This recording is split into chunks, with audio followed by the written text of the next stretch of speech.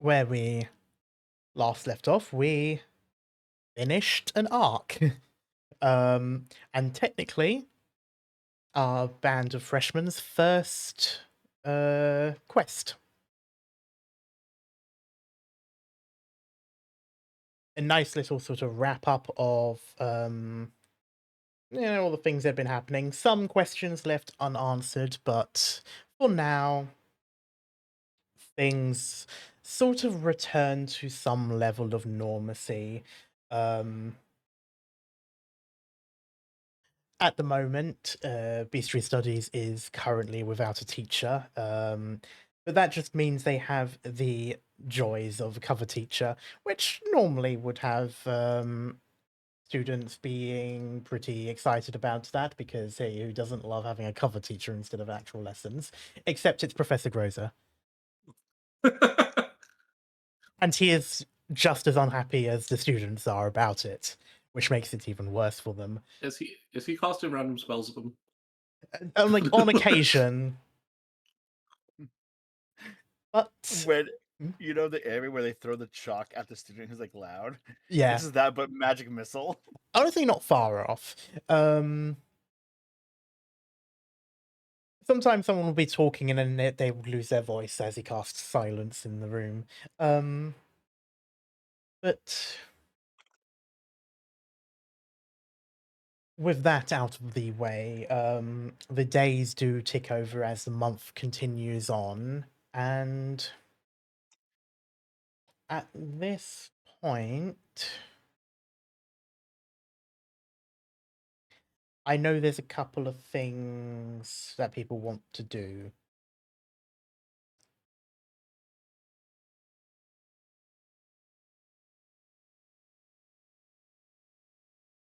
Great. Well, I'll start with Rook then. I immediately got so shy. I know. I'm also very sleep deprived. Good morning, guys. Good morning. All right, so the thing I have planned, I want Rook to kind of mostly make it himself, Mhm. or at least put it all together. He is gonna have to go to his guild with like a list of parts and schematics, maybe, for a couple of the more intricate mechanics. Yeah. Um, what I want you to do is roll Tinkers. This is less of your ability and more how much help you would need. Okay. So basically what this is to say is it will work as everything will be as it should be, as you wanted it to be. It will just be an 18. Basically, yeah, it is mostly your own. Some things someone had to do for you or like hold together while you did it, things like that, but for the most part you were able to work on your own with it. I know one thing he definitely needed help with because he had to source some special things. Mm-hmm. I hope Lucy likes pipe bombs. But when when would this have happened, like in terms of actually handing it over? Shit.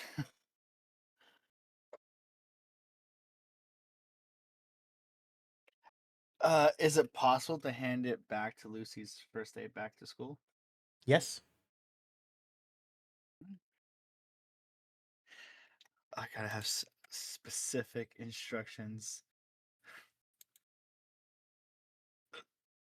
You could give me a second. Face is red. Uh, when Rook meets Lucy again, he's gonna hand her this thing just wrapped up in like a black wrapping paper, and just say, does Lucy have a room to herself at the orphanage? Out of character, she does not. Okay, dang. You would have to ask that in character though. Yeah. I was gonna tell this. Just wait till like you're alone in a dark or a dimly lit room.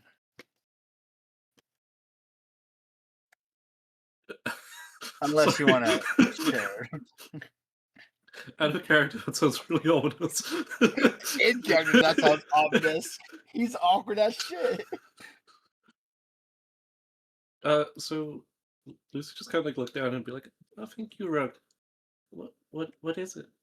Just she doesn't realize she has to unwrap it. You'll find out when you open it up. Okay. How more ominous can I make it? This is amazing. Just be careful. It's delicate. Just stared at it. Oh god. So out of character, in character, there's a wrapping paper that's like black here that doesn't tear very easily. It's like almost slightly stretchy. I was thinking that's what Rook wrapped it in. I'll write a request. Yeah. Rook said to unwrap it next time she's in a dark room. Mm. Can she unwrap it when she's in Gross's class? I'm gonna. It's not really that dark. It wouldn't really count as such. Okay. It's just a dim room, or could open it somewhere here. It just won't be as cool. Would it work outside? No. Okay. I'll wait. I'll find some dark when I get back to the orphanage and do it then. Unless you want to see it. No. It'll be. I want you to be the first one to see. Okay. Okay, thanks. Bye. Zooms off. You see a blinking outline. This seems very familiar to you, but you're not entirely sure how. Oh, bless my boy. He's autistic. Doesn't know how to talk to a girl. Doesn't know how to talk to anyone. But yeah, in that case, unless anyone else wants to do anything on the same day. No, we're going for you. Oh, okay. When Lucy gets home, she'd there's probably like a closet in the kitchen of the orphanage. She'd probably just go in there because she knows it's dark and then just open it.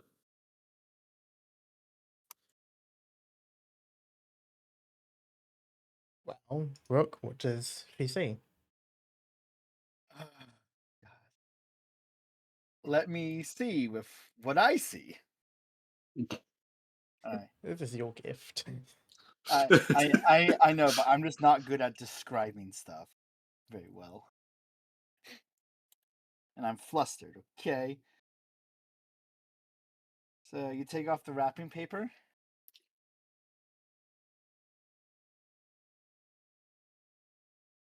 Okay. Yeah. Did you take off the wrapping paper? Yeah. With your hands?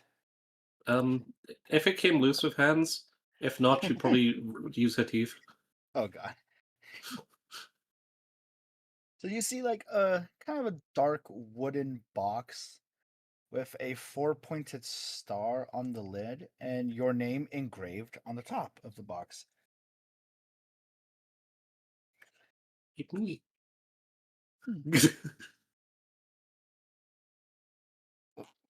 Stares at the box, just like tilting it and stuff. There is you could open the lid a bit. Karma, should I send one of the images to? If you yes, you can send as is. Yeah. But yeah, if there's a lid, then yeah, she will open it. You didn't mention the lid first, I didn't know. Yeah, like I said, I'm not good at describing things. You're good. Okay. So yeah, opens box. This is where it gets weird. Do you have a box that doesn't have a lid? It could have been like one of those kind of like crate boxes or like a puzzle box. So you open it, and there is a clicking sound. There's a pendant resting inside of the box, and okay, let me have to get these images. As two of these panels, like on the pendant, opens up to reveal a stone that is glowing quite brightly, and the area you're in, it like illuminates to have like the walls, the ceiling, the floor look like a deep galaxy. Ooh. Lucy would be trying to like grab the stars, but they probably move with her. I bet you. And you hear like a little wind up sound coming from the box, and Karma, if you want to.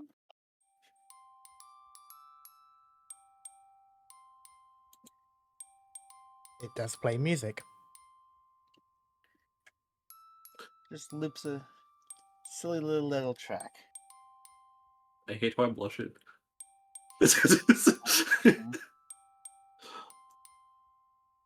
Lucy loves it. There And is she. a Oh, go on. plaque on the top of the lid. Mm-hmm. It says, you carried hope when your own light dimmed. You nearly became a story of loss, but instead became a reminder of. May your light shine brightly with the friends you saved. The Autumn Star, Lucy Chambers.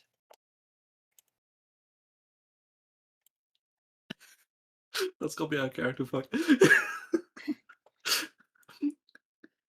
That's so cute. And I can finally send it to the group chat. That's so cute. Holy shit.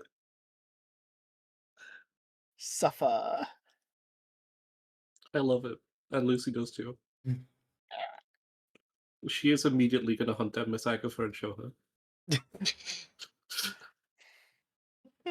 Aww. I can send this all to the group chat, and now I can go, blush in the corner now. Okay. Just like rushes up to Miss Agatha, like, look what my friend Brooke gave me. And just playing the music and like showing the thing glowing. She's definitely very impressed, and she sort of like takes a while to sort of inspect it, look at it, and all that.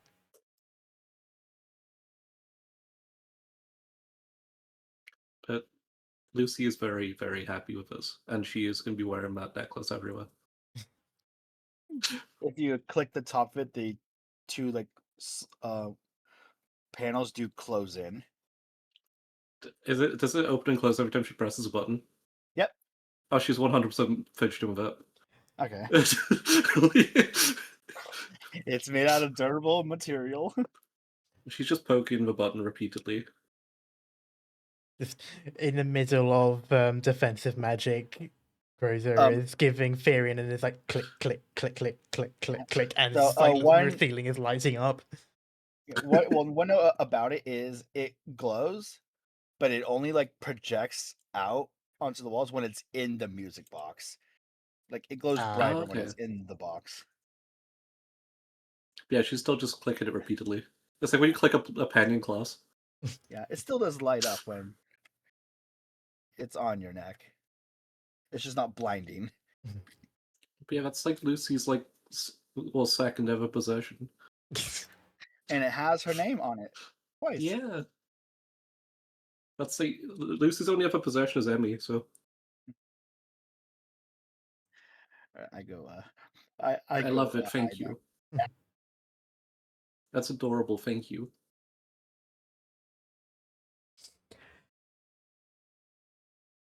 Damn, really outdid the marbles.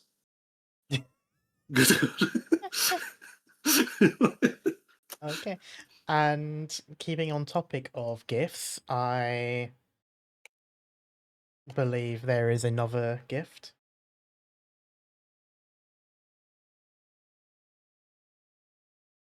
which will be you, Vanus. All right, baby, let's go. Do I have to roll to make it, or I just give? Um, I will say. Well, we did mention before that there would be some limitations, but you will be able to make what you wanted to make. Yeah. All right.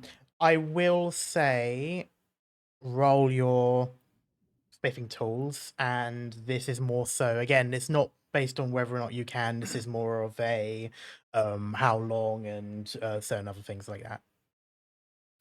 All right. Fair enough.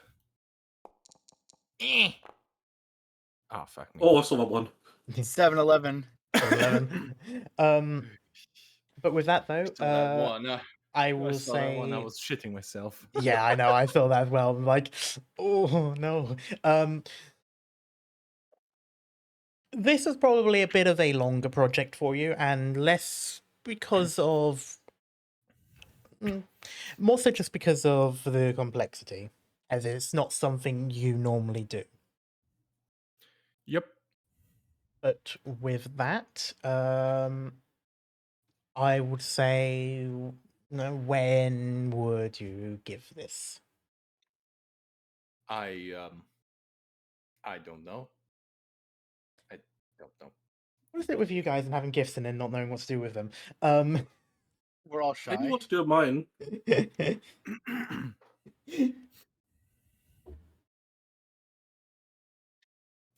I don't know. Same. Like maybe the first day at school, something like that. When we were back, because Vanus got bit by a fucking werewolf. All right, he got mauled. All right, he definitely was taking time off to recuperate and heal. And by that time, he was just smithing all the damn time, putting plates on his armor and stuff like that. Like he was dead on preparing. Fair enough. So in which case, it'd be around a similar time then to when Lucy got back, maybe a little bit earlier. But yeah, there's been a gap, and then it'll be like the first time Vanus is back. So at this point, it would still just be the three boys. Yeah, fair enough. All right. Let's Deploy see the then. boys. So yeah. Let us see. So I called. So we're pretty much on the same time. I see Rookie just, you there. He's pointing his finger at Rook. Freezes up, does like the little hands out, like, oh. This is like the first time you've seen Vanus in a while, and this is instantly, it kind of looks like he's about to have a bone to pick with you. I'm doing the sponge gar meme. Yeah. Rook, get your ass over here. Starts running. No. I'm so holding back saying good boy. No, starts running away from you. Running away. Well, if you're running away, you won't like the gift I have you. I'm gonna like reluctantly walk up to him, like terrified. Don't worry, if I- Yes. Don't start her. If I wanted to smash your head, I would have smashed your head. You know this by now. And now he's What's just us being ominous with gift giving? he's just scrounging around the rucksack he has. Well, first of all, he has one sack of here, backup plates. Your arms look like shit. But I repaired them. Upgrade them. And the second of all, he actually has this metallic little how do you say, rectangle? Yeah. Box that has some a little bit of you can tell that he made those are gears, but they're amateurish compared to what you make all the damn time. You could see that it's his first time making gears and stuff like that. And he's like, here, something to upgrade your arms, and finally you can defend yourself with. He's like pouting at this. I mean, you're not gonna pout that much. Come What's on. wrong with my arms? Nothing. It's just you can't fight at all. You're going up to a disabled student making fun of his disability. A rich bastard I am, yes? Goddamn. Okay, look at these Alright. gears. Uh-huh. Now put it Like- on your arm. There's a leather belt so that you can like tie it up on the arm and stuff like that. Oh, okay, And, puts it on. and there's also a little metallic ring. And I put that ring on your finger. I swear to fucking God. All right. So Are you if it's what you think it is, he's putting it on the top of his wrist. Oh, you could put it on the I suggest you put it on below. Oh. I suggest you put it on below. Okay. Rotates it around. Puts the ring on. All right. Now, flick your wrist. He does it the opposite way of what you need him to do. He's doing like the little limp wrist gay hand. Oh crap! He's gonna shank his hand. Uh-oh. So you do. So you do that, and magically, well, not magically. All of a sudden, a knife bloody fucking jumps out of there. Fortunately for you, Rook, it sort of clinks on your hand, which is a better outcome than if another person were to have done this. Oh, the other. Oh. Does it? He hold it I like put Assassin's it Creed on 3? chat. I put it on chat. In chat. Yep. I made Yep, you a hidden is- blade.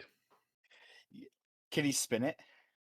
Yes, it's made. It's inspired by Connor Assassin's Creed 3, where you can rotate it to top and bottom. Wow! I feel good. Da-na-na-na-na. Sorry. No. You know that one. Now the knife is spinning it. now the knife is much bigger. It's a little bit like a sashimi knife, so you can like parry and stuff like that. It's not a little bit of a knife, you know. It's something you can actually have a fight with. Oh, okay. He's gonna flick his wrist again to put it back in, and immediately put it to his right arm. There you go. He You put it finally on you his can left arm. defend yourself. You're gonna have to tweak it because I sadly to admit I'm not that good with gears. You just instantly get a hug from Rook. He's It's looking he's looking blankly like he doesn't know what to do. He's just like, huh?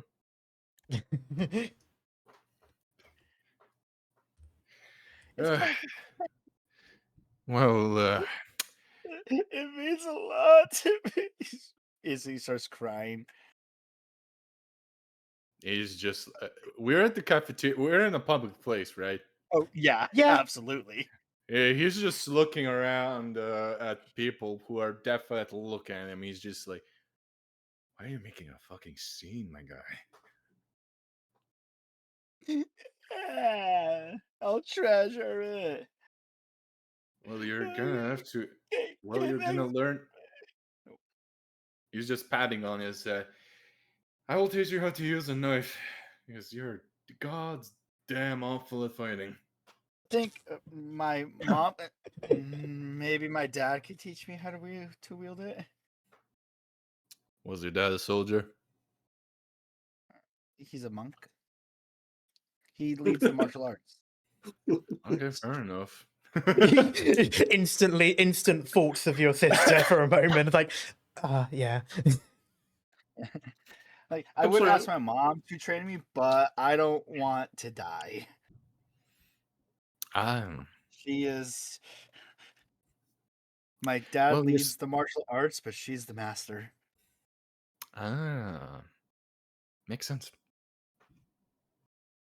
The woman is always in the charge in the house. I was drinking. So, for context, mechanically speaking, this I've added it to your sheet. It's just labeled as dagger, but I've written hidden just so that you understand which one it is. But yeah, for all intents and purposes, it will act as such. The only difference being you can't throw this one like you normally would. He doesn't plan to throw it. No, yeah, I know. I mean, Yeah. as in like you physically wouldn't be Yeah. able to in this instance, Yeah, but as in like I was One I thing was I like did debating. I was debating whether I notice- should make a hidden blade like Connor or Arno, but then again I realized Arno's like where he has like a mini crossbow that eats knives and stuff like that. Yeah. It's way too complex. Yeah. So one thing I did notice about this Hidden Blades rail, and I think I know this creator, you can have it in your hand. If you like move your wrists kind of slightly, you can pop it off the rail with that little notch. Mhm. Yeah. This one specifically. I mean, yeah, but I mostly got inspired by Connor. I could have made a gauntlet out of it, but like, I need leather tools for that. Yeah. I am gonna definitely modify it to fit into Rook's arm a little more. Well, yeah. But now, But it is congratulations. perfect.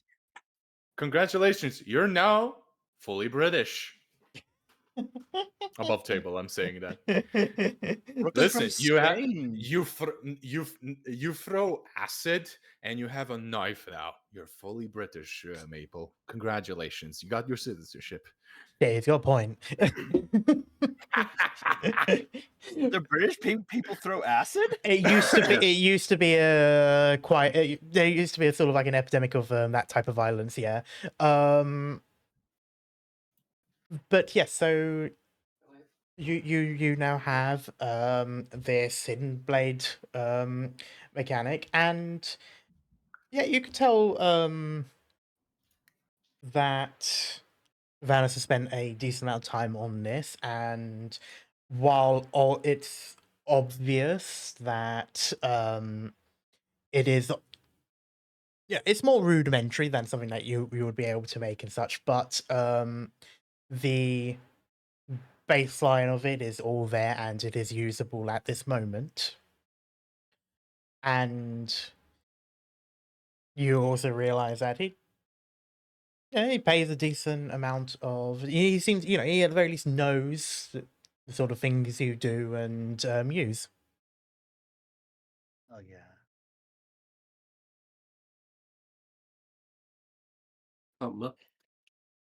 Cat. I'm sorry. Next time Lucy sees Rook, Mm, she's gonna rush him mm, and like hug tackle him. mm. Rook will fail his save.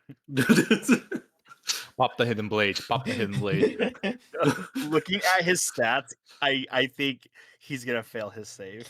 So a few days later, this is back. Well, this is the second day. So this will be the second day after Lucy returned, seeing as the first was when she got the gift. But yes, there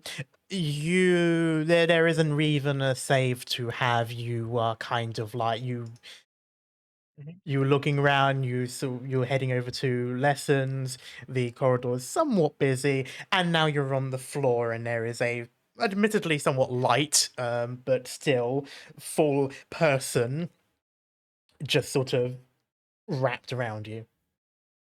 It's like a tail wagging and purring. Blinks. What just happened? Thank you. Oh, Lucy, hi. You hear Above table. whispers from other students. Above table. Am I there as well?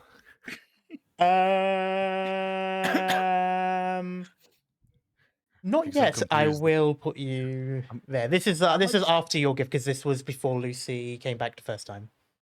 How much Oh, okay, high so I'm impact? smithing my fucking armor. Okay. Yeah. How much high impact feline bludgeoning damage did I take?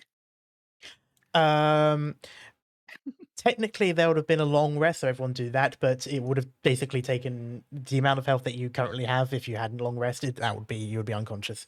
Oh wait, shit, yeah. Yeah.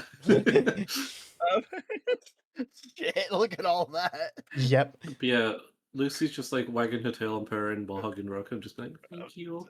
I really like the gift. That's that. I'm glad you said. Just like she's just hugging him. She has no concept of how long it. I'm like trying to get up. Like, Lucy, we're on the floor. Yeah. Like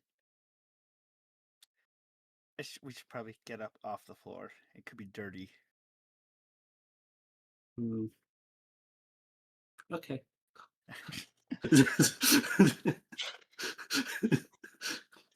Like it just Perch jumps off Rook. Glad you liked the gift. It wanted to be something special. She's wearing it right now, by the way. Oh golly. Huh, it looks good on you. No. I'm glad it fits. I was worried that the chain wouldn't be the right length. Starts rapidly clicking it. Rook, knowing you were going to be doing this, flashes back to Rook in his room making it, and he's also clicking it. You can still hear whispers from other students every now and then. Yeah. Lucy doesn't understand. Rook's blushing, embarrassed. Probably notices Rook is blush. She's like, "Are you okay?" Yeah, I didn't expect to get tackled this early in the morning. I usually expect it to happen during PE. What? But tilts head. What? But you didn't expect me to tackle you? No. Why not?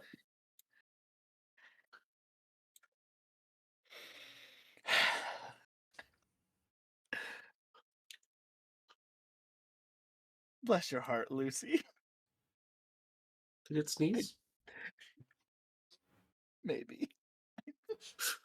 I don't know how to respond. Is this autistic communication? To RMS. Yes. Let's. It's usually when I give gifts to people, I'm not tackled. Usually. Oh, you will be now. Oh my god. Without an insight check, you will take that as a threat. Yeah. Do I need to do an insight check? If you want to, unless Rook absolutely just automatically assumes it's a threat.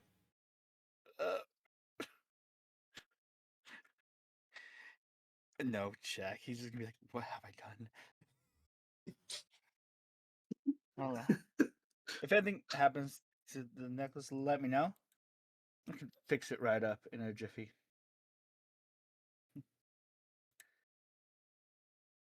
Lucy's just a bed blinking. She doesn't know how to end conversations. Rook has his hand out to go shake hands or something. It shakes his hand, but not properly. Like grabs too high up his arm. Yeah. Oh! Ends up doing the hero's handshake, just grabbing each other by the wrist. Ends up being the most bro moment. Bromond. Okay, well, now that we're doing that, Rook's just gonna thank you for saving us during the dance. What? You're a true hero, Lucy. It was Emmy. It was also you too. No, I was dead.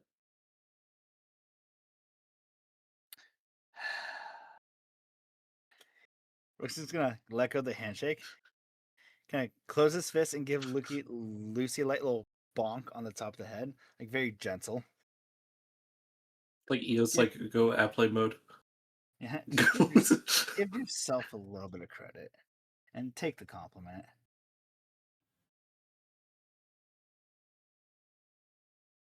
Thank you, me too. Thank you, Emmy. No problem, dude. Jesus Christ. Can you just talk to me now? Like, or could you always have done that? She could have always done that. She just didn't want to. Yeah, I gave you some Fair. warnings before.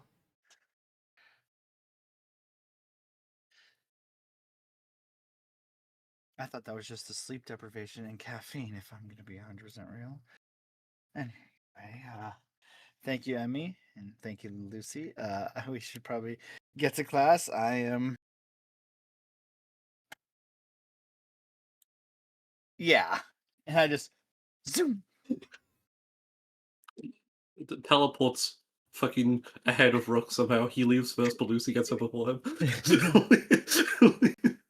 Yeah, you make a run for it. By the time you reach homeroom class, she's there. But Damn yeah. it, I thought I learned how you did it.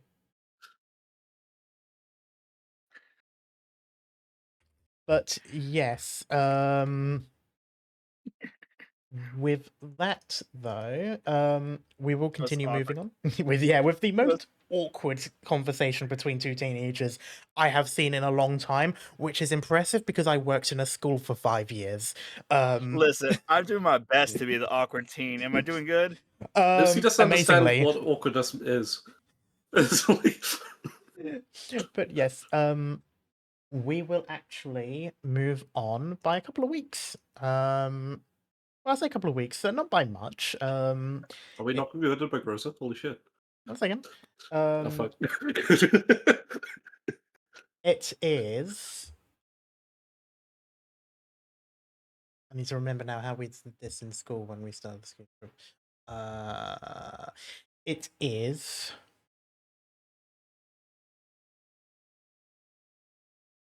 Cell Day.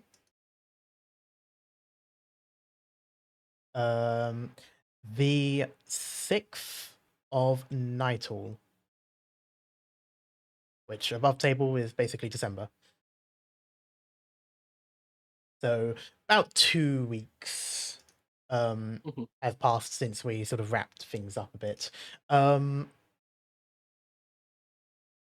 Despite it being a weekend, you do find yourselves at, well, those of you who decided to go on the ski trip, which to be fair was most of the freshman year and a few of the sophomores too.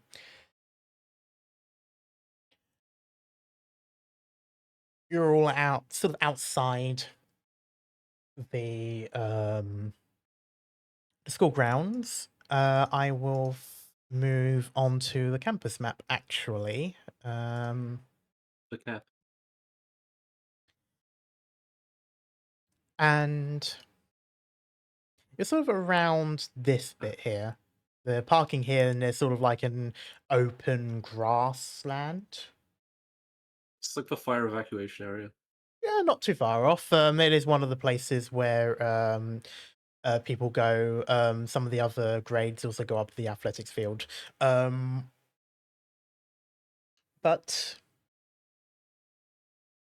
you're all sort of waiting here. Not everyone on the trip is going. You don't notice Darius, for example. Mm-hmm. There's a few others that you know from your courses that aren't there, but you also notice a decent number of people. It's starting to get a bit on the colder side here. In the mornings, you can see your breath, especially when you're coming to school, especially those of you who walk or in like Quinn's case, have a bike. What is Rook doing? He was gonna try to stop by his apothecary to hopefully get some motion sickness medication to bring to Vanis. Ah, yes. Wait, that- did I manage to fucking upgrade my armor in the meantime? You did. However, there's a caveat to that, which I will mention a little bit later. Damn. But you can indeed do that, Rook, and these aren't exactly anything special. It's about 2 copper for a packet. Shit. Where's my sheet at? Oh god, my vision's so bad. All right, cool. There we go. Please tell me it's like the little piece of paper you unfold. It's like just powder on there. No, these are pills. All right, cool. They're- Over the counter ones. Yeah, it's over the counter ones. Like I said, they're nothing special. They're The basically ones that something taste like to shit. settle your stomach, and they're kind of like small pills. Kind of similar to, say, for example, things like antihistamines. They tend to be quite small pills, but and it's kind of the same sort of thing as that. They did also recommend some of those bracelets with the plastic thing that supposedly presses into your wrist and that somehow makes you feel better.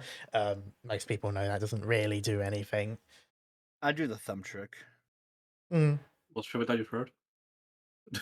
I feel like No, that would you, be a like, good way to. No, it's you like close your like fist and like press your thumb against your palm, and it's supposed to like help prevent you from throwing up. Oh, Yeah, it works for some people. I've never been able to. I've never had much luck with that. But It buys me time. yeah. But yeah, you're able to get those, and in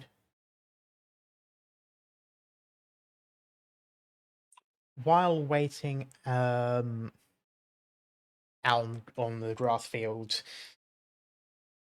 the teachers that are here are sort of keeping you in more so towards the end here by the parking. It's empty because it's a weekend, and the parking space is only used for the school, so you don't really have to worry much about that.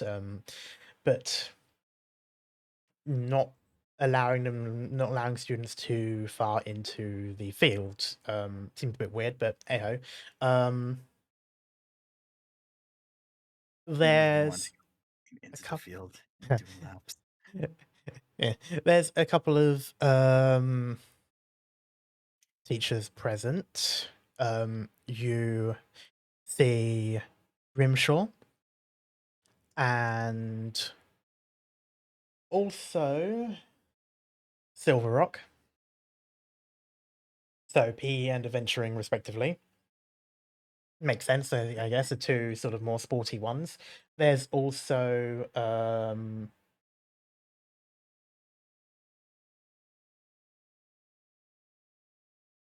where's the things? You also see Miss Wildsome, Miss Amalis, and Miss Woodtree. And Damn. lastly, a very, very disgruntled Professor Grozer. let's Yeah, go. I love seeing this old man suffer. Lucy's just waving over to him excitedly. I want I'm just sweating because I know I still have defense class. Fuck. I want you to know, Karma. I'm imagining Larry, Scarlet, and Violet.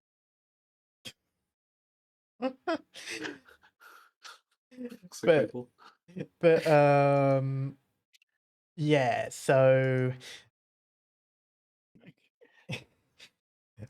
he's sort of avoiding eye contact with everyone, and he looks to be in a grump. Chances are he did not volunteer like some of the others. Lucy's still waving. She just thinks he hasn't seen her yet. Rook like looks over at Lucy, looks at where she's waving, goes in that Anya smile, and then Rook's gonna start waving too. You can sort of see like you can see like he doesn't turn his head. We can see his eye like move to and like see you in the corner of his vision, and just turns all the way around, so his back is to you, and sort of busies himself by trying to get some students out of the open grass. What's with the grass?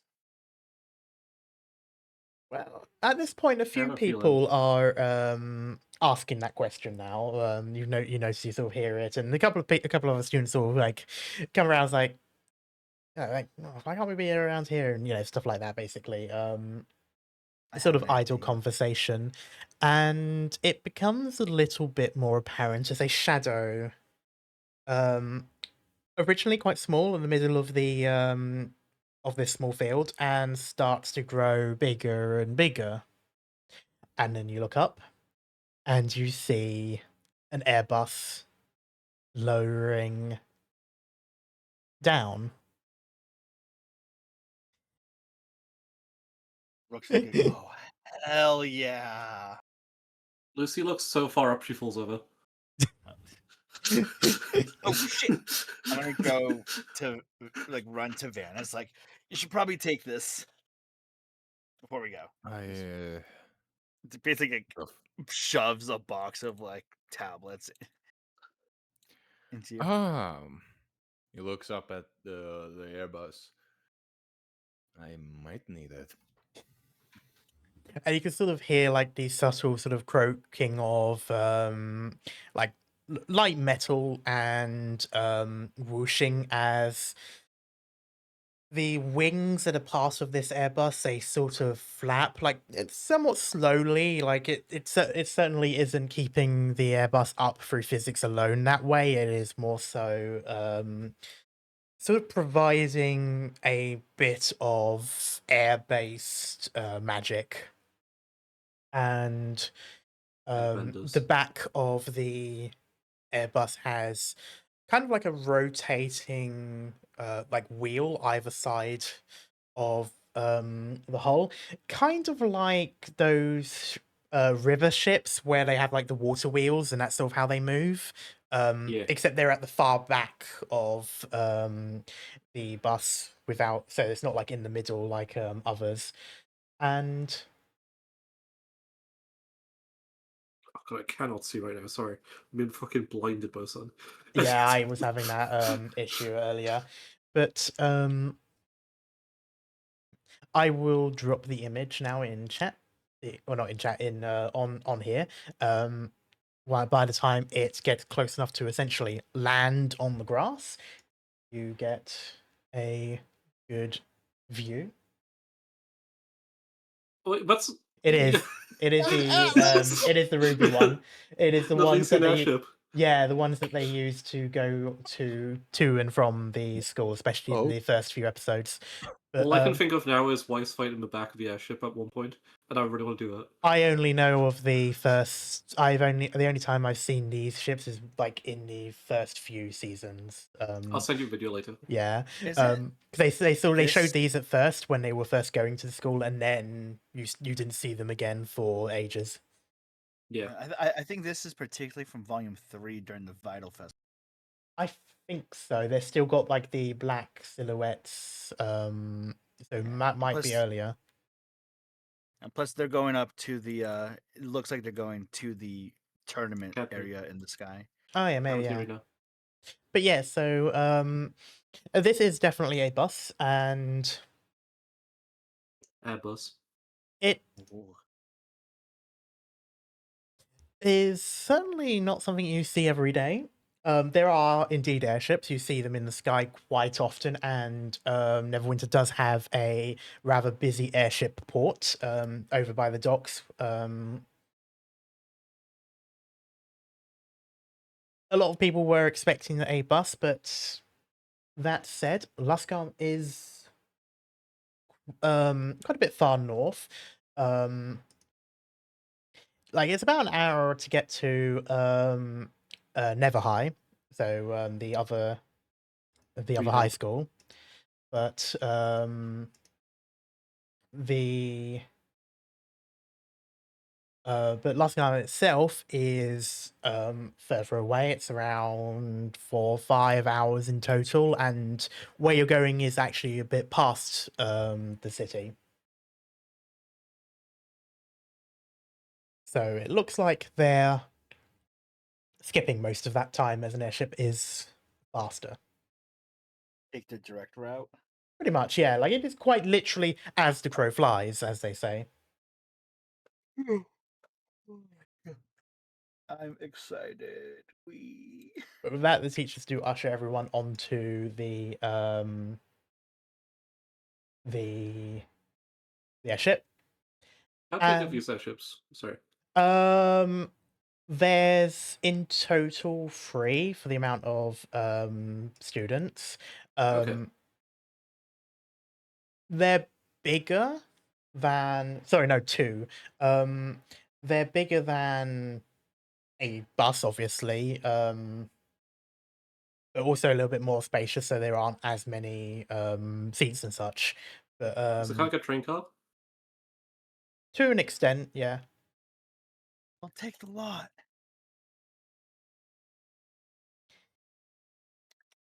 But once everyone's on, they do lift up, and you sort of feel that weight pushing down on you as it's lifting up, and begins to move. The airships do rock a little bit, almost as if moving through water, mostly because of the wings flapping, and that sort of there to stabilize. I'll get to that question in a bit, Kat. You're fairly certain you've seen them,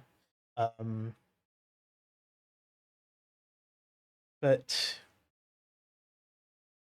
you sort of go along.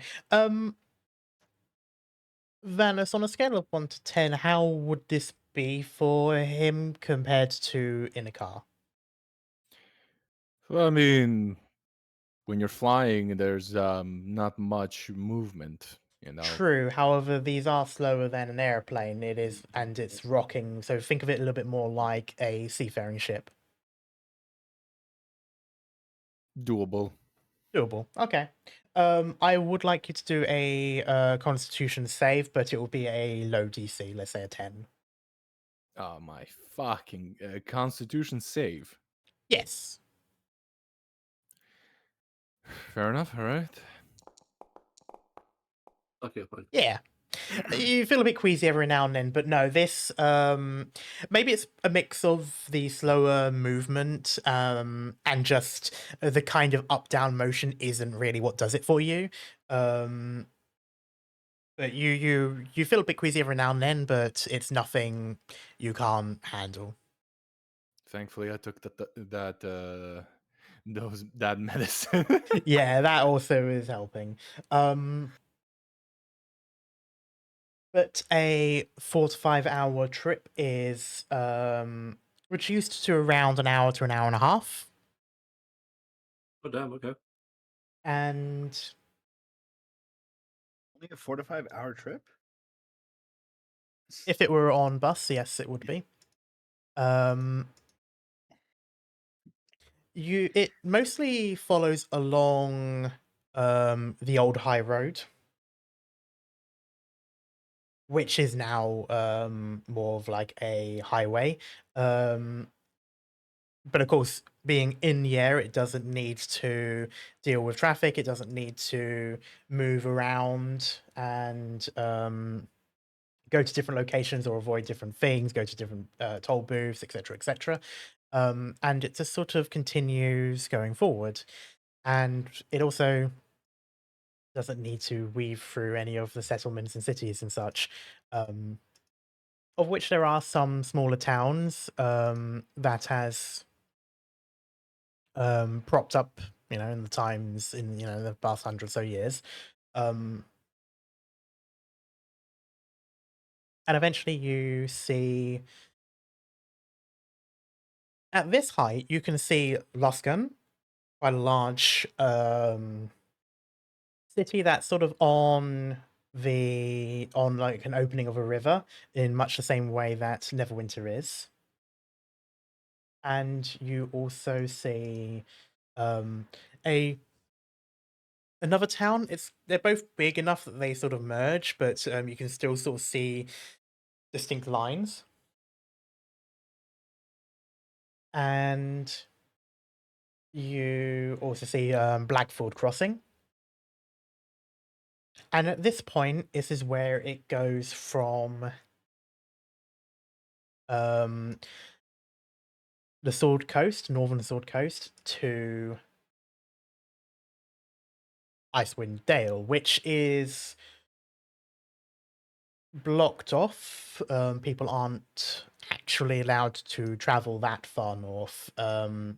This area that you're going to is just a bit after Luskan, but still in the border of the Sword Coast Confederacy. It's still a bit before the main spine of the world, but it does appear to be a pretty decent mountain range. And with that I will do this. But you say with that, I want you to roll initiative. No. Like Rook's like pressed up against the window, Yeah. staring at everything. Like nose pressed inwards. Lucy is doing the same thing. Occasionally he'll like run across the ship to the press up against that window, and just taking in all the sights he can. Just crushing the people in the seats. He's never flown before.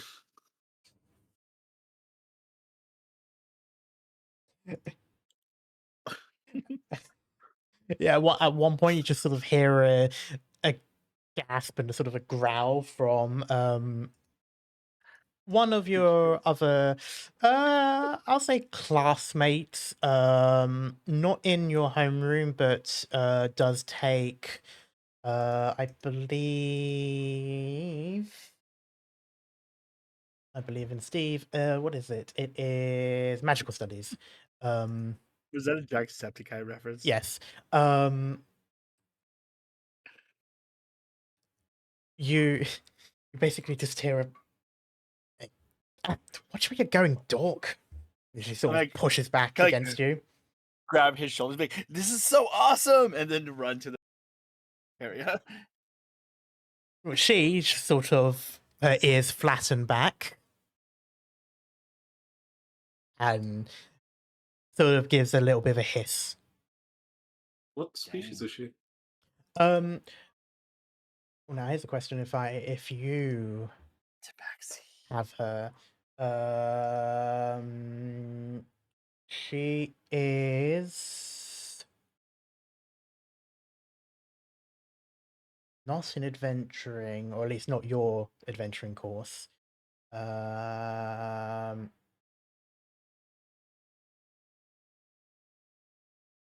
She's in defensive magic with your class. So this is Jade, Uh-huh. and she is a shifter. Let's go. So also a cat based shifter with black hair and so and so.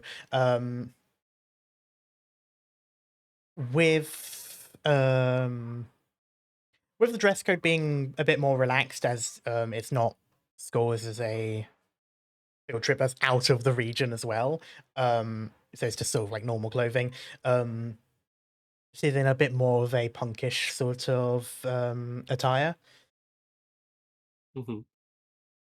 And makeup and such. It's one of those sorts of things where like you don't recognize her at first, and then you realize, oh shit, that's her. No, I wouldn't consider Blake. Well, kind of in terms of I guess like the hair and such, but otherwise like outfit, I wouldn't consider Blake to be that punky. But We found Blake.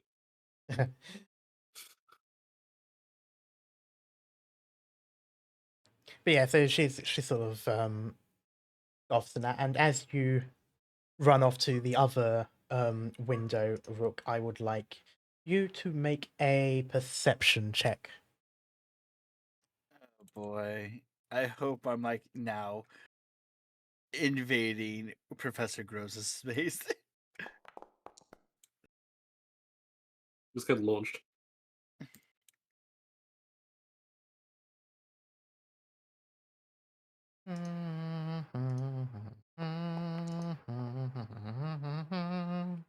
Dum.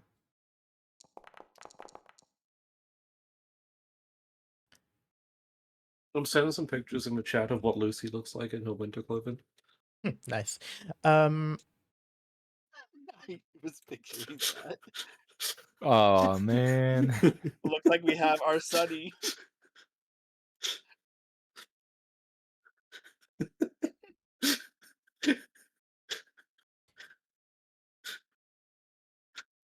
You notice after, say, about 15 minutes, so pretty much around as the Airbus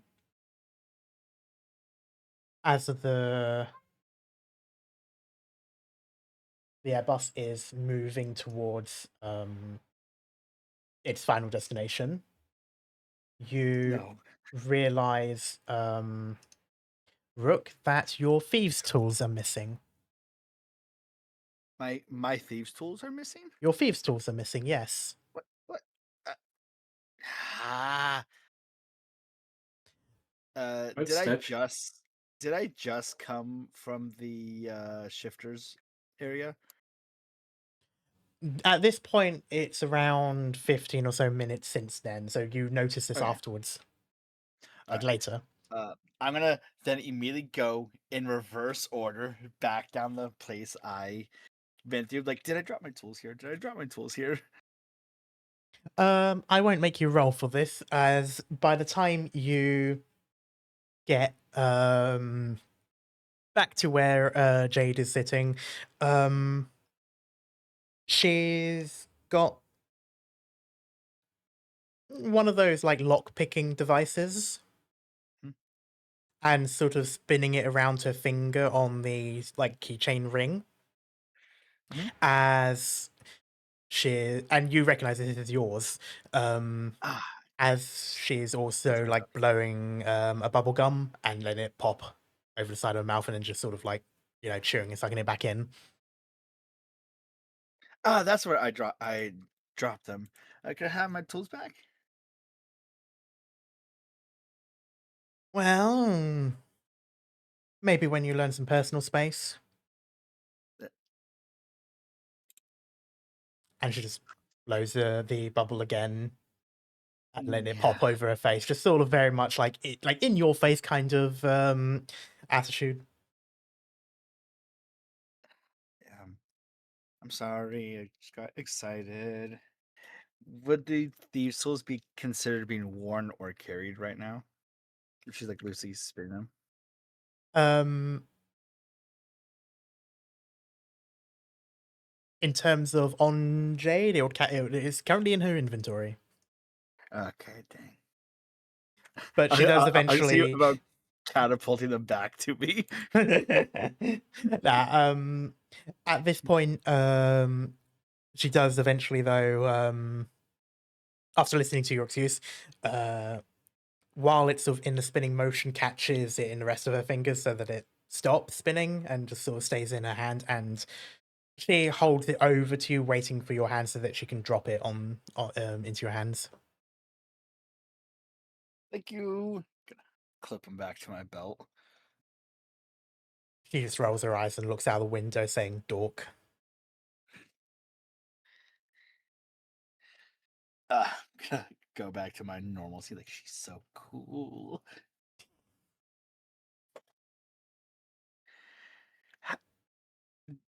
Now, would Rook like put together that she took the tools from him?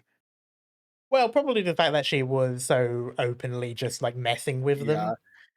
How Like did she she made do no that? excuse. She made no attempts to hide it by the time that you were looking for them. Yeah.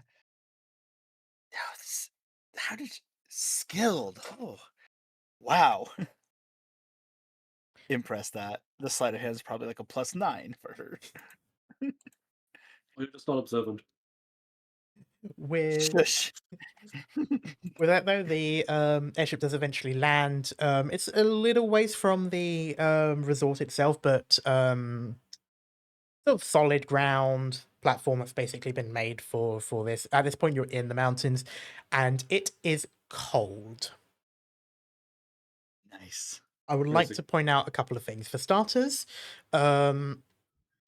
this is while this is a school trip, this is outside of school grounds.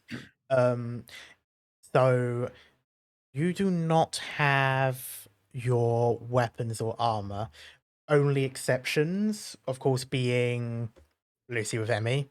That can't really be changed. Vanus, you can hide your weapon, but Yep. just that one. But you don't have your armor. Do I have my knife in my wrist still? Yeah, you have that. You have that hidden blade because A, it's hidden, and B, unless you declared it to the school, they probably don't even know you have it yet. Yeah. It's just gonna be looking like it's an arm accessory piece. Mm-hmm. Who knows Quinn what his arms do? unfortunately has the short end of the stick with this, as both his short sword and hand crossbow are still back in the locker. And this is another thing, you would have been warned about this along the way, so the teachers would have gone through some ground rules and stuff like that. You're outside of Neverwinter region. You're in the Luskan region. You will not be able to recall your gear, Well, which hot damn. is fine because in theory this is well, no, not in theory, this is a ski resort. This is a completely civilian area. You're not doing anything as part of the school, and also you're kids and you're not allowed to have gear out anyway. So none of this is like, at least in theory and to you law, like none of this is like a big deal or anything like that. This is sort of what you're kind of used to already. I just had a very stupid thought But of yeah, Vanus leaving his warhammer in his locker, but it's the returning weapon. He's like, "Hold on," hands out to recalls his weapon. It just flies through town. but yeah, so with the exception of the weapon that you're able to conceal, that is pretty much the only thing you have in terms of gear. Obviously, like utility stuff, so the things you have in your packs, tools, things like that you have, but your armor you do not have. So that's why I said yes, you have upgraded your armor, but there is a caveat, and that caveat is you don't have it. Oh, marvelous. I'm so glad I have my shield of faith spell. there it is. But that's the first thing. The second thing is, yes, it's this cold. You have been warned this, and obviously you do have your ski gear, but as it currently stands, you have like your normal clothes on at this point. And even with like that, I'm half snow elf. you are Mom's half from snow Icewind Dale. elf. You are also born in the south of Baldur's Gate near Am, and it is a warm and arid area. Damn. I considered this literally a couple of days ago. I was thinking, so here's a snow elf, so what does the racial bonus? But on the other hand, he did not grow up somewhere cold. You're probably not as bad, but you still feel cold. Like you would still say, this is cold. Tolerable at least. Okay, fine. I'll take it. Rook's just gonna like flick his wrist and like the inside of his arms just start glowing red as his heaters turn on. And yeah, so most of most of you are feeling quite cold, even though they were like, you know, not too bad. You haven't really heard any complaints from Emmy, Lucy, though at this point you're still not really sure if she feels those sorts of external stimuli. But What are these 4 pixels right here? no clue. But you can see and hear the other students, like, you know, like brr and rubbing their arms and things like that. of course, you got like the handful of girls that are complaining about it being too cold already and stuff like that, even though they went on a trip that specifically is a cold place. And you see, and in the midst of all of this, you see Rory in shorts and hiking boots. I fucking hate this guy. I love it. The only other thing that's even remotely warming is he's got the hoodie he always wears. Oh, Rory, are you cold? No, I'm used to this.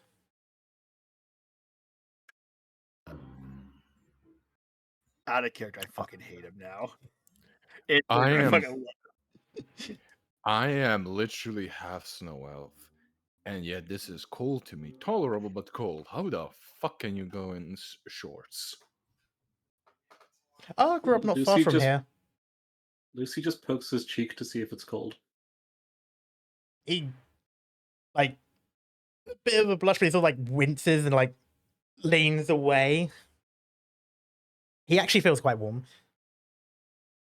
Hugs him. He may not feel cold, but he's somehow frozen. Still trying to lean away, trying to get out of this, and he sort of looks over to the other boys, kind of like, little help here, sort of like plea in his eyes. I joined the hug. Warm.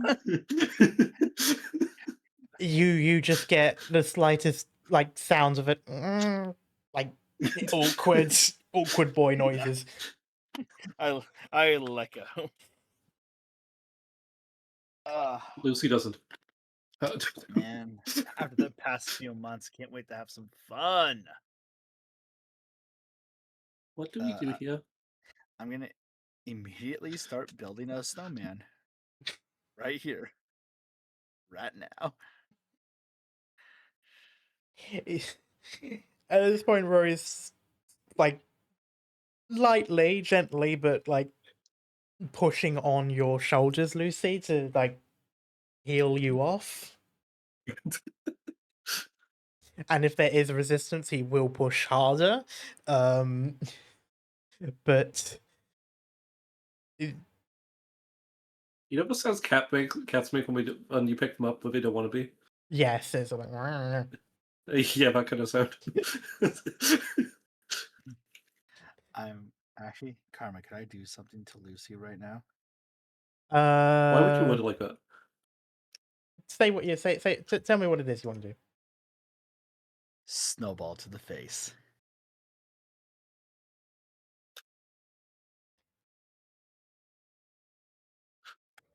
And you all call me fucking mean. What the fuck, man?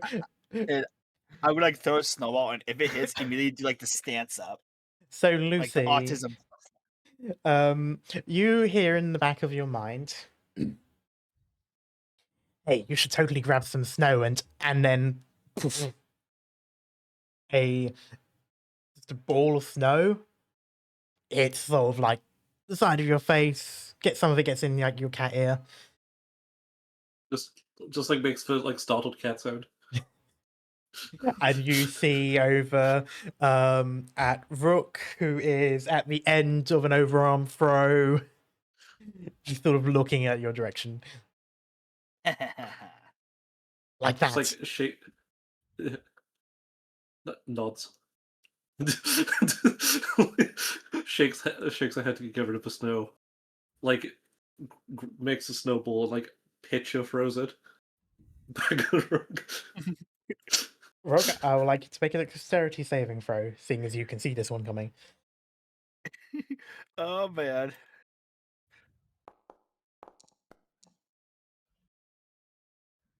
You lean and dodge,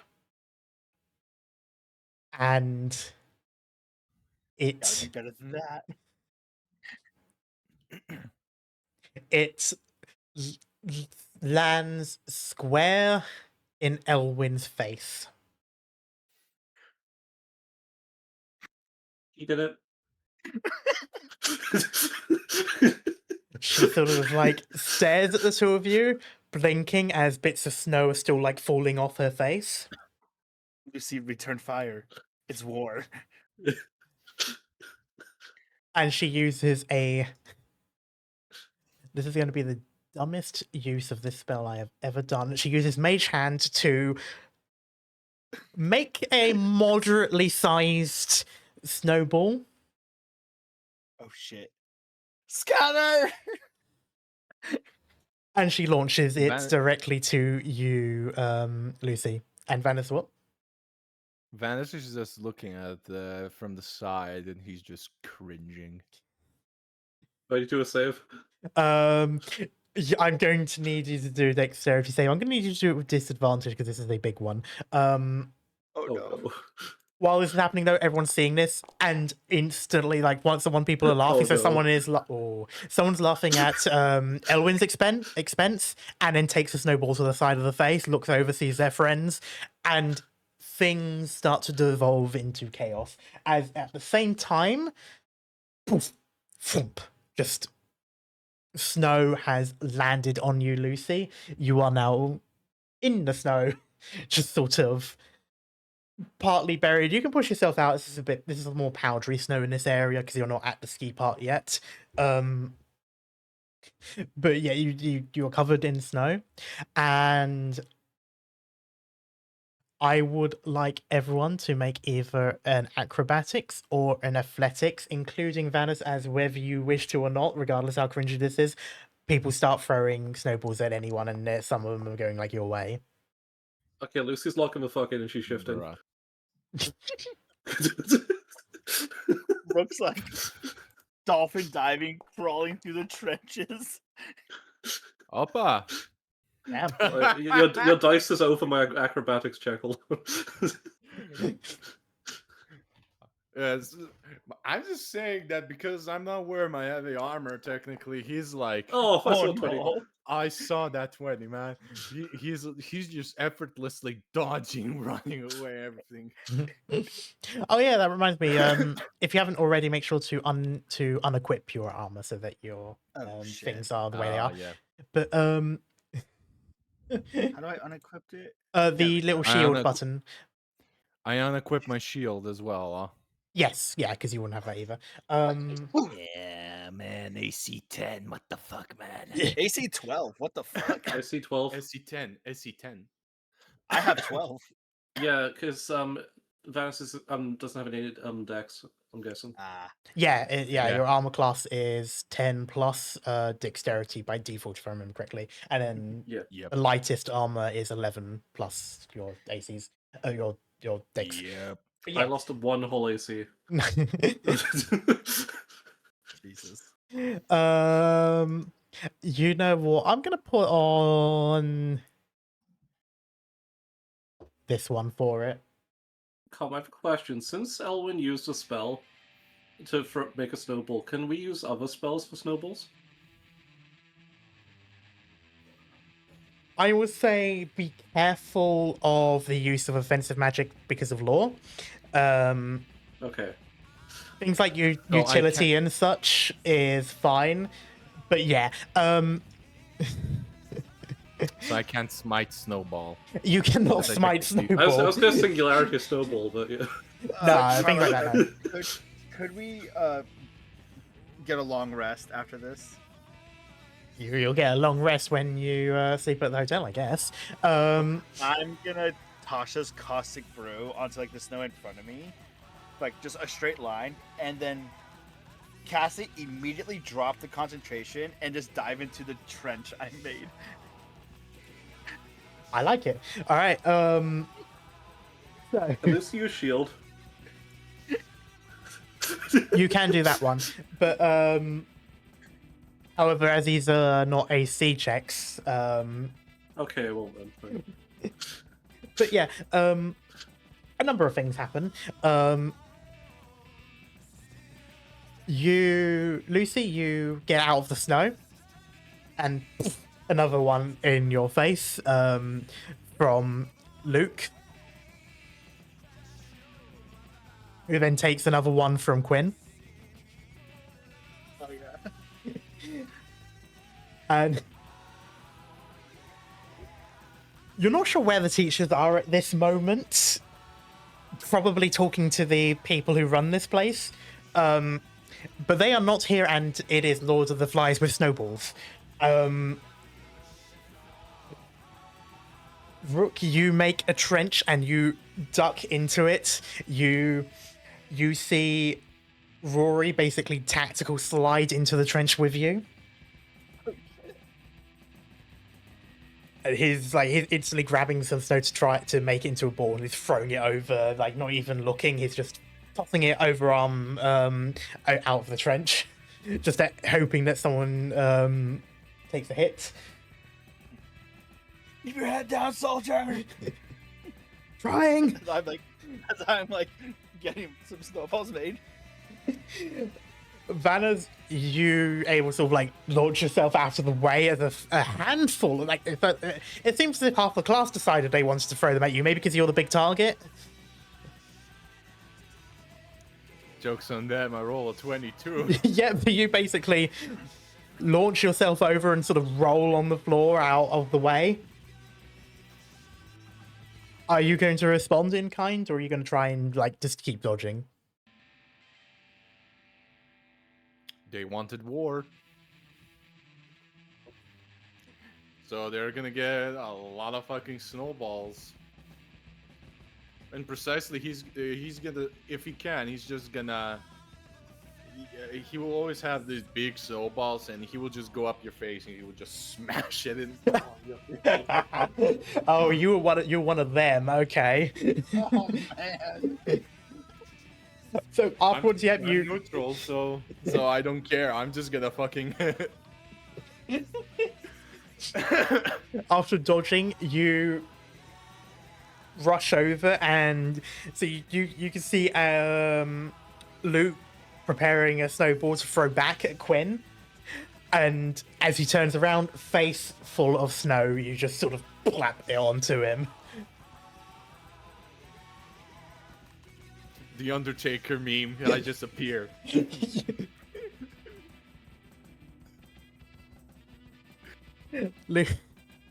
Lucy, you're up. You're shifted, moving around the place, and you spot Jade, who is also shifted. Like a gunslinger thing. And she looks at you, leaps off, sort of plants feet into sort of like a more solid area of snow, so it kind of makes like, it's not like a boulder, but it's basically just a big chunk of ice that's sort of sticking out of the ground, and pushes herself off into a backflip and throws two snowballs at you, like literally both hitting you. Okay then, sure. Let's play this game. Lucy grabs two snowballs, and does a horizontal like flip sideways in the air, just for them both kind of like overarm as she spins. Back at Jade.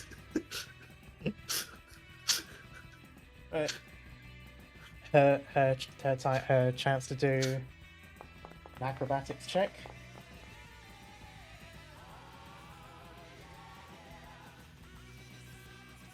She matches you, so you take the hit, and so does she.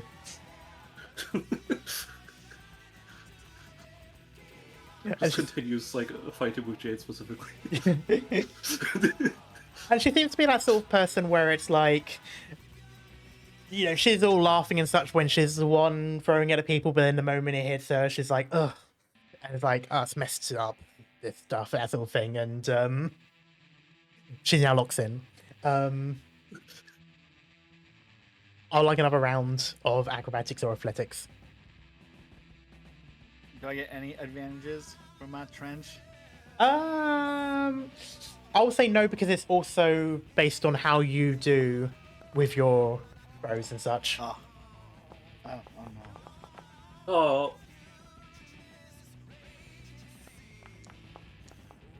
Oh yeah! How is the biggest target dodging so long? This is I don't have terrifying. my armor. I don't have my armor anymore. I'm fast. You're He's still not 6'2". He just doesn't He's notice 6 the snowball's foot. hitting He's him. 6 foot. He's 6 foot. He's when he turns 16, he's gonna be 6 foot too. That's for damn sure. Oh, like okay, Jay's just obliterated me. Okay. She almost rolled triple my roll. But snowball. The disintegration baby meme, just Lucy but with snow. Oh, she fucking got a nat 20. What the fuck, man? Oh, we're fucked. We're about to die. Well, I mean, you are. I think I'm surviving. All of them rolled higher than you. Blade Ward. I want to point out these people are the same level as you. Okay, Yeah. well, And I am casting fucking Blade Ward. Blade Ward, okay. Wait, wouldn't that work the same way as the shield? I never said that it was I never said it was going to be ignored, but I said this is not an AC check, so it's going to work Oh, differently. okay. Yeah, that's why I said Blade Ward. He just. I don't think attacked. I don't think my finger is high enough for shield even right now. So Let's see. So you rolled a 10, and Jade specifically rolled a 26. yeah. A 19. Does her shifting make a 19 a crit as well? I just need to double check that. I don't think so.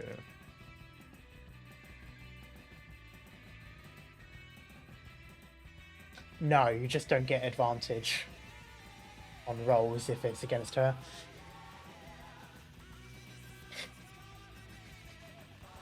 She is wrecking you, Lucy. Lucy has never thrown a snowball before today. Give her a break. She is zipping around you, and she's doing like the full like flick of the wrist throwing so that it curves the snowball. Nice. The snowball. And yeah, like you're not landing a hit. You're getting loads of hits landed on you though. Rook, the moment, so you made a bunch of snowballs, the moment you lift yourself up from the trench to try and throw them over, boom, boom, boom, boom, boom, boom. Just a firing squad waiting for you, and you The trench is now full. drop back into the trench. I'm just gonna like pull just like a piece of paper from my pocket. Rory, bring this to my wife. You don't have a wife. It's just a blank piece of paper. He just sort of chuckles and pats your shoulder anyway.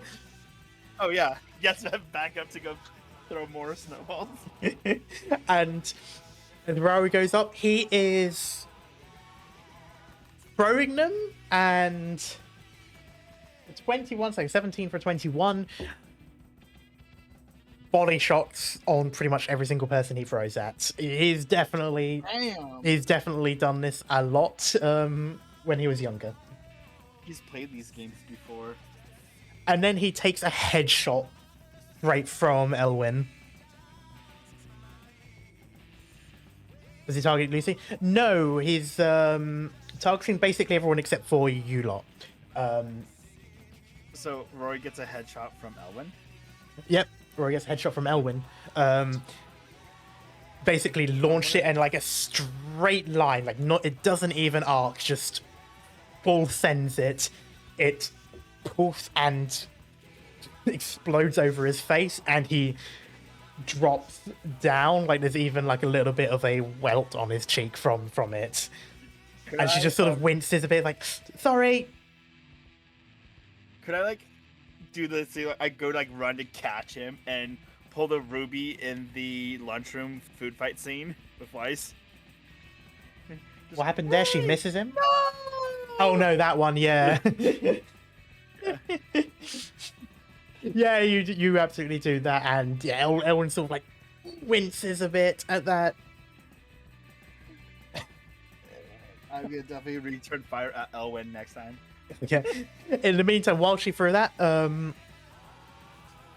Luke threw at her, and she leans almost all the way back, like Neo style, but just like not that far, but she leans back, avoids it, and in the same movement as she goes to stand up straight again, in that movement throws her second snowball and headshots Luke as well.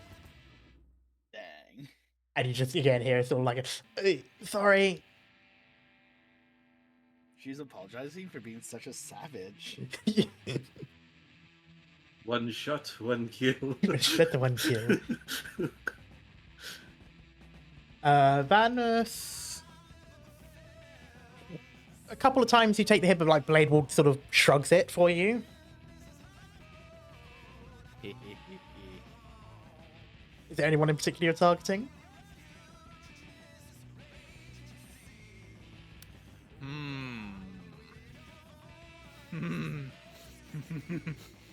Do I be a bastard or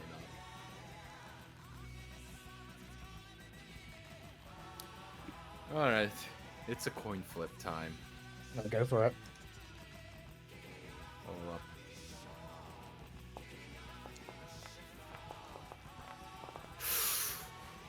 Rook, your arse is saved. I'm not being a bastard today.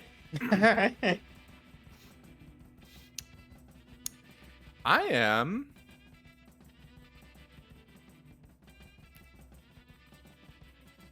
I'm gonna target Rowry. Okay. It's Snowboys versus Snowboys time. Fair enough. Is this also a snowball at melee range, or is this thrown? Nah. I'm throwing it this time. Okay. It's probably far away. Yeah. You sort of like dodge out of the way from the other, so it sort of put you a little bit further from the rest. You get up and you throw, and at this time, Rook, from your perspective, Rory's all like, he rubs his cheek, he gets up, and he sort of like moves, stand up, it's like, I'm fine. Whoosh, into the back of the head, he drops down again.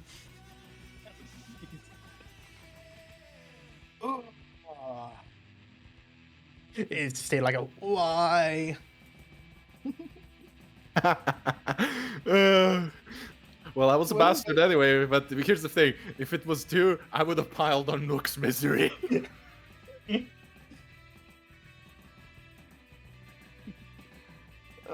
Man. Okay. And I would like one more round of acrobatics or athletics. If I roll high, I know exactly what I want to do. And I will DM you if I roll high, comma. Damn. Come on. Same as last time. Come on, I'm begging you. Alright, let's see. That's not too bad. Let's see. I feel like Jade's gonna obliterate me again, but... Man, I am just king. Yeah, of okay. this shit. Jade has killed me. I'm rolling so bad on these today. I'm king of the hill.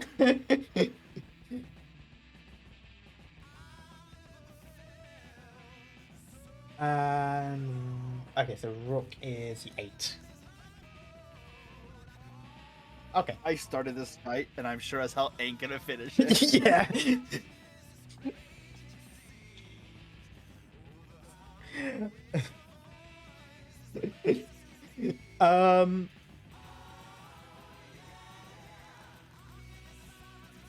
Lucy. Hello. Just tell me how bad it is, dog. You...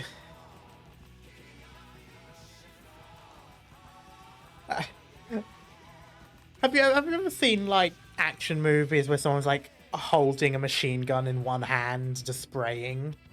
Yeah. It honestly feels like that at this point. Like, you're not even sure when she's having the time to make these snowballs. She just always has one in hand. So is what I put in chat an accurate assessment? By the end of it, you are buried. Like, you started with dodging and moving, and you kept getting hit and hit and hit and hit and hit. And I'm like, oh, you're now on the floor. You're still getting hits and hits and hits. And in the end of it, she throws one last snowball. Not hard, it's sort of like a wide overarm throw, so that sort of lands on the top of your head between the ears. And so the snow just sort of like pulls down your face and the back of your head. And she just sort of gives you a smirk and blows a bubble from that bubble gum again. I just, yeah, again, let's say like pop over her mouth and choose it. As she now leaves you, you're no longer something to bother with. Can I, before you continue?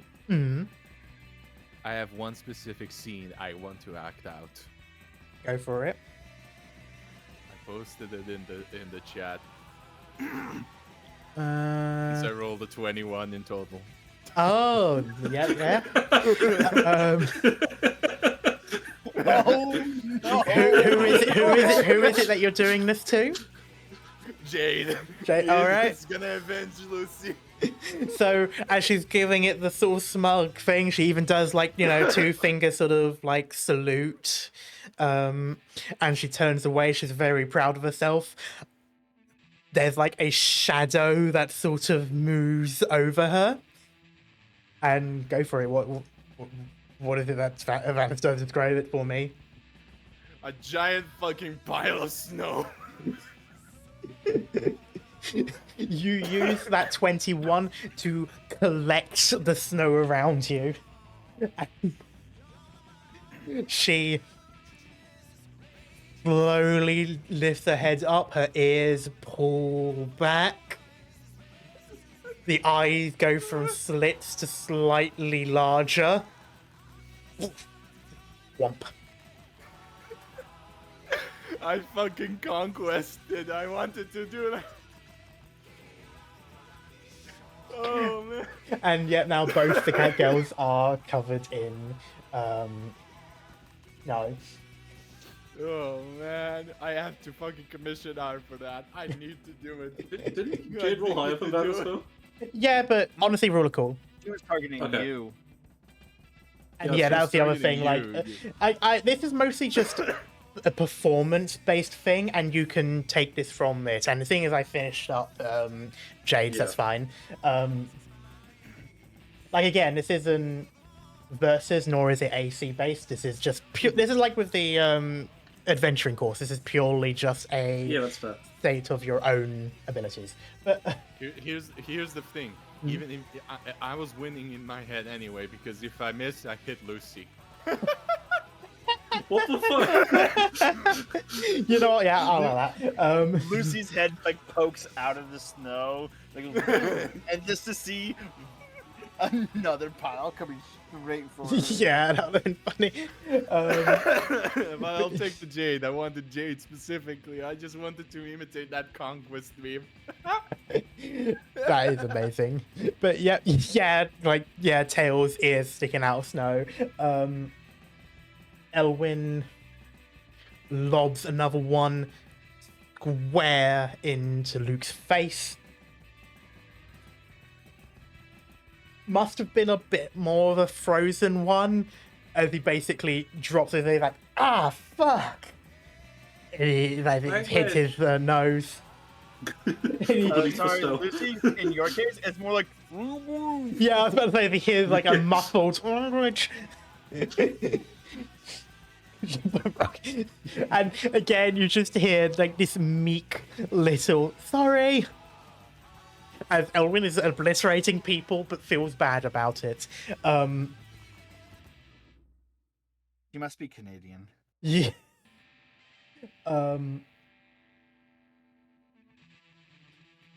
Rowery at the same time throws a snowball at Elwyn. Doesn't really it lands, but it's all like hits her thigh. So it's a hit, but it's like Rory throws. He's sort of he's still kind of he's out of it. I just realized in the calendar for Nightle for drawing down, I wrote drawing Dwan. But anyway, Yeah. but anyways, and that leaves you, Rook. Who are you aiming at? I was aiming at Jade, but see that she got taken the fuck out. I would try to go for Elwyn. All right. You throw the snowball, and at this point, Raoul's thrown his, so it hit her thigh. She sort of like bends down to rub her thigh. The snowball goes over her head, and splat. As snow sort of like crumbles off the face of Professor Grozer. Yes! And the area goes No, you're silent doing as us they all. see that, as everyone sees that. And he has... How do I describe this? He has his usual sort of monotone, like, expression on his face. But you can see in his eyes that if he were not a teacher, he would murder a child in this moment. Oh. And he is just... He is holding it together. I'm gonna push his. I'm gonna push it. I'm gonna push it. I'm gonna like, kind of like spit some like, and like wipe snow off my face. Say your move. He takes a step forward, and instantly Grimshaw's hand, like quite a big hand, you know, being an orc, just goes over, completely engulfs Grozer's shoulder, like, keeps him still, like, don't play into it. And he is gritting his teeth. And he's like, I could just throw one. I know it would not be a snowball, so keep it down. I mean, you deal with this. And he does that thing he always does, spins on his heels, flicks his cape, and he's walking off. He is not dealing with this at the moment. Can Grocer roll dex save since he spun his heel on snow? No, this is powdered snow. It's really funny. Spins on heel, crashes. This is the Grocer we're talking about. You really think he would fall for something that small? Yes. Fair. But things quiet up quite a bit at this point, and you Started to snow.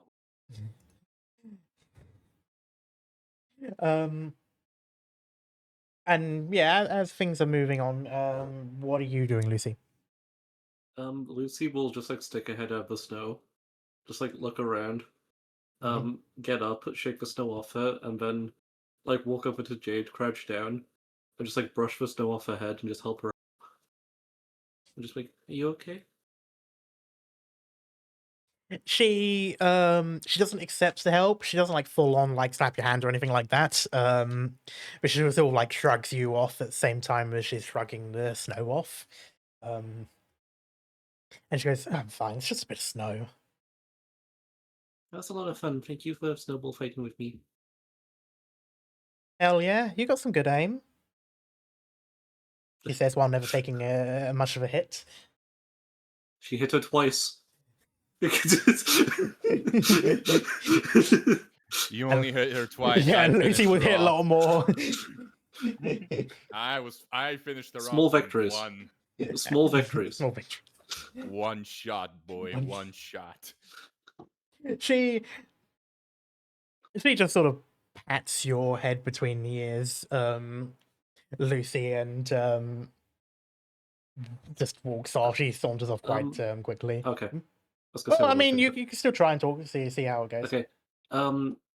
Lucy and Jade haven't spoken before now, right? Occasional conversation, your classmates, but otherwise, like, you haven't been put into a group or anything like that much. Yeah, pretty sure she goes turn. Lucy's like, I'm Lucy, do you want to be friends? She sort of hums and sort of like looks around her shoulder, like almost as if like trying to look upside down. And she goes, no. Oh, okay, maybe next time then. And with that, I'll say she winks, kind of like a maybe sort of thing, and continues walking off. Bless her heart.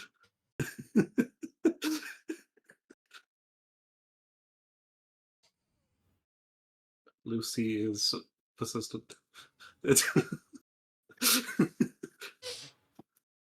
With that though, you do make it towards the resort, which is only like a little ways away, like a 5-minute walk. It's basically just from the other side of this clearing where the Airbuses were able to land, and the resort itself is the hotel as well. So it's sort of like two. Unfortunately, I don't really have much in the way of a map at the moment. I did want to make one, but it was difficult to do in Incarnate, so that'll probably have to be next week. But general description, these are sort of like, it has that log vibe to it, kind of like most ski resorts tend to have. So that sort of like brown wood kind of thing. There's two main buildings. The larger one is the hotel itself, and the smaller one is basically like how do I put it?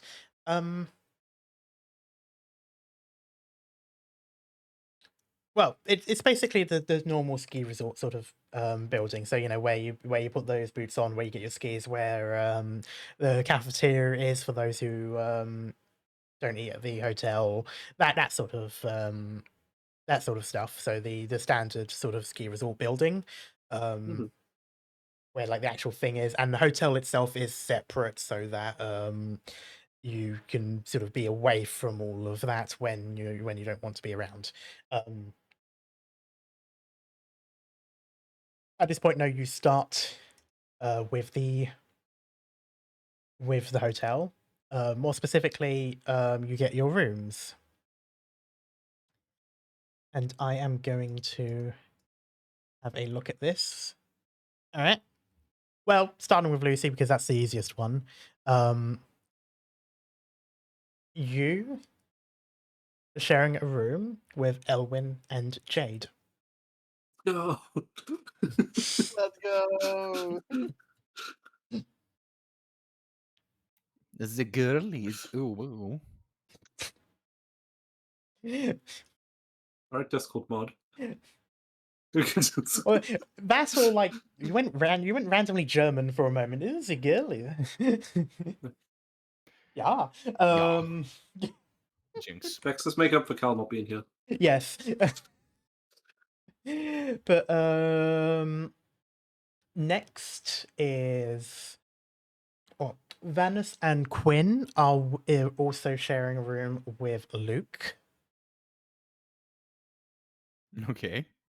And I need to grab things. Where's the stuff and the things? Here's the stuff and things.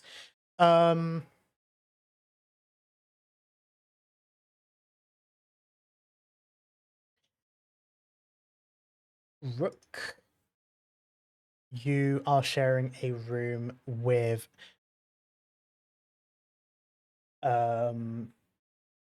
Rowry and another boy who you know from the adventuring course mainly. I did briefly describe him last session, actually. An elven boy. Called, if I can grab my I like this things. for my crotch. Nope. Oh, we're good. You're good. Nice. An elven boy called Lucas. Oh, So now we have Luke, Lucas, and Lucy. Yes. They all enter a bar. And of course,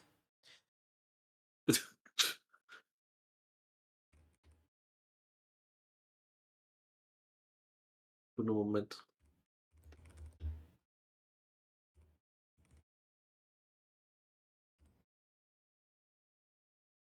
I'm loving this so far, Karma. Yay.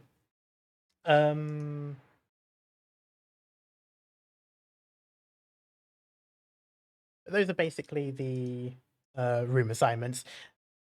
There's other, obviously there's plenty of other students as well. They're all being put into their rooms. Christ. Oh, hello, Maple.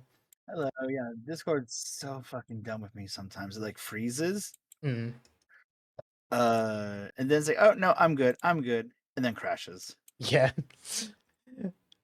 But yeah, so And I got you're with Luke. Rory and Lucas. I mean, Rory needs no introduction. You spend a decent amount of time with him now. Lucas, you haven't spoken to much. Occasionally helped him out during adventuring class, especially during the fights and such. But More like he probably helped me out. pardon? More like he probably helped me out. No, he has the constitution of a wet sponge. He is an okay fighter, but he's a druid. And definitely a little bit more on the academic side. A lot of people aren't too sure why he's in the adventuring course, but he's there. He's okay, but he's very much more of the theory heavy as opposed to practical. It's for book learner. A bit of a flower boy, quite literally. Actually, he often seems to have like a bracelet or something like that. Like literal daisy chain type ones that he's made. Oh, that's so cool.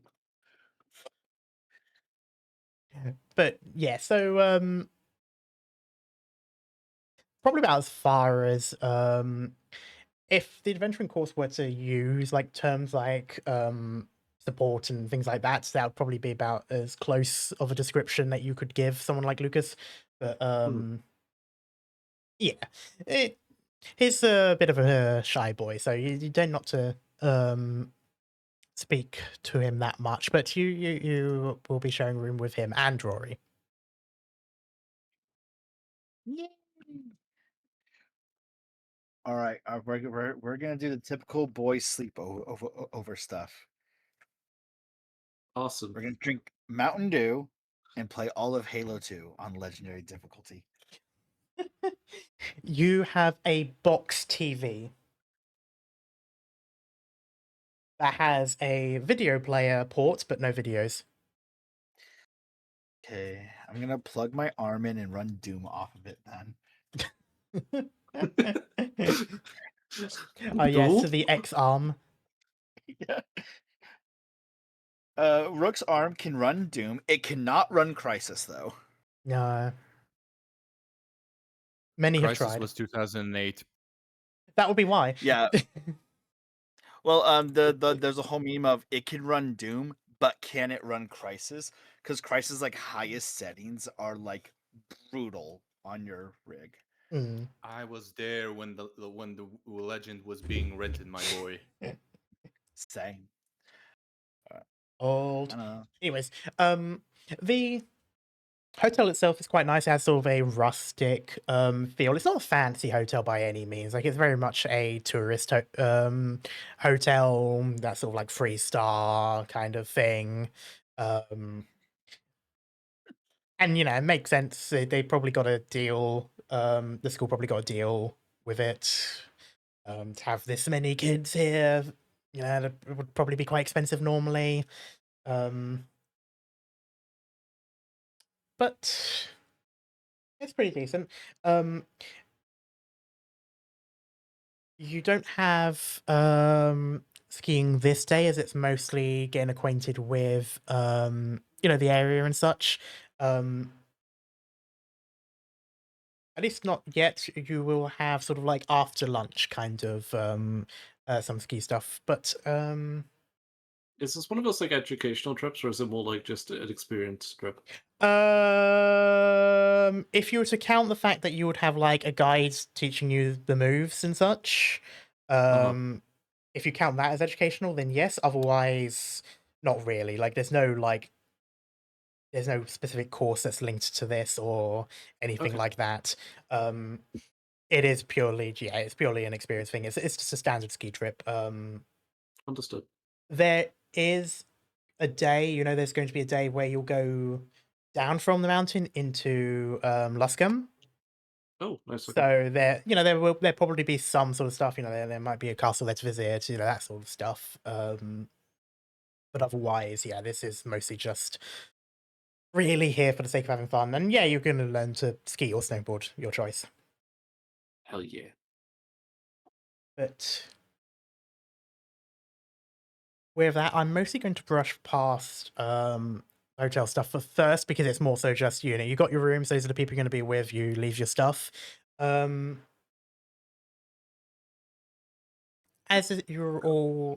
anyone here in character, I mean, done skiing or snowboarding before? Absolutely not. My guy would definitely do, because rich boy in mountains. Rookwood with his family occasionally. Lucy probably isn't entirely sure what snowboarding is. Rook learned snowballing fight from, I think you know who, Karma. Yeah. His mother. Yeah. But okay, in which case, Lucy, you'd be put into sort of like the beginners group, which is where most of them are, except for the sophomores that have come, because they did the trip last year as well. Okay. And you can also see like the trainers. Some of them actually like recognize some of those kids, and they sort of like have a chat and things like that.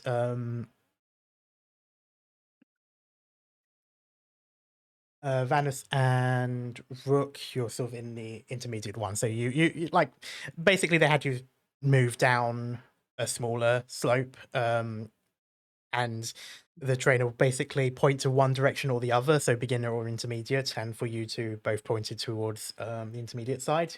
So he seemed to find movement somewhat impressive.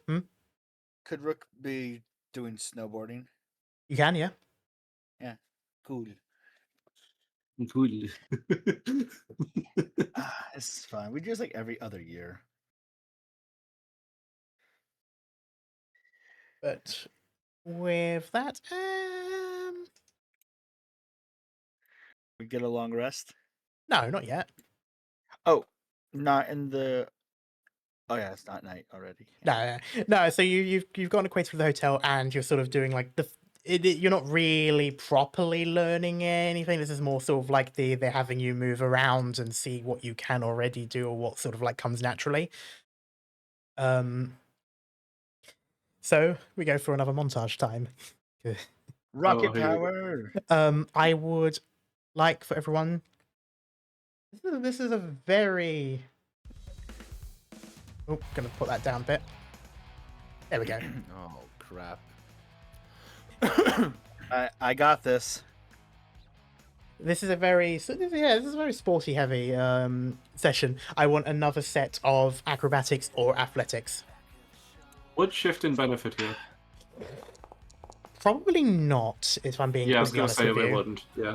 You're very like restricted in your movement, especially if you're Yeah. choosing snowboarding as well. I'm not sure if you are, but I remember you mentioned it Snowboarding, earlier. Acrobatics. Acrobatics What the acrobatics fuck, or athletics, Madness? either one. When the rolls aren't involving life or death, you're like rolling low for us, or rolling high. Wow. Bullshit, no jutsu, apparently. Yeah. Hey, I also get good rolls when life and death happens. Damn. Fucking not Vanessa is talking to us halfway down the hill. Yeah. Sorry, I was grabbing my aircon. He was posting while I realized he was sliding down the hill. I do now have the mental image of just like Rook's just like wow, I do not have these moves during the fight, and as Vanos is like explaining it, he's getting quieter and quieter because he is still like he is just focused. 21, you're just going down the slam. You have left Rook in the powdered snow behind you. Rook's just chilling. Well, Guys, reminds me of Siri, it's last night. because you're not using.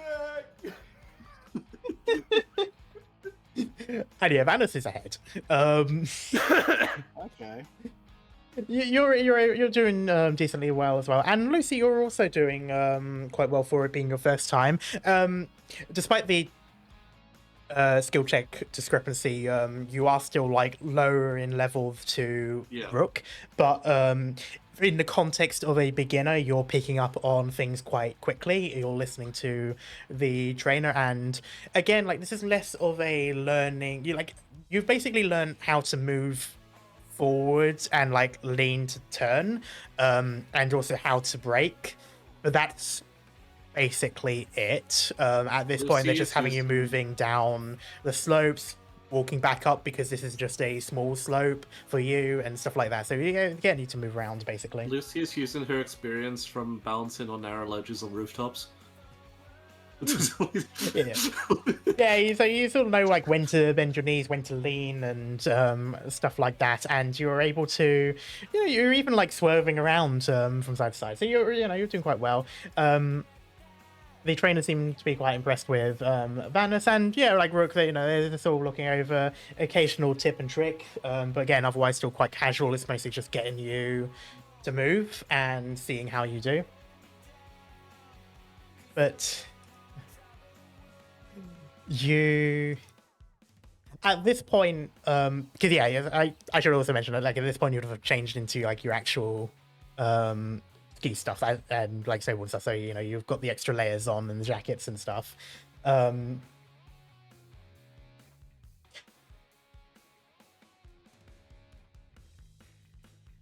Vanis.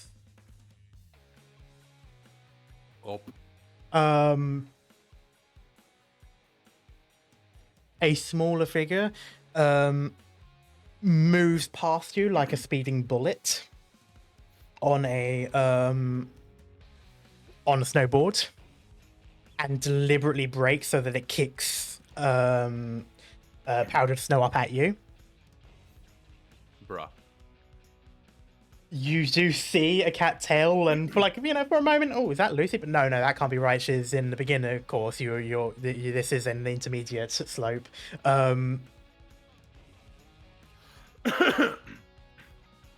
And while still moving down, she tilts her head back to deliberately look backwards towards you, even though she's still moving down that way. She's got like the goggles and all that on. The face is pretty much covered. If it weren't for the tail, you wouldn't necessarily know who it was. And she sort of puts her fingers up to the goggle, almost like that sort of like when you stick your tongue out and sort of pull on the eyelid. Bruh. It's basically that sort of thing. And you get the impression she is challenging you to race. I wanted to say, when you said you saw someone pass, Vanna's like a speeding bullet, I thought you were about to tell us that Lucy just went straight into a tree. Fuck it, we ball. You're gonna race? I rolled a 2. All right. Okay, then we'll get back to you in just a moment. Oh, actually, we'll do it now. I want everyone to roll their acrobatics or athletics again. Here we go. We're taking this so casually and just Ooh, enjoying I saw that he's one. in the I was snow. gonna shit myself. Lucy, I believe man. in you. I believe in you so much, Lucy. Come on. I saw that one. I was gonna shit myself, man. I shouldn't have believed. Ow, I scratched myself right where I cut myself earlier. That is not good. And I'm bleeding again. Okay. We will continue forward. The show must go on. I'm going to public roll this. It's already selected public. I need to make sure that I have that unselected next time. I'll select it now. There we go. And for a 17 versus a 17. Okay. Okay, Fuck, starting with Rook. You stumble a bit. You do this every other year, you say? Yeah. And this is the other year, so there's a little bit of rustiness to you. If he falls, I want him just to kind of lay on the ground and just slide down the hill and just go wee. Yeah, there's a moment you get a little bit distracted as you look over to see you see Vanus now moving a little bit faster, and you see, is that Lucy? No, that's got to be Jade, the other cat girl, moving, leaving him in the dust of powdered snow.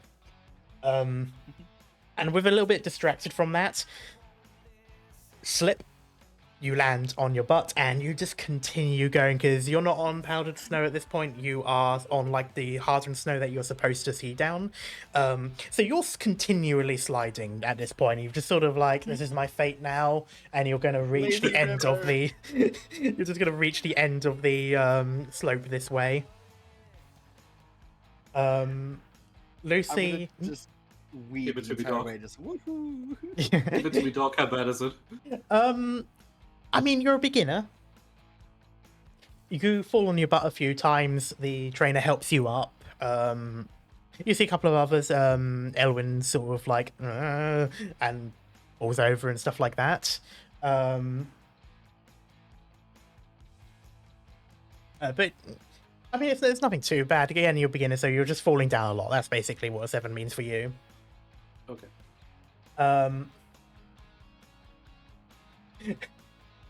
Don't forget, guidance is also somatic, so good luck doing that while also.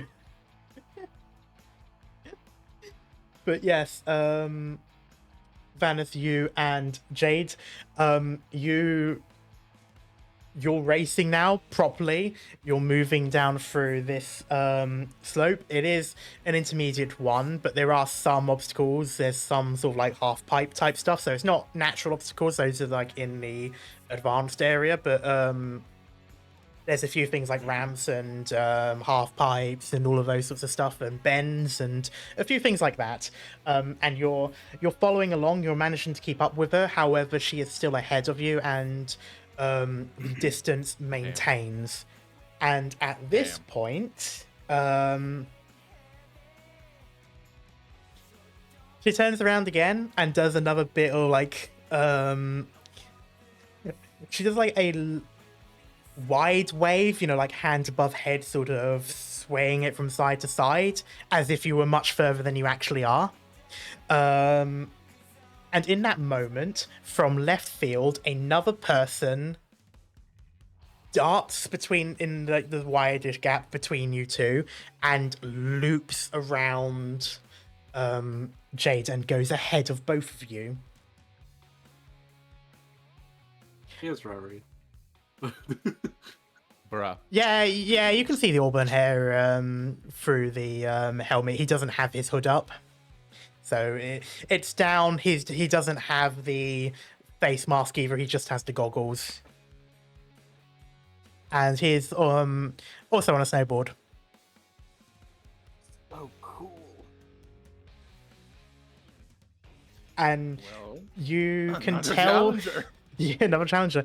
You can tell Jade is a little bit annoyed at dropping to second place, as it looks like she's locked in, like her knees bend a little bit. She's picking up speed.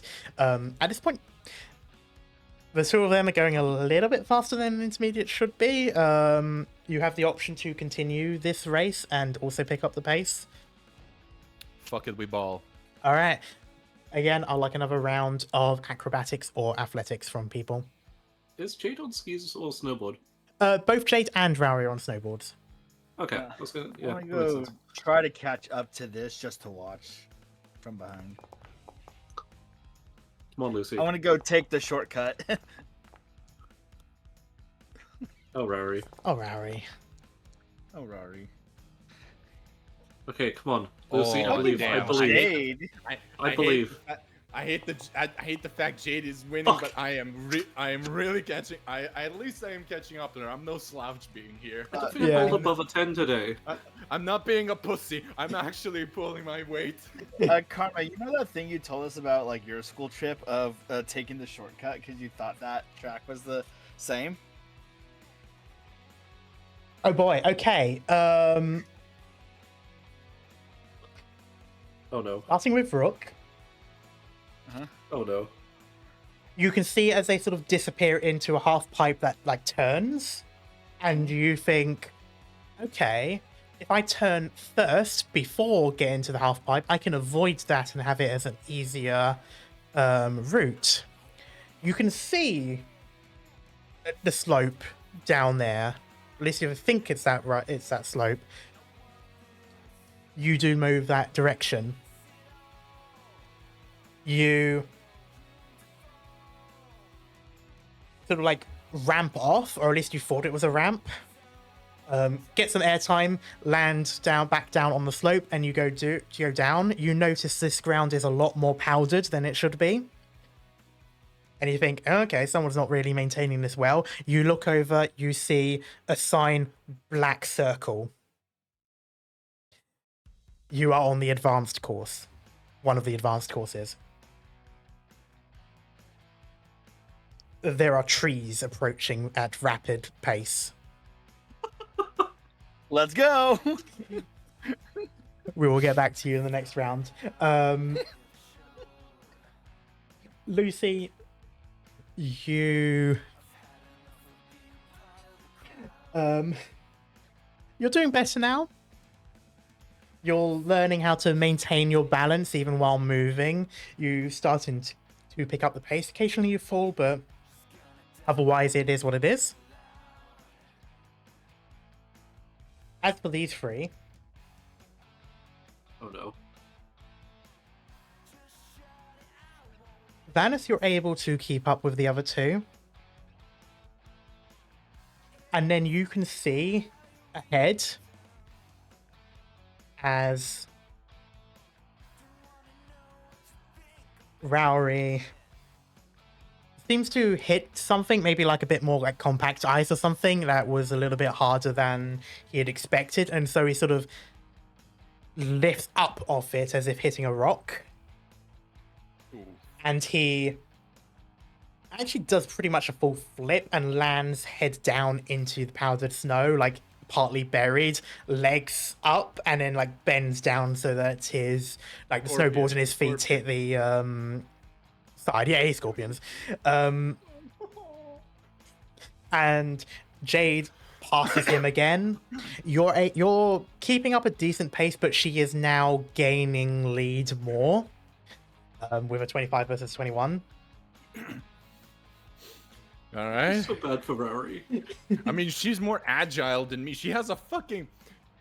Her dex is pretty fucking high, apparently, I see. Yeah. One last round of stuff. Oh boy, here we go. Okay, this is where you guys. I'm gonna. Oh, Rook, I need you to do yours with disadvantage. Oh, Could fuck. I just go? Oh. Beans. Brother, if you did it, Still good. Still good. It's good. It's very good. Yeah. Okay. So the people I'm rolling. Rowry's just gonna I stay didn't there. roll. Yeah, you need to roll. I didn't roll. All right, come on, Lucy. Come on. For a Oh, I 17. did good, but I'm losing the race. Oh, come on. 14. And Ten is that the just highest roll I've leaves had. Jade. Please, not one. Oh, 2. Oh. there we go. Oh. Yes! A 2 for a 9. And that is everyone. Yeah, Rowry is out. He did his bit of showing off and then made a fool of himself and is just going to stay there. I love Rory. Rook, starting with you. Trees everywhere. Who put trees on this course? You at this point you know you're on the advanced one of the advanced slopes, and you are weaving through as much as you can. It is desperate. You have not been on one of these courses before. I'm gonna be singing. You better not crash. You better not die. You better not fail. I'm telling you why. You told your mom that you be safe.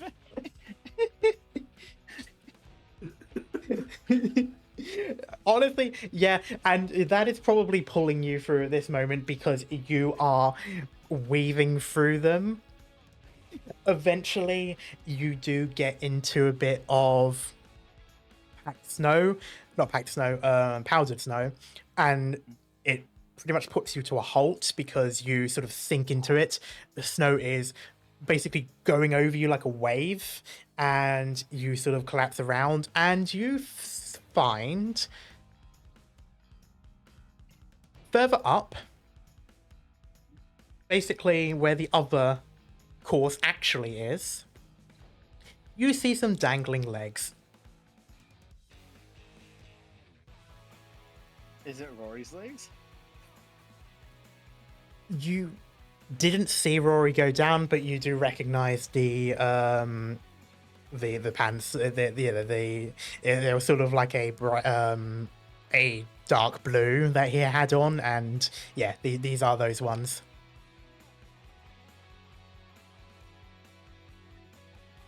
Alright, could I get out of like my board here and kind of make my way up slowly? Pull Yeah, Rory out? you can, and he's still embedded in the snow, not dangerously. Like you can sort of see his face, and he's just sort of grumbling.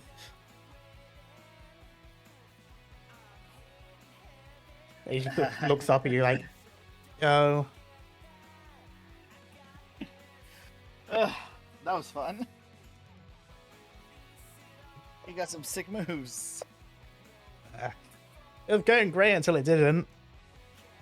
Yeah, I feel that I went down to the trees. I didn't know you could do that, course.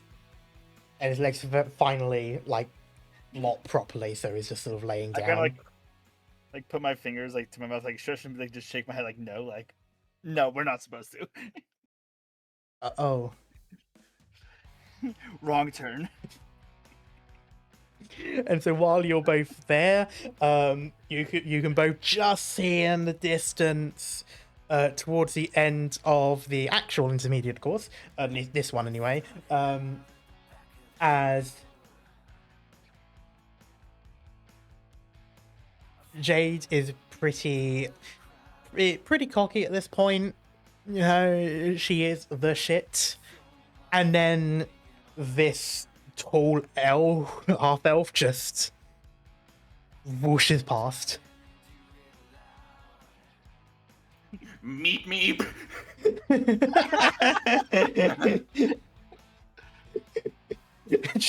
And you're fucking ass cannon. She hears meet as you go past, and you just hear like vanishingly quieter as you leave her in your powdered snow. You just hear a "Hey!" just like growl out, and you make it to the end of the slope first. You're able to angle yourself sideways, so you slow down, and she does the same. She sort of does it in a bit of a spin, but then has it so the side that she's pretty much sideways on the board, so that she slows down pretty much until she is in front of you. And she takes the helmet off. You still see like you can actually at this point, now that you're closer, see the ears that sort of poke out of the helmet, and they sort of flick once the helmet's off completely. And she takes the goggles off as well, and sort of squints a bit because everything's a little bit brighter for a moment. And she just goes, "Eh."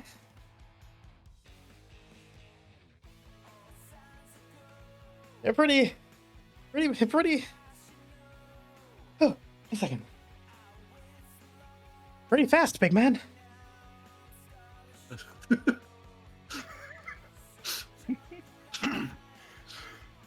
He's just panting a little bit. You're not bad yourself. It was a pain in the ass to keep up with you. Yeah, she sort of shrugs, gives a sly smile. Again, blows out one of those bubblegum bubbles, pops it in her face, chews it back Crazy in. chewing whilst in. Leans over to you, Vanis, and whispers something that will probably annoy the hell out of you, as I'm going to send it to you in DM. Oh god. Waiting for Vanis to do the anger save. And as she pulls back, she gives you a wink and like shuffles, side to side as you do on a snowboard to go towards those seats that then take you back up to the top. Ski lift. Yes. Oh, he's following her. He's like, what? Wait a fucking minute. Distant language. As Lucy, you say it out a distant language because he is saying it loud enough. You can hear it echo through the mountains. Lucy felt a disturbance in the force. And as you say it, you fall forwards and land on your face. You're picked up again, but at this point I you get are. knocked down. But I get up again. But at this point you are, you're getting better at it, and it reaches a point where you think tomorrow when you do this for good, for actually doing the the lessons and such, you're confident that you'll be able to do well. Yippee. Can we get Rowry out of the fucking... Can you all get Rowry out of the... I did. Yeah, Rob already did. After Jade, because he is mega shy with women. However, he's fucking competitive. that just overrides his shyness. He doesn't see women. He's just like, wait a fucking minute.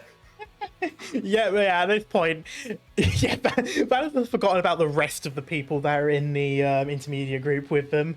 And Rook, you're there with Rowry, and you've helped him out in his. He's fucking pissed off.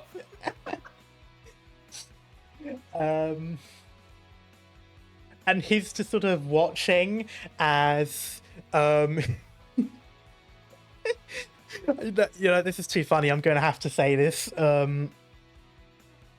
Vanis and Jade are both on the ski lift, so it's one of the proper chair ones with the 2 seats. So it's not like the one that you sort of put between your legs and it like pulls you back up. This is one of the actual ones. Because it's the intermediate course, so it was a longer slope.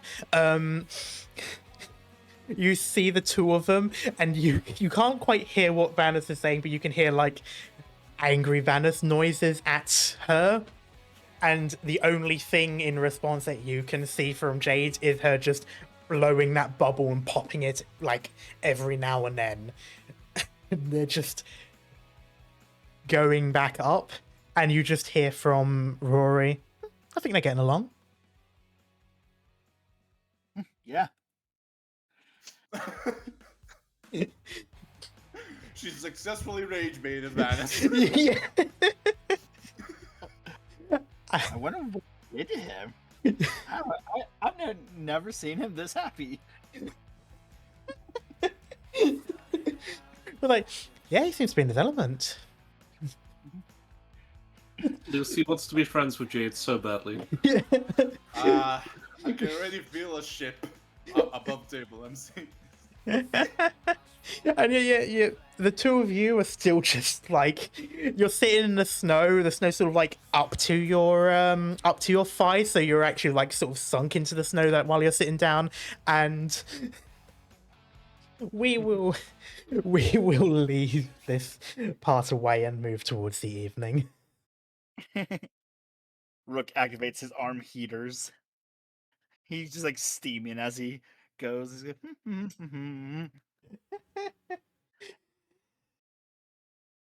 like, usually he has to use them to dry off after he swims. Honestly, yeah, and I would say even before using those, you will definitely feel every now and then the gears like seize up a little bit as like bits of moisture freeze inside the mechanisms. So yeah, having that sort of heating helps with your moving quite a bit. But, Very small heat metal spell in there. yeah. Rook's just like sitting in the snow, just the stupid like face of this, as like steam is just coming off of him. Tackles. What was that? Lucy just appears and tackles Rug. Rory sort of like jumps, like, huh, wait, where did you come from? But One. amazing, yeah, just like a cat going over to where the sunlight comes in. No, this is my heater. Get off. Hugs tighter. Rory's just glad that he's not the one being hugged this time. But I Rory's warmer. Hugs Rory. like, I'm not. Get I off, was start running. traitor! As you're running off. Yes. I will remember your sacrifice. I'm so lost. What's happening? Rook has little small heaters in his arms. Lucy jumped on Rook for the warmth. I told Lucy that Rory was warmer. Lucy then jumped on Rory, and I ran away. And then Rory called me a traitor.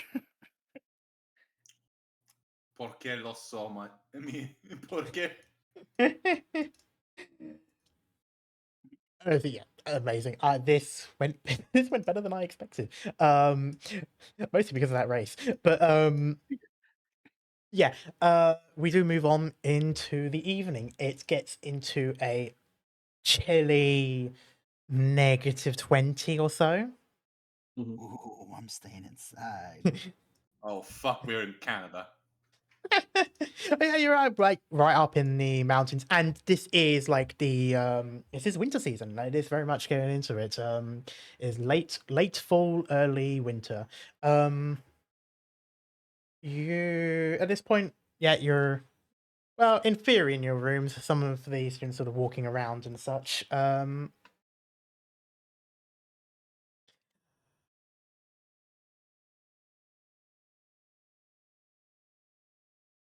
Yeah. Sorry, I did just popped into my head. Oh no.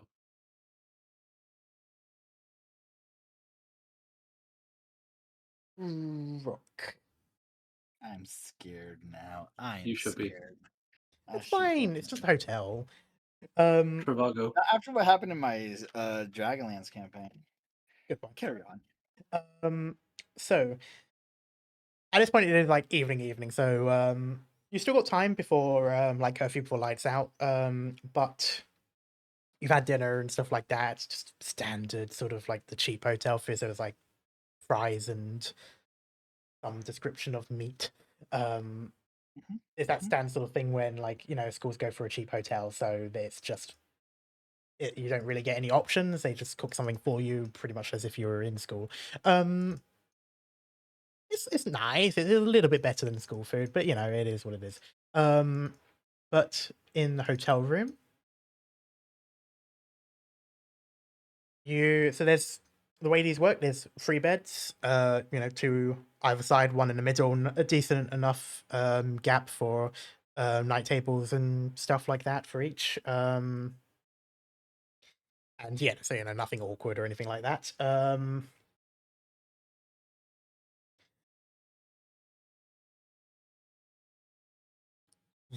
Rory took the middle bed. No, didn't even ask anyone for that one. He instantly claimed that for his at the beginning, and he is there now, back in his shorts and hoodie. So we all have our own beds. You all have I your own don't beds, to yes. claim the bathtub. No, no, it's 3 students per room because these rooms have 3 beds. Like, these are like single beds, so these are small ones. But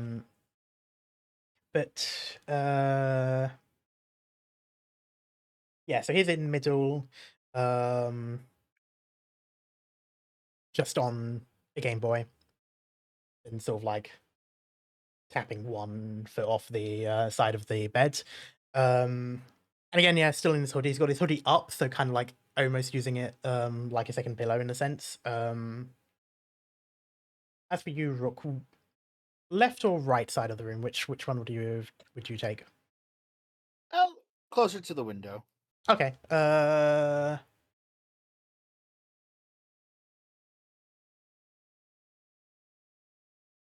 Okay. That will be left side. No. One of those sides. I'll know when I've made the map. Okay. But yeah, yeah, you have the one closest to the window, and that leaves Lucas on the other side, which is closer to the door, and he seems to have brought a plant with him. It's not potted, but he's using sort of a smaller version of plant growth essentially to maintain it, keep it growing. Sort of, it's sort of like as if trying to nurse it into health. Tilts head at plant. It kind of looks like a sunflower, except the yellow leaves have sort of a more bluish color. Ooh. It's gonna be like, oh, that's pretty. What what is it? Oh, it's a not no, a moonflower. It's common around this part, but I found it in the market street. It wasn't doing too well, so I've sort of been nursing it back. I kind of want to. I've been thinking about putting it somewhere here if I can find some more elsewhere. One more time on that last bit.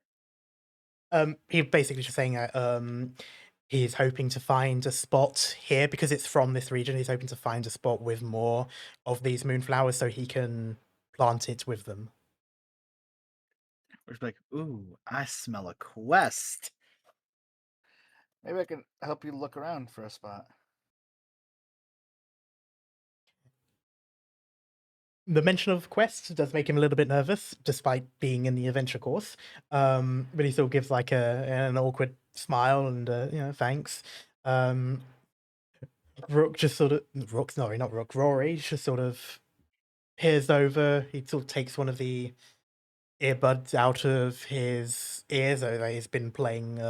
He's been playing on his Game Boy on like silent essentially because of the earphones, earplugs rather.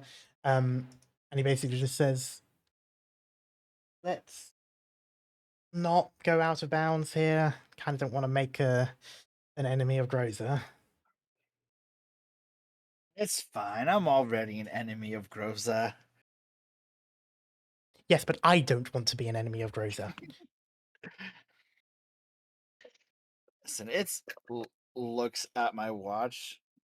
It's not quite curfew yet, is it? It's getting low, so it's still a couple of hours, but at this point it's like dark outside. Like, just like, a quick little trip around. Wouldn't hurt anyone. We won't go too far. Unless you want to do it in the morning. Well, I've already looked around here. I didn't see anything. I don't think they grew them here. They're more of a wildflower, to be honest, so I'm not sure if we'll be able. Maybe when we go to Luskan, we can I can find somewhere there. And Rory sort of he gives a bit of a nod and goes, "Yeah, there's a few places around the outskirts." Okay. Guess that's better than going exploring now.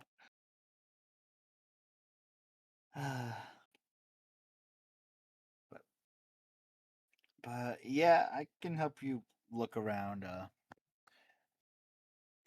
when we get there. Oh, thanks. Yeah, that would be great.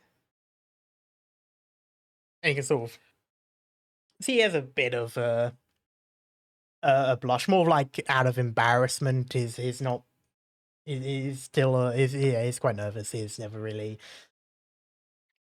gotten. It's not like he doesn't get along with people, but yeah, he just doesn't really know what to do or say most of the time. Don't worry, neither do I. Yeah. And at this point, Lucy, Hey,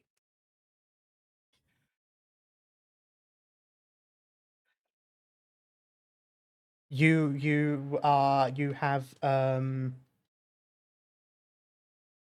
the room with Elwyn and Jade. did. Jade is currently MIA. She basically said 1 sec, left, and that was about an hour ago. Elwyn doesn't seem particularly like bothered by this. She seems to know Jade relatively well, at least. You do see the two together somewhat often, so Jade is one of the friends that she tends to prefer to be around as opposed to like other people. But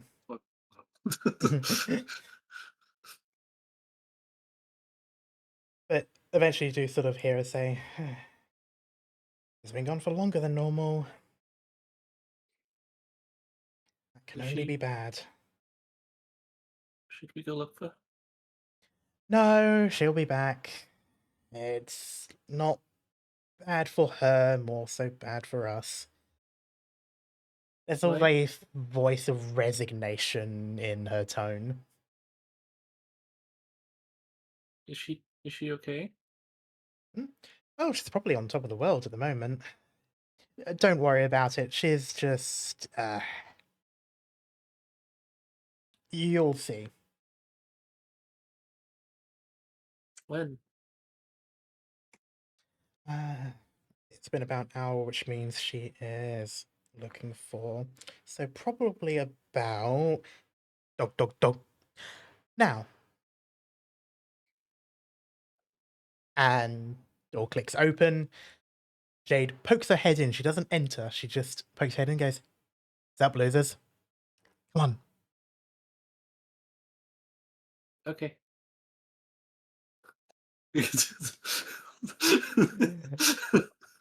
And you just hear a sigh from Elwyn, both at her but also your eagerness.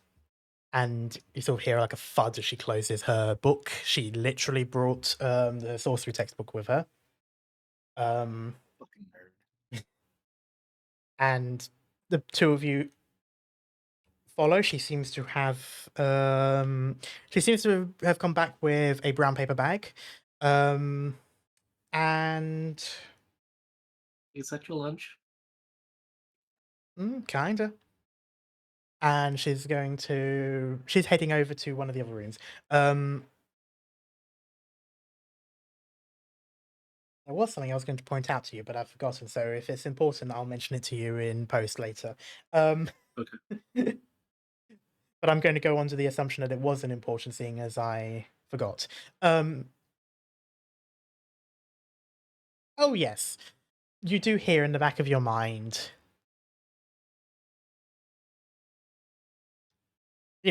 familiar voice just going, "Hey, this bitch is kind of fun."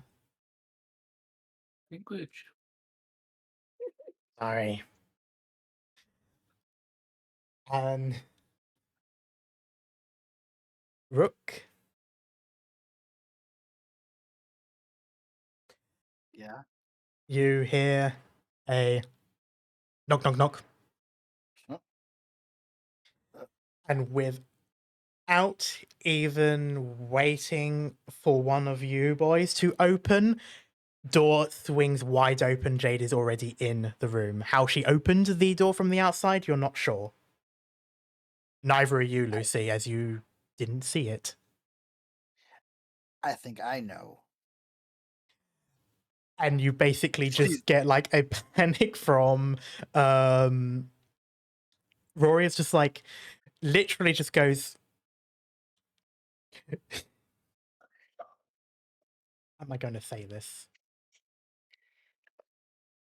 You know what? Fuck it. I'm going to say it because it's in character for both of them.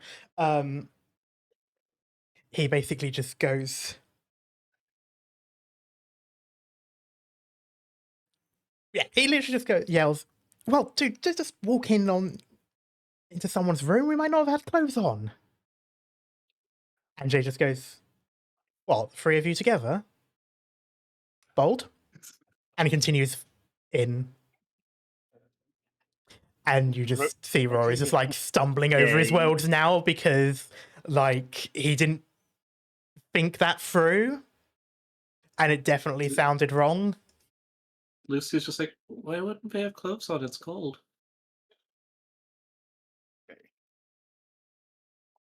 Rook's in like a tank top.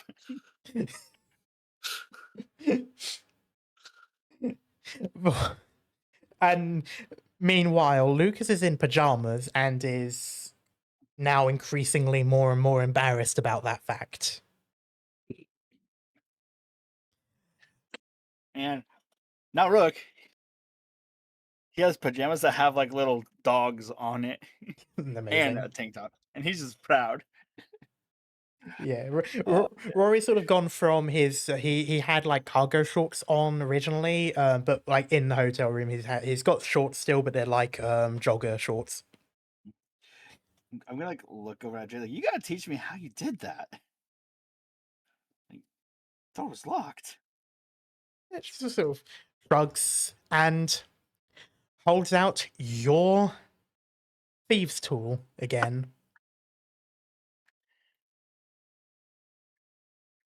How do you keep doing that? And he shrugs and says, just a gift. And she tosses it back to you and goes, speaking of gifts, holds out the paper bag, pulls out a bottle.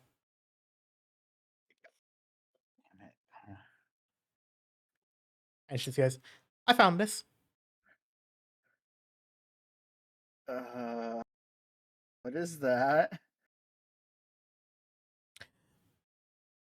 She thinks for a moment, looks at the bottle. Don't know. Doesn't actually have a label on it. It is an older looking bottle. There probably was like an imprint on the glass, like back before labels were a thing. Yeah, like, well, I say back before labels were a thing. Back when they did it on the glasswork as opposed to having labels most of the time. Like some Coke bottles. Yeah, and especially old other types of bottles. And she just goes, don't know. But I saw a couple of dwarves that were certainly having fun with it, so I figured I'd help myself.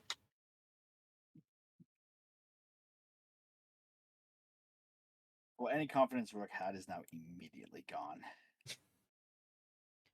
And there is a sigh from both Elwyn and Rory. They kind of like lock eyes and realize, oh, it's going to be one of these times.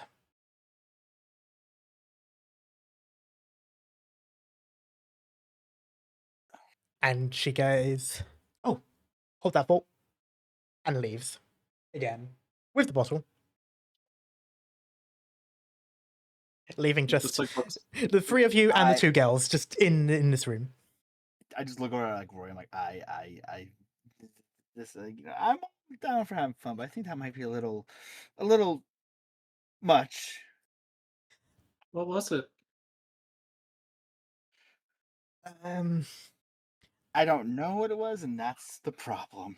It's you know the kind of drinks that like, well, has there ever been like a drink that say Miss Agatha's had and would tell you that you can't have it? This is what we're saying. I think so. It's one of those. Oh, is it the thing Mr. Shaw drank a load of and then got a lot of trouble with Miss Agatha because he wrecked the kitchen? A few blinks. He obviously has no idea the context of that, but going by the description you gave, he sort of nods and goes, probably. And in about the span of a minute or two, she returns with Vanus in tow holding you by the ear. Why by the ear? Because Pointy. you did not even get asked, she broke into the room, scared the shit out of Luke. And you haven't even been told where you're going, grabbed you by the ear and said, "Come on, I got something." He broke into Vanessa's room. Are my thieves' tools still on me? Mhm. That'd be even more impressive. Does Lucy still have hers?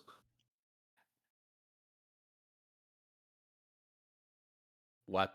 Do you? Lucy probably wouldn't think to check unless it was brought to her attention. You're not sure then. I'm like analyzing my character sheet now. But yeah, Did you get the message I sent you a bit earlier, Karma? It was like over an hour ago.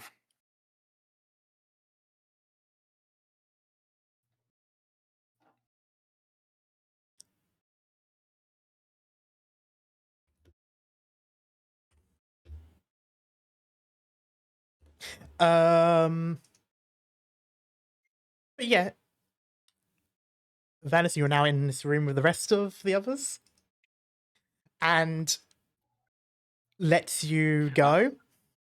The funniest part is you probably wouldn't have a shirt on. She does not seem to care. Lucy very much does. No. It will show. It will show a lot of his scars, both the new ones and the very old ones. If you understand me. Looking at I Vanessa get you. makes me want to do push-ups. Lucy But, covers her eyes. but yeah, you do all see Vanessa, as this boy is indeed littered with scars. But and again, Jade does not seem to even look like, even like in terms of like scars, she doesn't make any comment. She just does not. And before you can even like respond or have a go at her or anything like that, she holds the bottle up to you. And actually, He's just. given your He just background, looks at. you first. He just looks at her like, "Where the fuck did you get this?" I found it. And with that, I would like you to make a history check because with your background, you might recognize this. Here we go. History check, huh? Yes. Yeah. Dang, we Oh, don't I'm have the. full. Maybe. 15. Oh, I'm the sommelier, baby. um, you. This is a dwarven spirit. Um, you've never had it yourself. You have seen it in like house parties and stuff like that back in the day. So this you would have still been too young. Even like a family like yours, which would have, would allow you to have a drink for celebrations and things like that. You would have been too young for this still. But you do recognize the bottle of it, and you do know that it is, yep, it is a dwarven spirit. And it is a fancy one. Like these are distilled and then aged for a long time, like long by dwarven standards long. He just looks at her again. Seriously, where did you get this? It was in the bar area where the bunch of dwarves were yapping about stuff. Uh-huh. You do realize this is an old spirit, right? This is something that dwarves would get their shit rocked. Want to try it?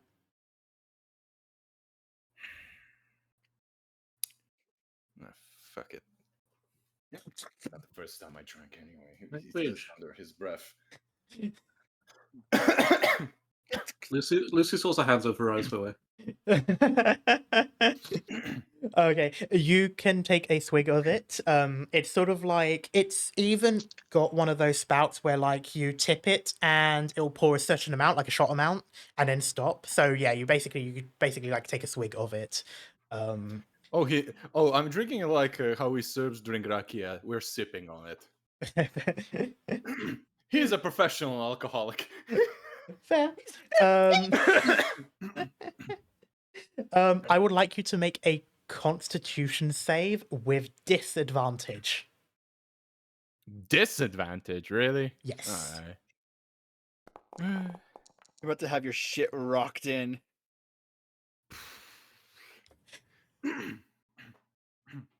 This is the single most bitter piece of shit you have ever had in your life.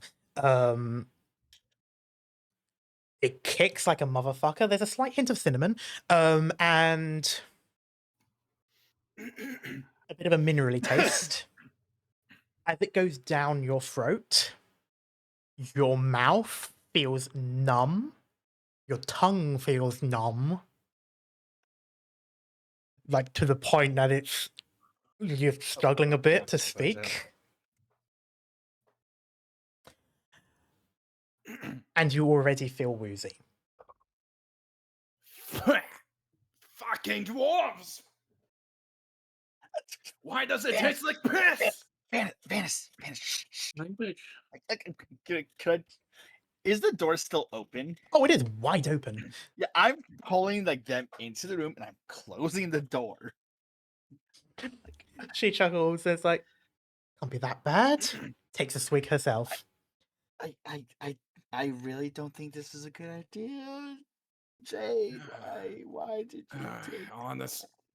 I'm gonna be honest, after all the shit we've been through, I think we deserve it. Language.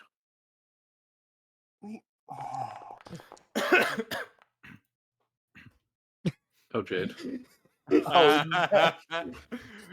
She takes a swig, spits, and goes, "Oh, what the fuck?" Throw up on Lucy. No, just spit. I told you it was piss. It's the dwarves. They never make tasty drinks. They always make something that is piss. Language. What? It is piss. Language. It's. And she takes another swig. Lucy can't see what's happening. You can hear like a gulp and then like a hint of disgust, like 3 times now, 2 from the same person. And then after that second swig, which she does manage to swallow down, Oh, shit. she stumbles, coughs, and pushes it into your hands, Rook. And she says, just one try. I just want to see your face. And she's like, No. I'm not saying No, drink thank and you. get drunk. I just want to see No. try to talk with your tongue like this. You can spit it out. No, thank you. No, thank you. Lame. And bonks the top of Elwyn's head with the bottom of the bottle. She's like, Vanis is just holding back his laughter. Dang. what was that for? Rook's very uncomfortable with everything going on in this room right now. Fair. Like, visibly. Lucy probably would be as well if she doesn't have her eyes covered. Yeah, so she's bonked it on top of Elwyn's head. She scoffs and sighs and goes, it wouldn't be that bad, surely. She sniffs it. You see her face scrunch up. And just goes, You sure you didn't raid the apothecary? Like, not unless those dwarves were too dumb to notice the difference. Try it. You still see, like, just now her speech has sort of returned a bit now that her tongue is no longer that numb. But Elwyn sighs and takes a sip, like a very cautious, very small sip. Is it the sip equivalent of the bite the McDonald's CEO took of a burger? Yeah, very much. Like, she barely even takes a sip. She just takes some of the leftover that was on She's handled the the best so spout far. of it, and winces and shudders, and just like sticks her tongue out, like, "Ugh. No, puts it back into the bag, like forcefully in Jade's hand, shoves it to her chest, and just says, "No, take that back," and apologize to them. I was like, fine, I'll take it back, but I'll hide it so I don't have to apologize to them. Fine, just do it. I'm about to ask, could the window be like opened? But it absolutely can, yeah. Oh, cool. Gotta keep my backup plans.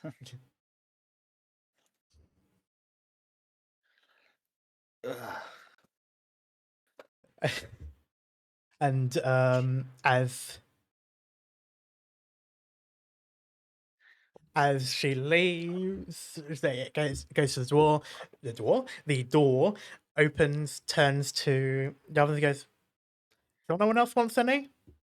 A mage hand just presses against her face and pushes her out of the room. And Elwyn just like extends her own hand and she's okay. like, out. I thought she got busted for a second. No, not quite. This is just a regular purple mage hand. And she just turns to the other and goes, "I am really sorry for whatever that is." And you could tell she's referring to Jade herself when she's saying that. What happened? She sounds very fun. It sounds like my. She sort of pinches the bridge of her nose and just goes, "Oh, don't worry about her. Or Why maybe should we do. I'm be not her worried? mother." I do worry Lucy about still her. has her hands over her eyes. And she will continue to do so until Venice has a shirt on.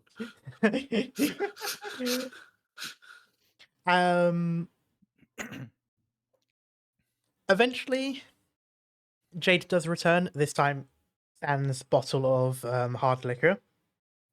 And as she walks past and taps the back of your shoulder, Lucy, and Mhm. says, "Girl, it's fine. He's had his vest on for ages now." Ow. Lowers hands. He very much hasn't. Just immediately covers her eyes again. He's just am I ugly? She turns to Val and goes, "I wasn't going to say anything." And just sort of, like, sticks her tongue out. Like, she's joking, but it's like, yeah. Vein pops on his forehead.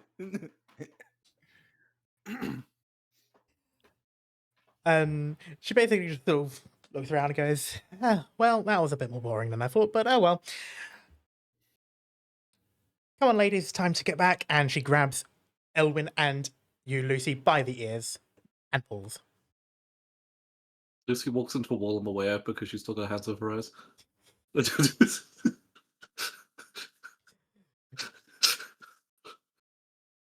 She's laughing specifically at you, not with you. And the three girls disappear across the corridor, leaving just the four boys.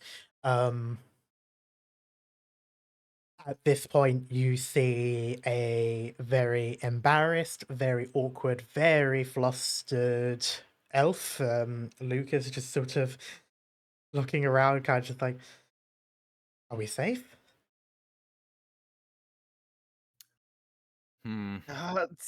Gods, I hope so. I mean, from Lucy, we are. How You can they just looked just... at the door. Right? How can No, you drink that? what? Like, You live only once, man. I could get in a lot of trouble. Not the first time. This will be the first time for me, something like... Ah, come on. I'm gonna be honest. You fucking dodged a bullet. That shit tasted like copper. It was piss, man.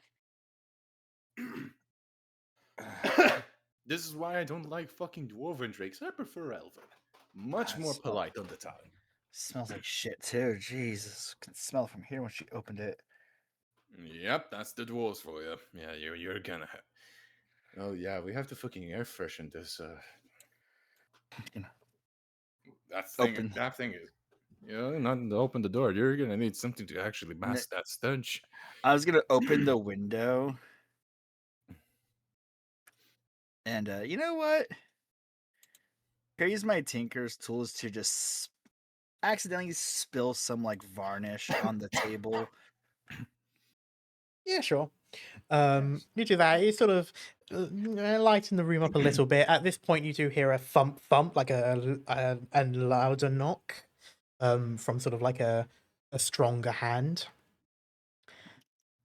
Well, fuck. I'm going in the Shit. bathroom then. Yeah. Shit, come in as I'm like pretending to clean up a mess on the table. Like I just knocked over my entire toolbox.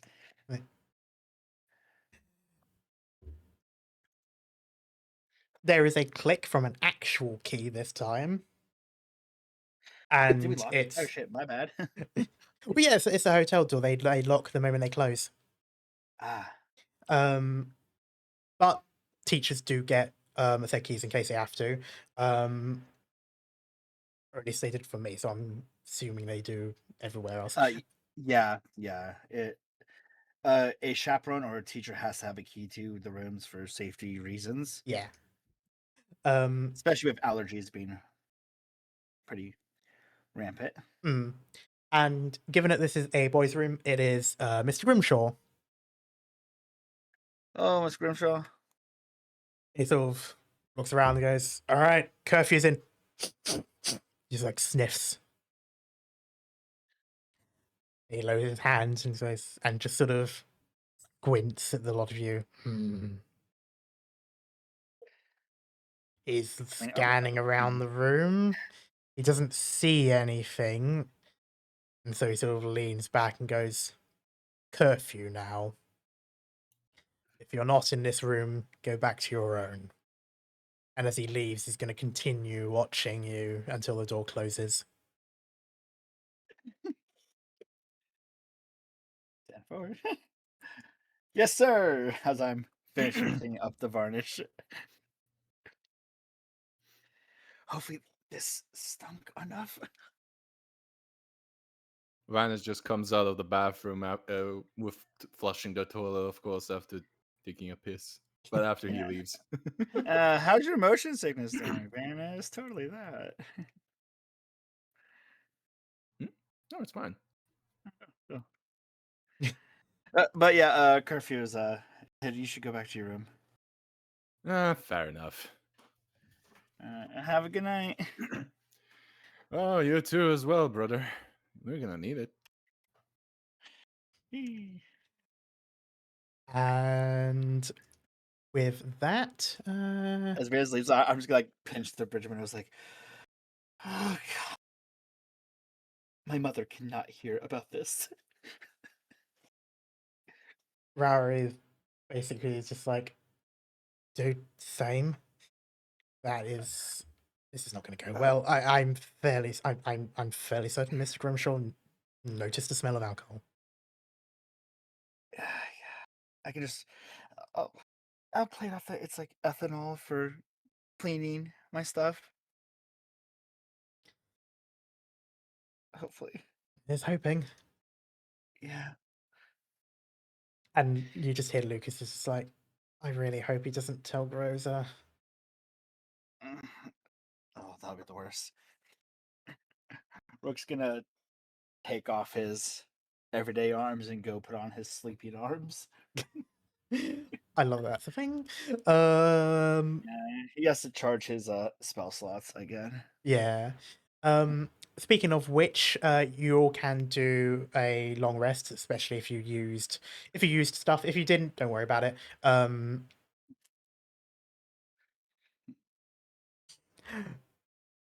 right.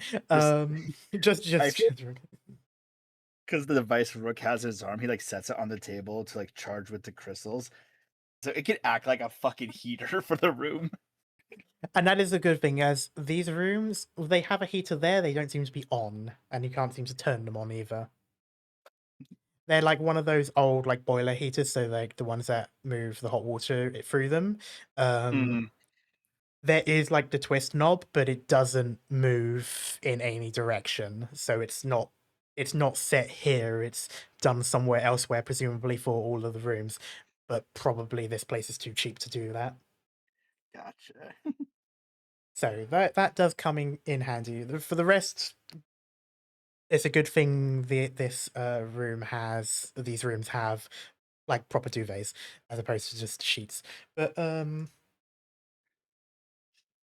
with that, we do go to the next day, and this one starts. It starts in the morning. You have breakfast. It's just basic stuff. So you got some cereal, and then you also have things like pastries, croissants, stuff like that. They're stale. Continental breakfast. And yeah, again, like this is very much this is like the stuff they have left over because they're not going to use the fancy stuff for the large group of kids, so they're just and so they can offer this cheaper to the school. So it's slightly more stale stuff. The croissants aren't really croissants; they're more of like the bready ones, so they're in the shape. Croissant. So, the cereal's okay, but Is it like a buffet kind of thing, all you can eat, or is it just grab what you want? it's like, yeah, it's grab what you want. Yeah, it's like a continental breakfast. So these are all sort of placed out, and you just grab the stuff that you want, put it on your plate, and have it. In theory, you could go and have seconds and such, but breakfast is quite quick. They want to get you out and into the ski resort again. Lucy eats as much as she can, and just like she stacks her plate really high, and just You cut out, and then it's still cut. inhales it all. Okay. So a lot of you seeing this are somewhat reminded of Scooby-Doo. Actually does basically vacuum cleans this plate. It's like when Rook gave Lucy his burger and it was gone instantly. Rook's gonna stare you dead in the eyes and start like inhaling food too. I will not be bested by you. The plate is gone. I want you both to do a Constitution save, just a regular one, no disadvantage. Okay. Oh, you said a Constitution save? Yes. Okay. Just what the fuck are you eating? It's more so the speed at which Damn you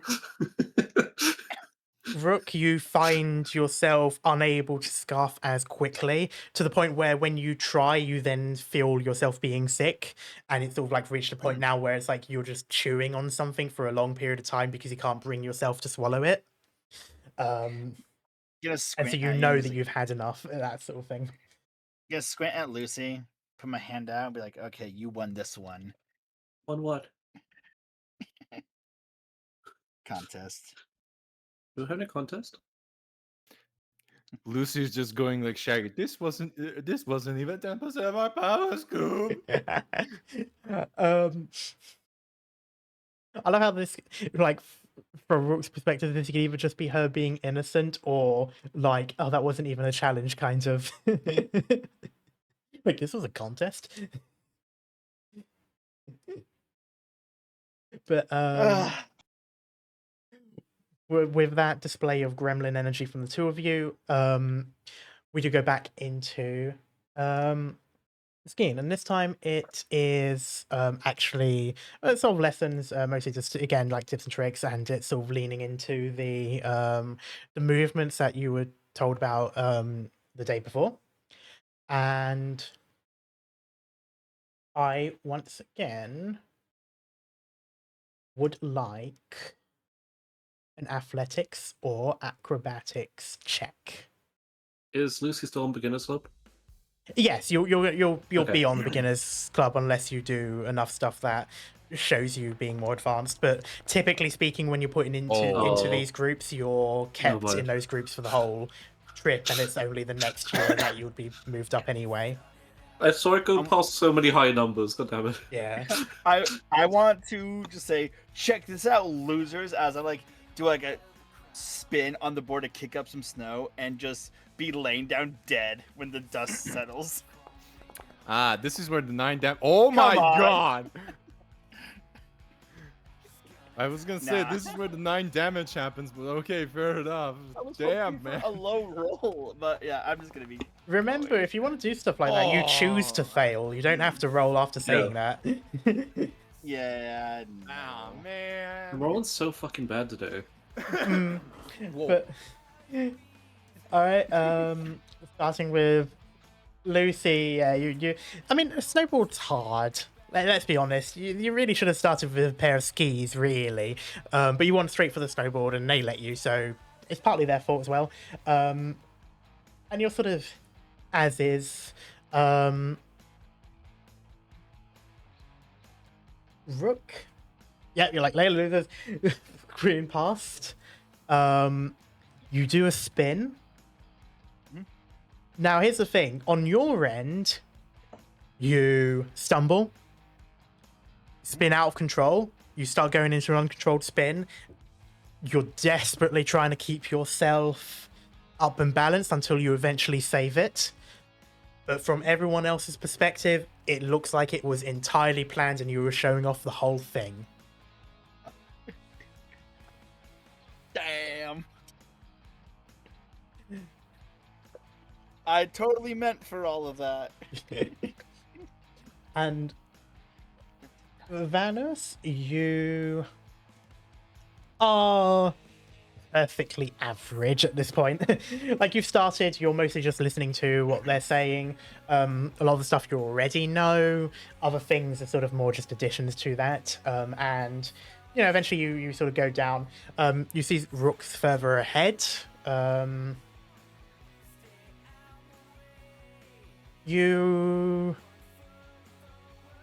can see slightly further away to the side, Rory and Jade racing each other again.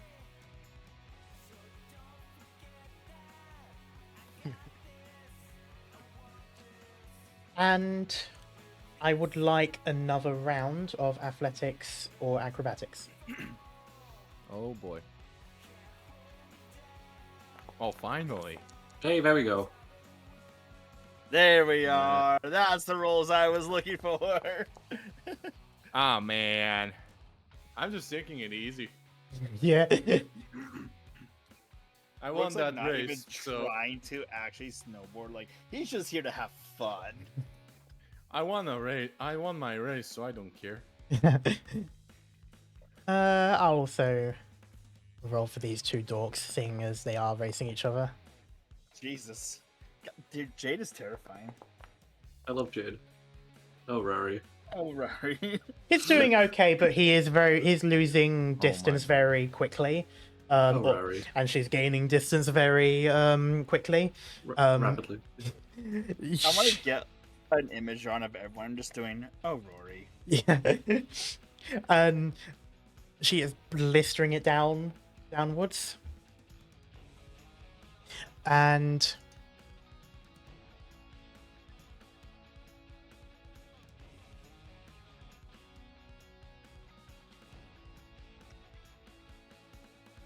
disappears. And around this point, Rara is about halfway down the track, and you realize Jade has already finished and has gone back up the ski lift. And is going back down again. Wow. She's not gonna lap him. She's not lapping my boy. Oh, Rory. Vanis, you are just chilling, pardon the pun. You are... Trooper Vanis. You're going down the slope. And for a moment, you see two Jades pass either side of you. But that's got to be like an optical illusion. It's because by the time she's overtaken you, it's just her. And you just hear a "suck it, nerd," as she continues to speed past you, and yes, laps Rory. No. Yeah. Vanish just goes sore loser.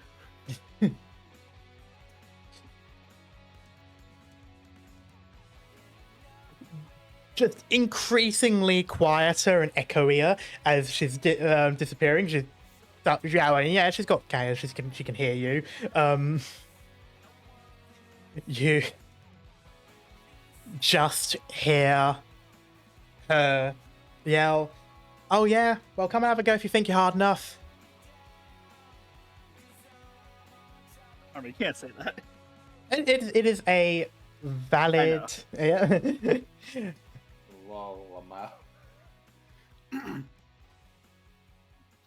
It is painfully British though, but this well, not this area, but the main sort of Neverwinter area is semi medieval Europe. So,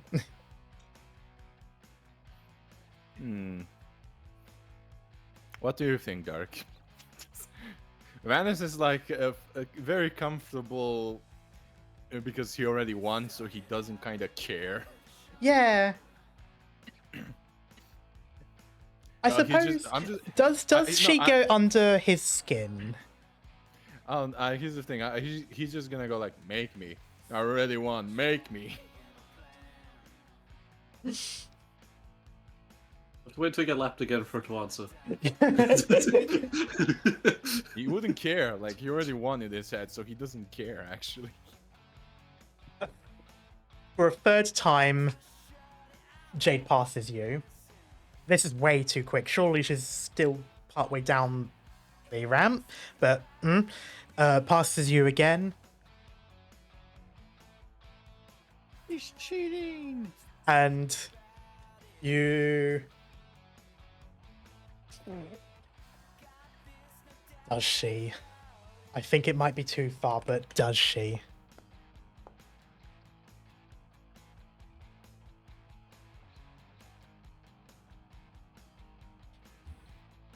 As she walks past, she says very quickly, because she has to say it as she passes you, basically just goes, "Oh, didn't realize House Aurelian is owned by cowards." Does he even pick that up? Does he even pick that up? It's fast but loud enough, I'd say. We hear a crunch as we just hear his patience breaking. Oh.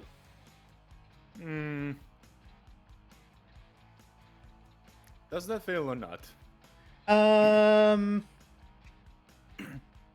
I'll be polite and give you the option of a 10 or 15. I would say how much does that sort of topic grate at you?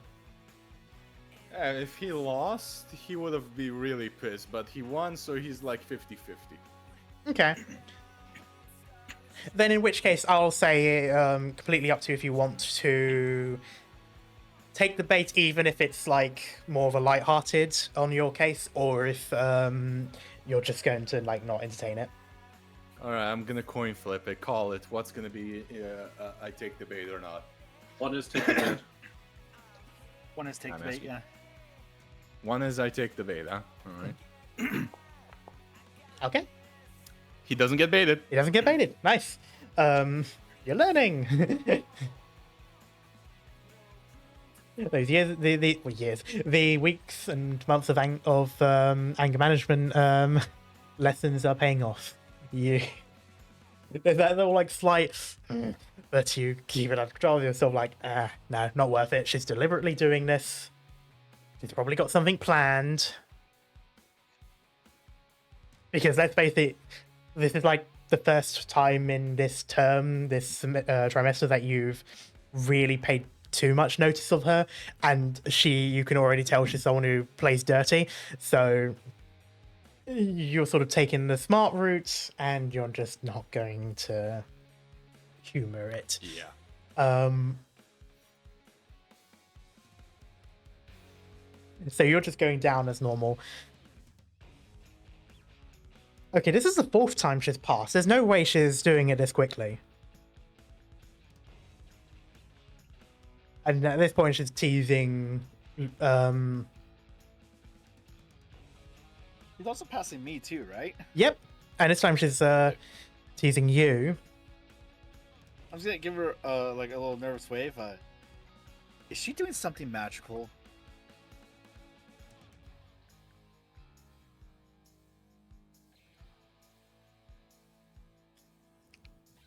Would you be able to tell? Do you have the means to? I don't know. You do not. You do not have to take magic or anything like that. This is definitely not normal. Well, I would like to say, do I know of like a possible spell or something? Roll an Arcana for me. Let's see. Maybe you'll know something from your lessons. Nope, that's a 9. That's a 9. No, that doesn't even be a 10. Jeez, I'm just gonna assume maybe the alcohol gave a speed boost, and that's terrifying. She is a cat at 3 a.m. zoomies, as far as you can tell. Next lap she does, I'm gonna try to play a game of chicken. All right. Okay, in which case I'm going to want you specifically to do either an athletics or acrobatics. And I will have her do the same. I think you're fucked. A 14 versus Nah. a 20. Yeah, then. You see her pass, you move into her zone to see if she tries to dodge or anything like that. And you just, even though she's got those scarf things wrapped around, so it's covering her face, you can see her cheeks move up a little bit. You can tell there's a smirk there. And she goes right up into your space with zero regard for her own safety, let alone yours. Wraps you around the back of the head, just with a light tap. You've got a helmet, so it's... Yeah, you've got a helmet, so it's not bad. It's more so just the force of it. If you wish, you can make a dexterity save to see if you maintain balance from it. Sure. You wobble a bit, but you maintain balance, and you swear she went through you to do this. Partly.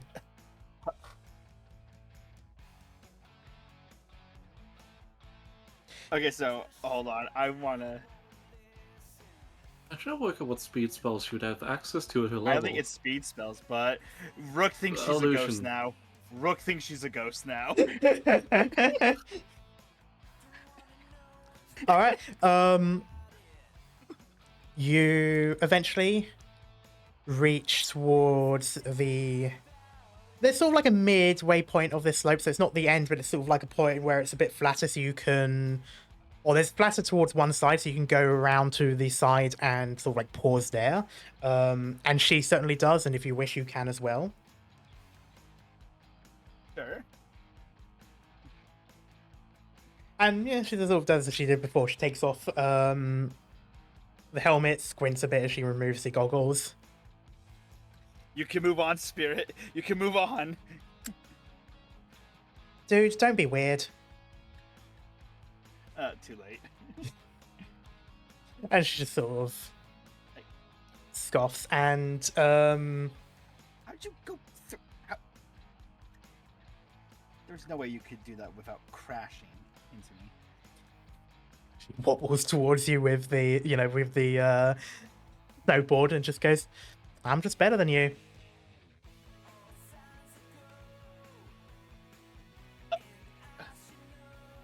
And could I try to push her over and then go back to snowboarding, like down a hill? You push.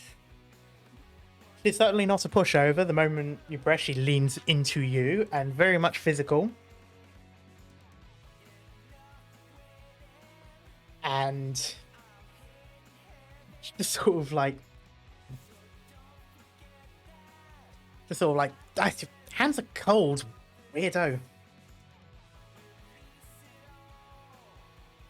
And as you do that, so then as you move off to try and continue going, there is a rumble. No. And you look up towards sort of more around the peak of the mountain. Yeah.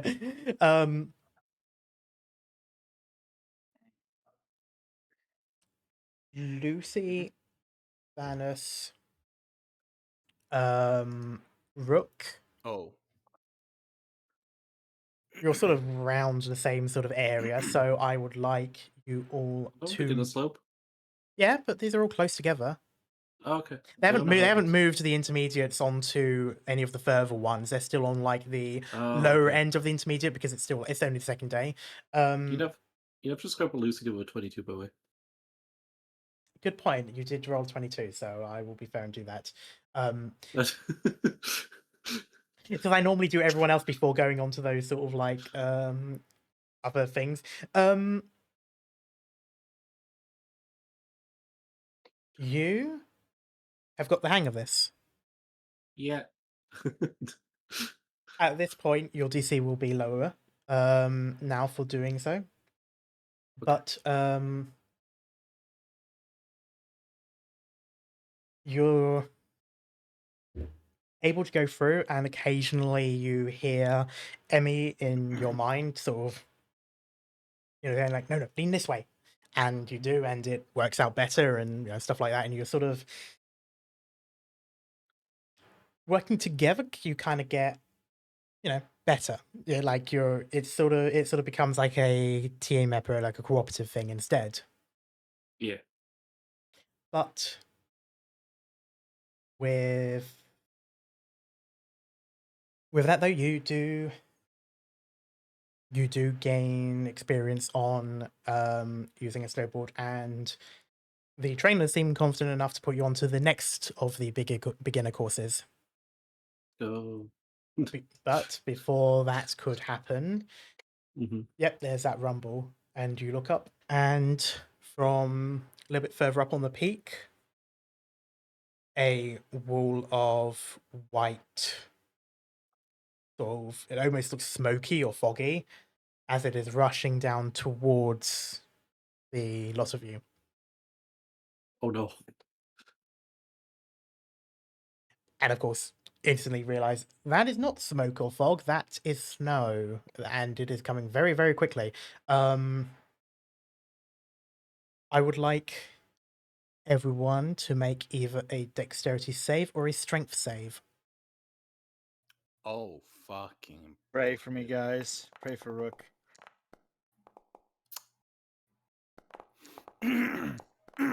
Oh. I'm fucked. My went up to 4 and I went back to like 14. I could have chanced it blessed, but I probably didn't have enough time. Nope. Welcome to SSX Deadly Descent. So, brother, you're gonna have to dig me out now. a few things happen. For starters, the wall of snow collides. Everyone's gasping, like in shock and surprise. You see a few people that you recognize. You see people like Rowery and such.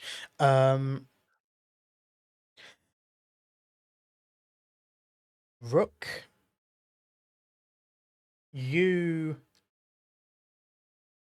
there is a ledge to the side, and you realize as it's coming over, you could jump off this as it's sliding past and sort of ride the wave of an avalanche.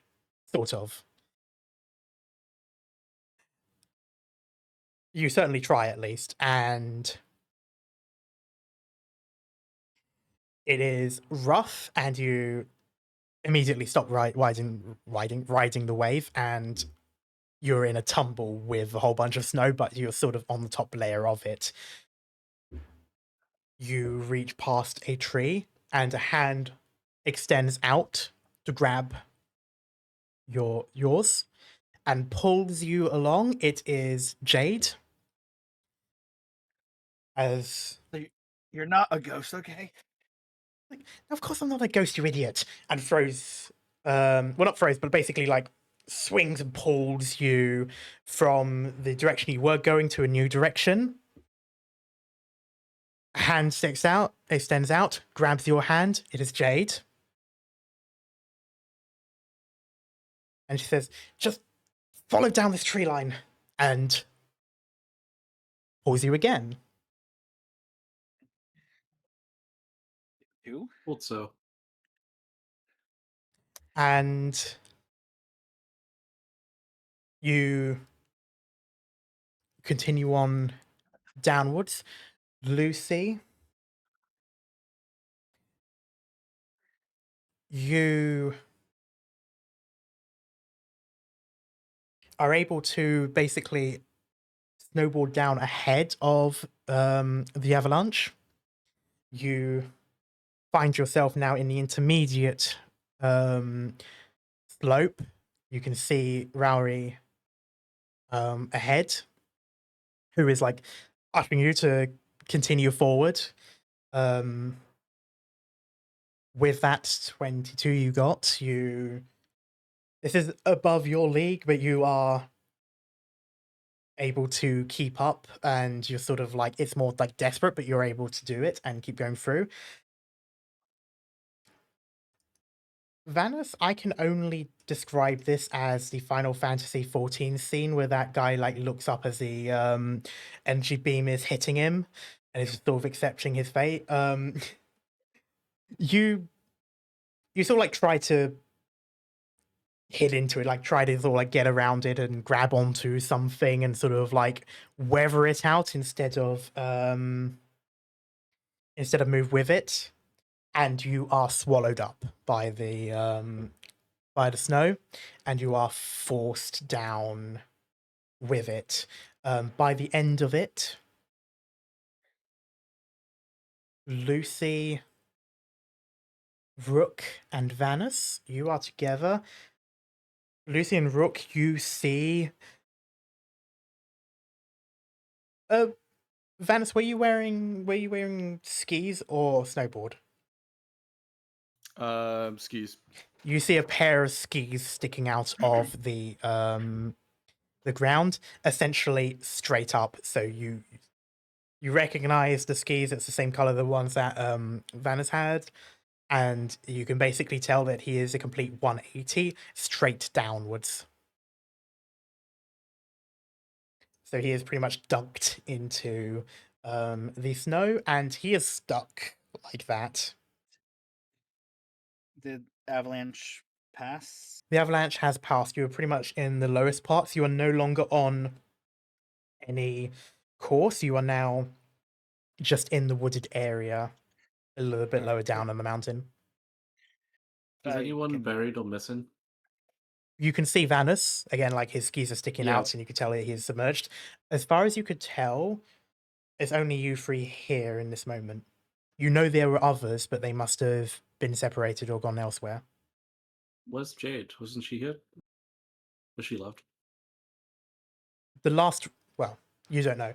Rook, the last Okay. you saw her, well, she pulled you downwards. You don't see what happened to her afterwards. So she basically pulled you so that you were ahead. Okay. I'm gonna go to Vanis and start trying to dig out where his like face is. Well- occasionally do like a controlled firebolt. Okay. I mean, he is basically, so when I say he's a whole 100 degrees and then facing down, Yeah. Mans is basically like if he were handstanding, that is the position he is in. Yeah. But his arms are sort of by his sides and he is just there in the snow. Yeah, firebolting, you can melt the snow and things like that, and you're able I'm to just trying to clear airway. you're able to, and eventually, fortunately, the snow hadn't quite hardened up yet, so it's still a bit powdery. And given that he's not that deep in, so he's only like his height's worth, you're able to melt through. And Vanis, you can pretty much sort of like collapse and flop over, and sort of you've got open air around you. Oh, bloody hell. Man, just our luck, right? It literally first came down on me. Oh, that was hell. Is that meant to happen? No. It can happen, unfortunately. It's not good when it does. Looks around. Bullshit. Where are we? Yeah, where? Oh gods. You see What in the fuck? Language. you see around sort of a clearing. It looks like this would have been a wooded path at some point, but the avalanche has pushed things through and sort of kicked stuff up. You can see broken crates and stuff, and then Where's there poking out as you had been moving, like melting the snow and stuff like that, a bit of snow melts, and Rook, you see staring up at you a skull.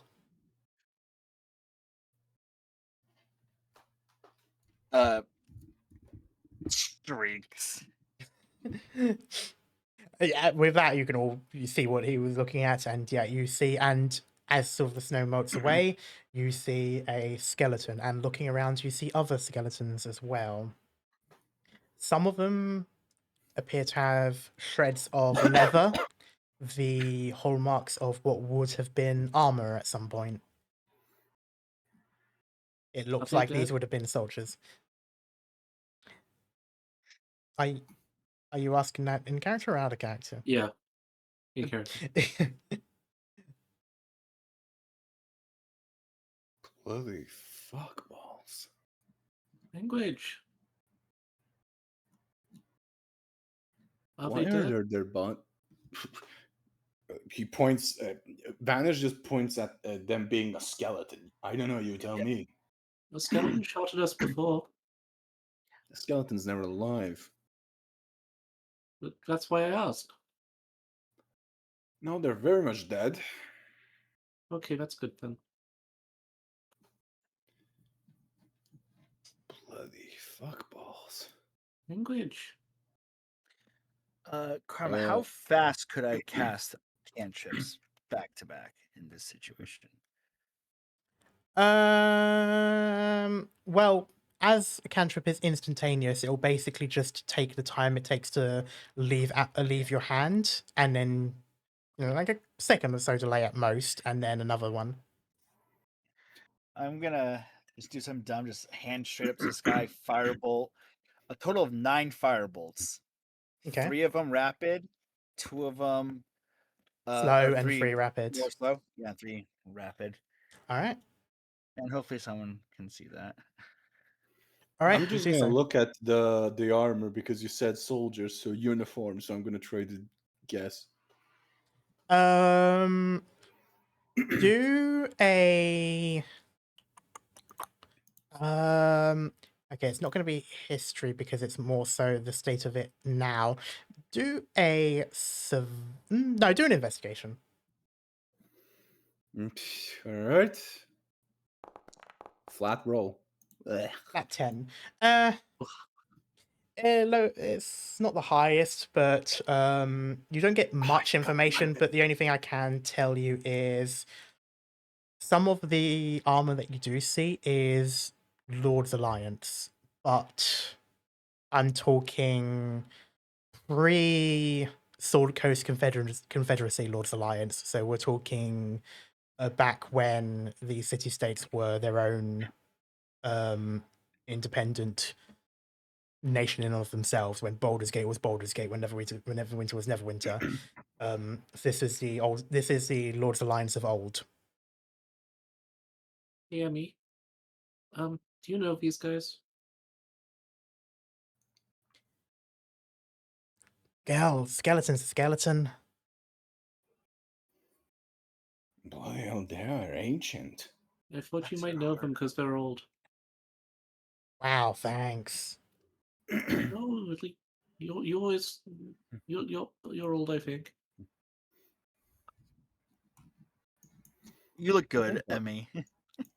Hold the fuck, Dark. I see a sword. You can take it if you wish. It is a short sword. Above table that was going to be so that I could have an excuse to give Quinn a weapon because I knew he wouldn't have anything. Well, he's not here. He is physically not here. He is off on a different slope with his other friends that came with him from Star Metal. So it was about time he spent some time with them. So I'll give you a short sword, but I'll just investigate. you can if you wish. Okay. You know, Um, I'm gonna like call out for Jade. but yeah, that's accurate. Lucy wouldn't really know what she's looking for, so That's fair. Did you get it? Yeah. There you go. You've got a short sword. just on the off chance she stumbled upon something, since so I don't think she's really registered that these are dead people. Is she sort of like looking at them like the way that like she sees them in the same way that she saw the others from the school? Yes. She, like, because these ones have weapons and swords, she's like, oh, these must be like the skeletons we found before, but dead.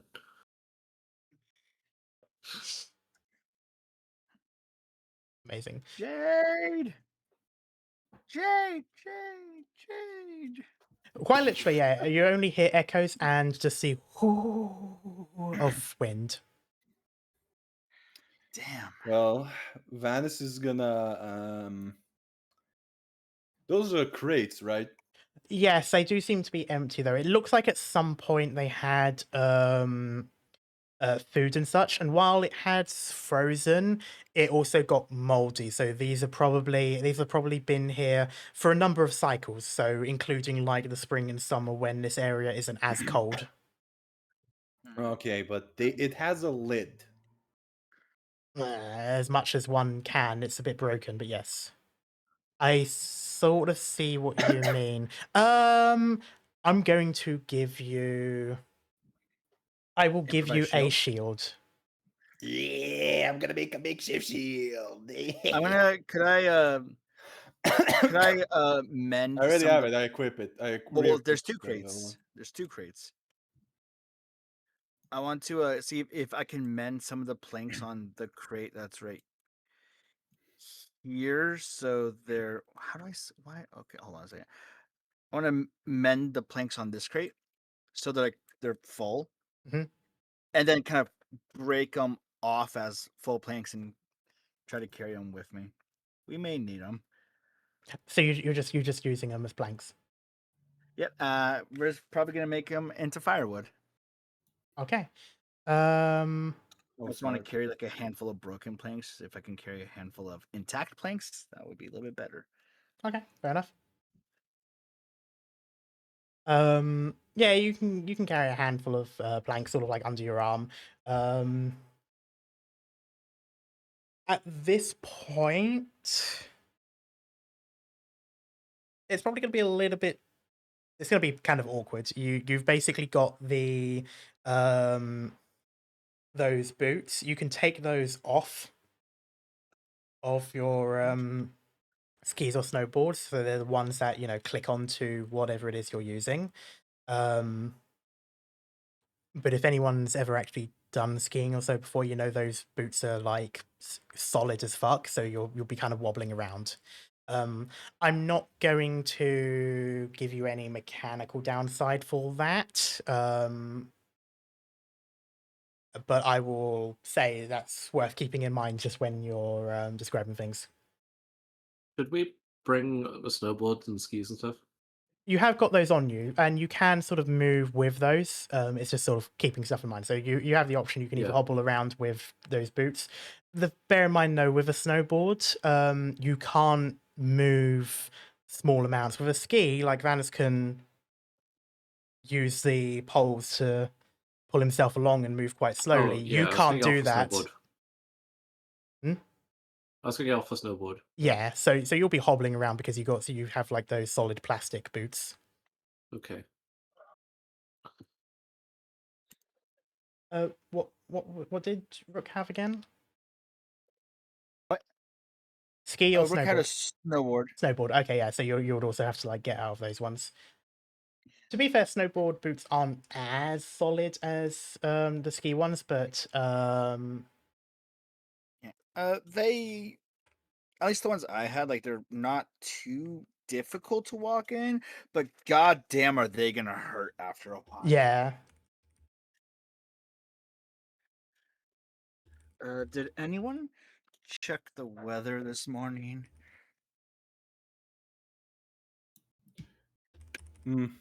Blinks out of sync. I don't think anybody checks the weather at these days anymore. I have to assume it's gonna be fuck all cold then. Well, we have to find our friends because this stupid avalanche just displaced everything. And all of a sudden, we have centuries-old bodies, which is we already went through a lot of shit to know that's an omen.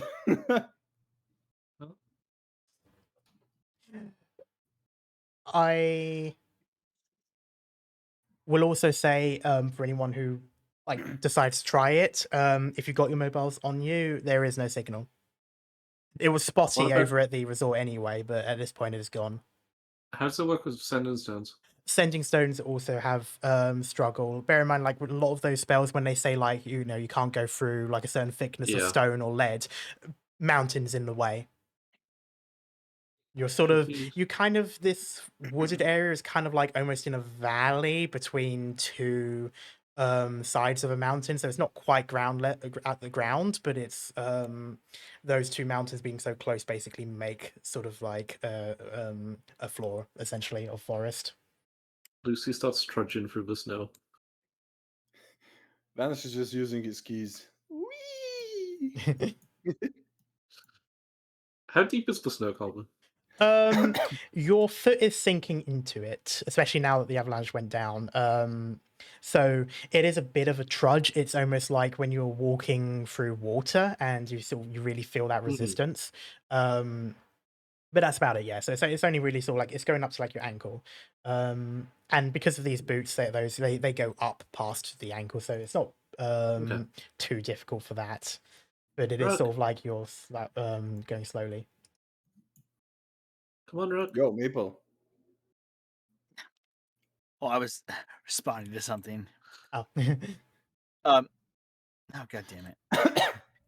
Oh shit. All right. Retcon that. There we go. All right. I'd say you can go up to around this part. Oh, Right, stop there. marvelous. What'd you say, Karma? I said stop there. Stop. Okay. I said axe there. I'm like, an axe? Well, I would like to ask you to make God. a perception check. Don't you ever say that to me again. That pun is a low-hanging fruit. I'd like to ask you not to say that to me again. We gotta chop down the whole tree with that low-hanging fruit.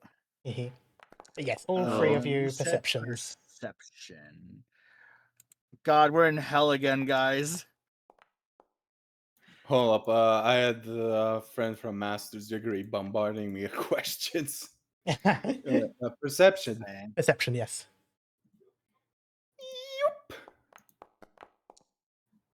Oh, can I use my passive?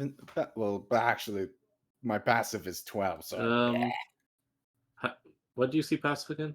Oh, number next to it. Yeah. Mine's 11, so yeah, I roll the same. What's your passive, Rook? I think it's like a 12 or something. Let me. Perception it's 12, my yeah. perception plus 10. Yep, cool. All right. You wish it was a plus 10. No, it's per perception. A past perception is 10. 10 plus your perception Yeah. modifier. You said plus 10. I was like, we're not in Starfinder. But yeah.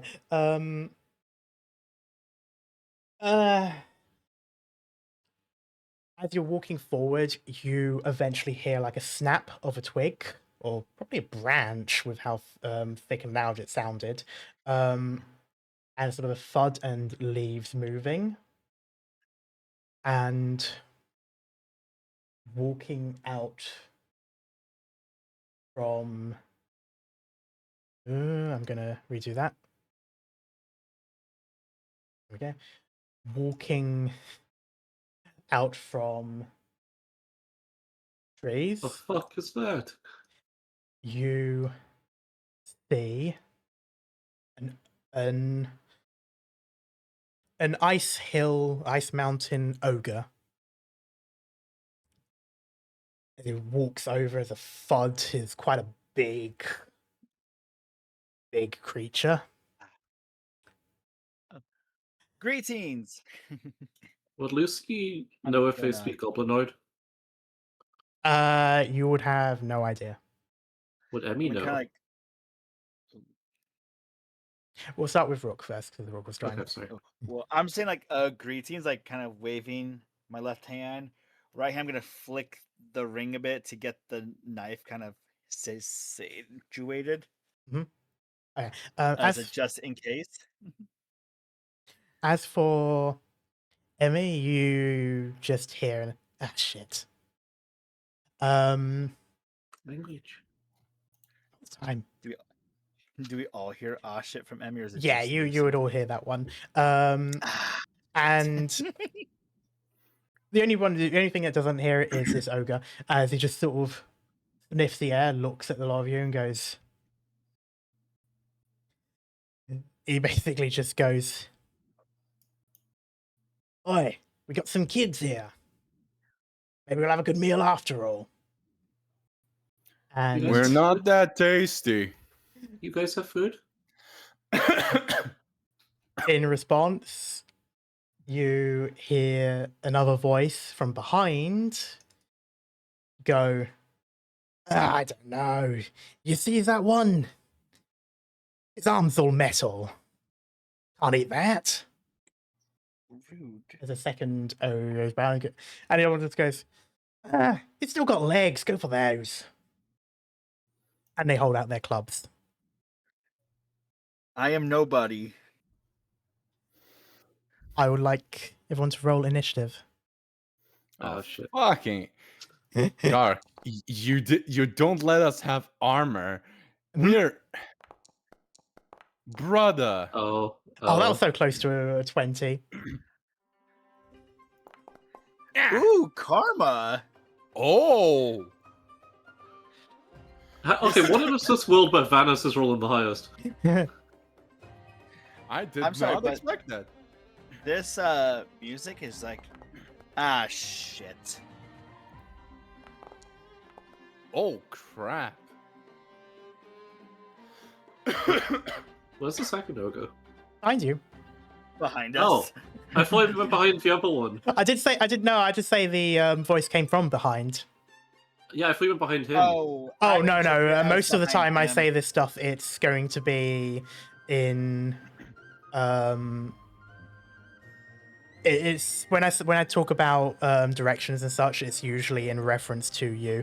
If it's in reference to someone else, I would specify from behind him or something like that. But yeah, it is this ogre's turn, and he bounds his way over. Hum, hum, hum, hum.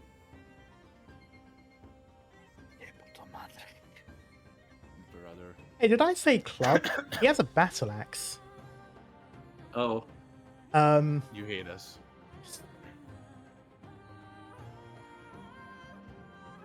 Going to swing down on eeny, meeny, miny, mo.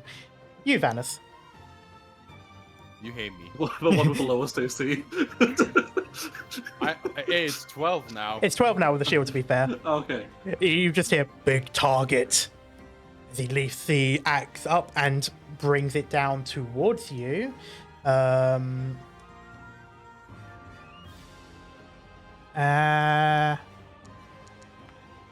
Or a nat 1. Oh, He stumbles and sort of stumbles to the side.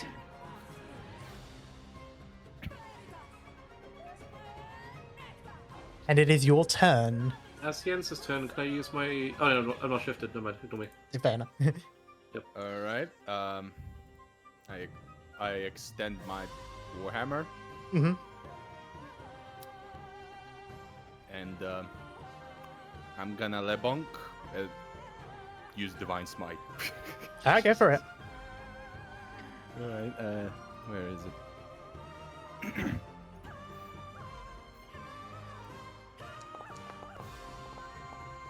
I saw that fucking 20. Hell close. But an 18 does hit.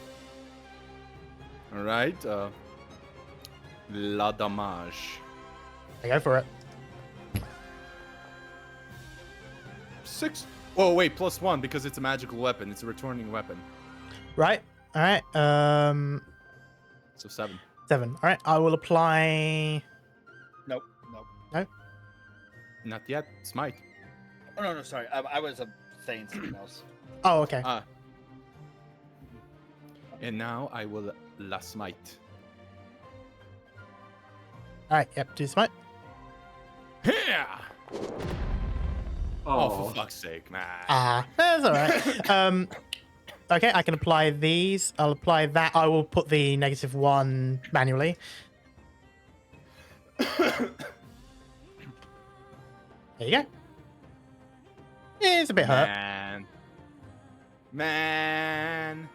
You basically like swing, whack him in the sides of the leg, but big, muscular or fatty, and it strikes inwards. There's a bright flash of light, but you don't like bash the knee or anything like that. It gets absorbed. Man. Is there anything else you wish to do? And my turn. All right, Yeah, and my turn. I don't think I can even move, so. all right.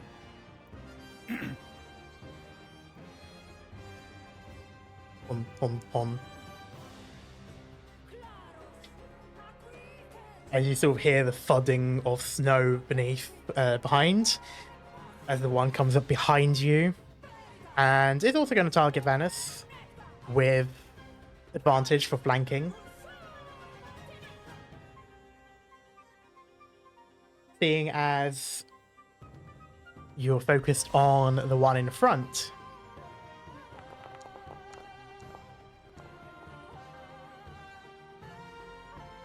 Rolled an 18, which hits.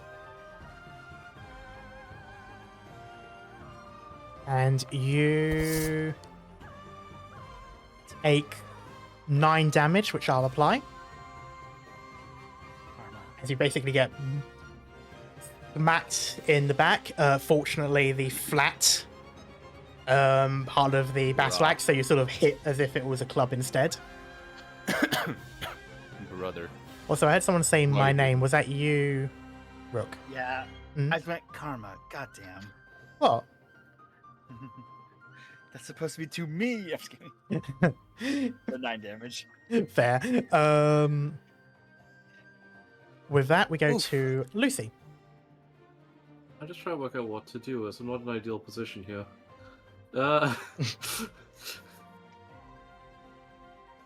I think the most logical thing is call out Emmy. Yep, you do that. I'd like you to describe how that looks. Just like kind of holds Emmy out to the side, and as she does, blue energy starts to form around energy and extends around Emmy and extends in both directions. The upper end forming into a long curved blade, which the same energy begins to emanate off of.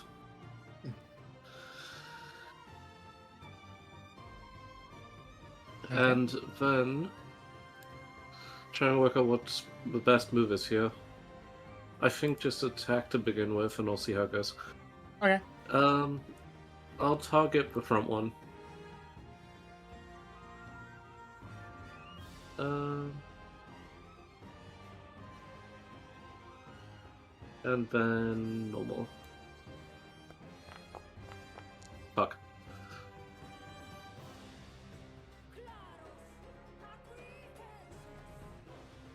3 and 2. Did you make sure to choose the roller's spell attack? Yes, that was the spell attack. It's -1 otherwise. Oh, yeah, good point. Sorry, I was thinking +5, but yeah, that's the 3 and the 2 makes the +5. Okay. Yeah. No, yeah, you swing through, and Emmy does connect, and you see her like slice through. Again, leaving no mark, but again, the sort of like muscle and blubber of that makes quite a sturdy hide, and doesn't cut deep enough this time. Okay. Rook.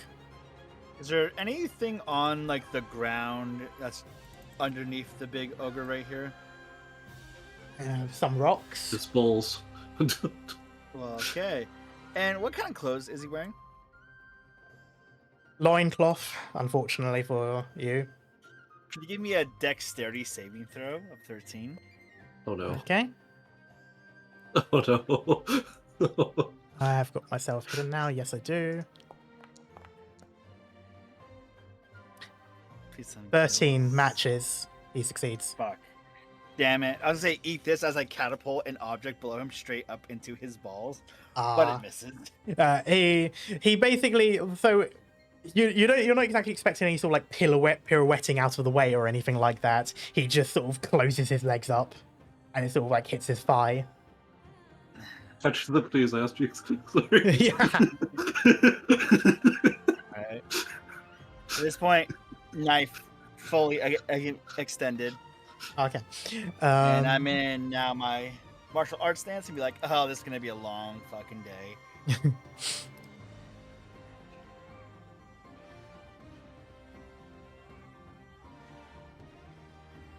He sort of growls at you for trying that, and looks over to the other and goes, "Oi, let's kill this metal bastard first." That sounds alright. And is going to swing down at you with advantage for flanking, because large creature can technically flank 2 people next to each other. That's fucked up. It is fucked up. As he says like a metal bastard, I want to do the "that's racist" meme. Oh, this is gonna hurt. That's 20. Did you crit? You crit me, okay. Armor. I dare. It is what it is. This is supposed to be an OVA. It's gonna hurt. You take 16 points of I'm gonna say bludgeoning. They're sort of they've been whacking you with the sides. They don't seem to realize how axes work. Bruh. Doo-doo, doo-doo, doo-doo, doo-doo. And yeah, that's his turn. Vanis, you're up. Oh my fucking god. Dude, you seriously ate this, man. Look at them, they're hungry. Well, I was about to fucking use my bonus action to cast Shield of Faith so that I could have 14 AC. However, First off, bonus action. Lay on hands. Healing rook. Okay. It's healing wood actually. If he has healing word, he's gonna use it on me because I'm gonna heal him for. He took 16 fucking damage. I'm using all 10. Okay. It's Healing rook. Rook healed. Yeah, I don't know if it healed you or not. Yeah, there we go. Mhm. And now, Lebonk. All right, LeBonk. I have nothing else to do. I'm gonna have to Lebonk.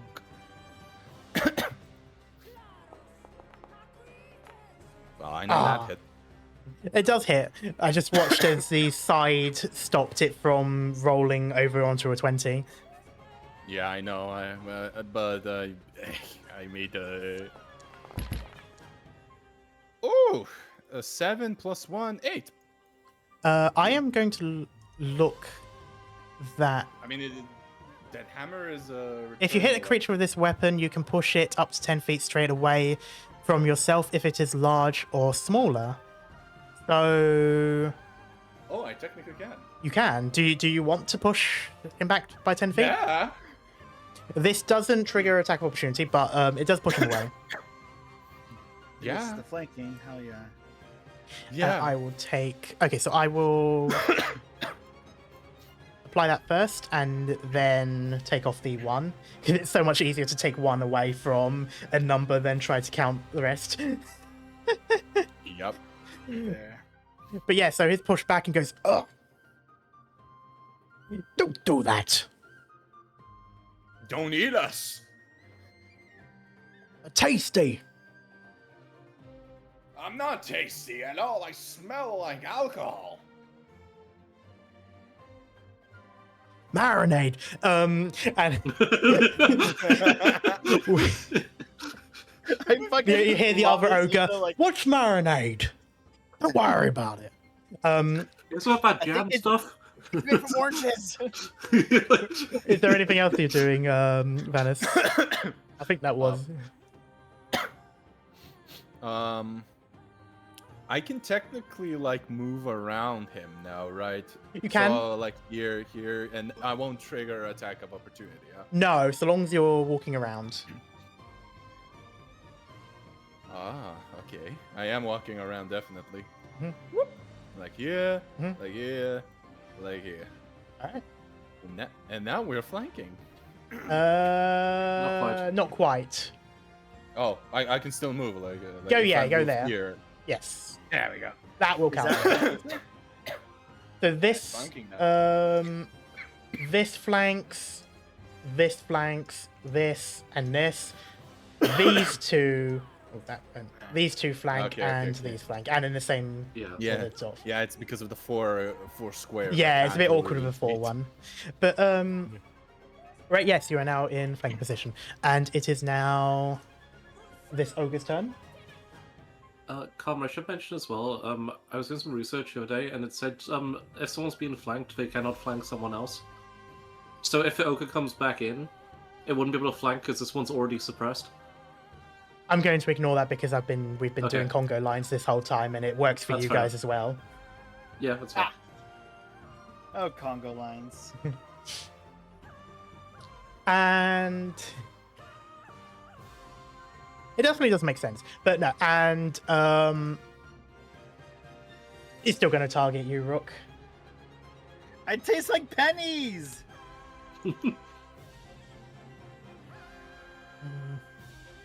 You're annoying, and drops down the axe on you. I'm gonna be like, that's fair. After he said that. That's fair. Dog of acceptance as an 18, which hits. Okay. And you take. I can apply this. You take 7 damage. Okay. I am so glad I healed you. I would have still been up after that. Barely. with a 1. And with that, we go to Lucy. First off, Lucy's gonna shift. Alright. I'm starting. I'm doing my setup rounds. Mhm. But then I'm gonna target the big guy. If I Okay. move up one, will that count as flanking? Yeah. Yeah. If I move to here, okay. You. Emmy bonk, go. Hold on, I should find a picture in a second. Spellcast attack. Advantage. That hits. 17? Okay. Damage. I'm Savage Attacker as well, don't forget. Alright, so roll damage once and then roll it again.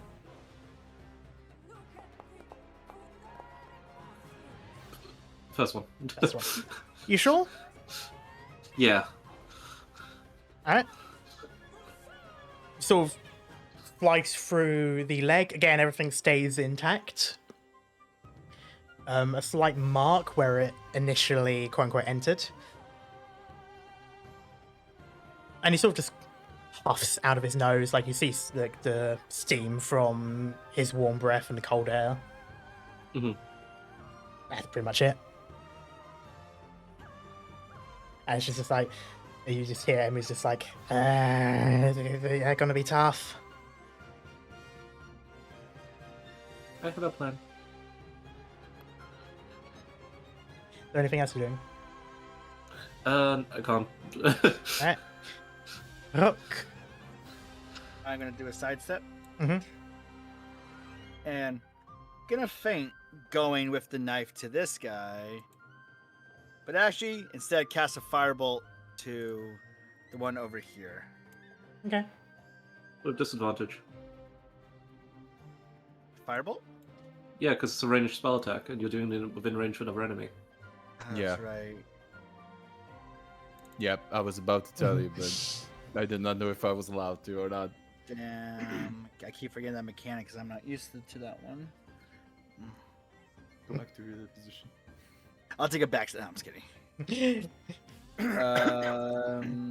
Do I commit to that? Do I commit to that? Yes, I do.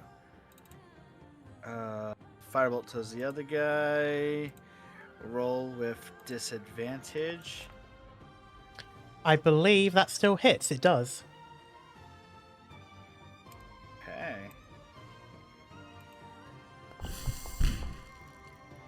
Oh, Nice. well done. I can apply that. Oh,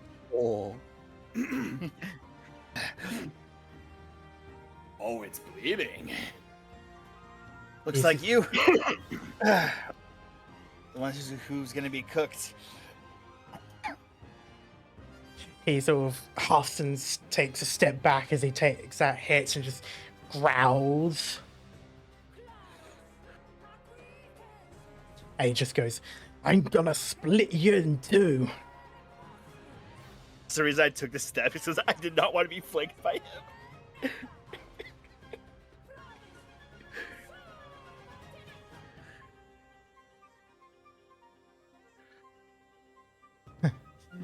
Dun, dun, dun, dun, dun.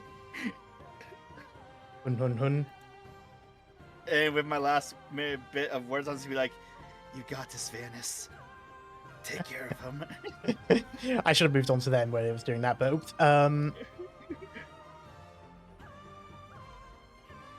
Did not enter your range. 10 foot. Yeah. No, I mean, How- as in when moving, as in like wouldn't have triggered opportunity is what I meant. As in Okay. didn't do a movement that would have triggered the 10-foot. I wasn't sure if you were paying attention to that, so I figured I'd say it just in Yeah. case you were trying to I figure it. was looking. It was just. Hmm. It was here, though, wasn't it? Yeah, so but as in like they moved in but didn't move out at any point. Oh, okay. Doesn't have advantage on you, Rook, but will still attack you anyway. Mhm. I'm on the wrong I have, character like, sheet. I have a bonus action idea for Rook. It's a cantrip called "Running Your Mouth." Oh, that's a free action with you. Yeah. Rolled an 11, which just about misses as he swings down, actually sharpened blade first this time, and it goes past you and smacks into the ground so hard that it kicks up the snow as if it were like dust. Didn't mean to actually anger you. I'm sorry. And with that, Vanus. Unfortunately, the ogre does not count as a flank. Well, they would anyway. I do. So if I move like here, technically, then I will have flanking. I think currently you have still have flanking. flanking with Yeah. Lucy. I You still have it. flanking. Yeah, you still have it because of direct line. Yeah. Oh, okay then. Yeah, Okay, that's kind of LeBlanc. things like they get to flank multiple people at once because of their size, but at the same time you can flank from multiple angles because of how big they are, so long as you sort of have a direct. Okay. Then I'm gonna repeat the first action. LeBlanc then smite. All right, LeBlanc Smite. With advantage now. Yep. Here we go. Hit. All right, that hit. So first off, la damage. Yeah. All right. Good damage. Good damage. Oh, okay. Nice, Plus that's 1, 10. also 10. Okay. Okay, I am walloping him, and I'm gonna use Divine Smite because higher chance of damage. All right. All right. There we go. Okay. Nice. Okay, I'll take it. I'll Alright. take it. So 19 I damage. will apply that, I'm not and pushing then I will apply. Yeah, I did figure, and then I will take off the 1 as well. There we go. All right. Okay, I am now I'm walloping him. Yeah. Shame I have limited spell slot. But yeah, that's it. All right.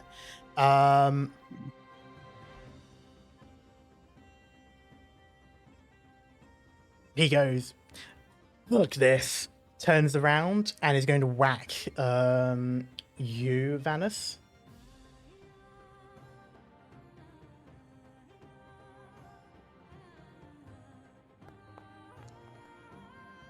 And hits with an 18.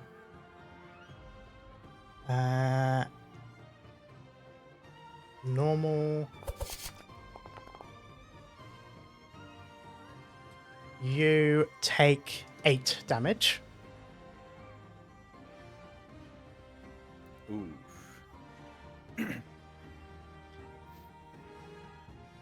Lucy. Well, I was going to say as well, at the end of his turn, I'd like to use my reaction to disengage Do so? and go to here. Yep, you can. And then obviously Emmy. Mm-hmm. Yo.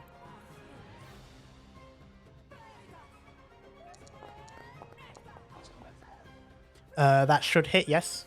Yep, same as last time. Oh yeah.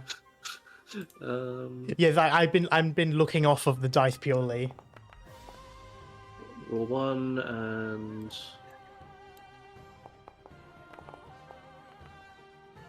that one.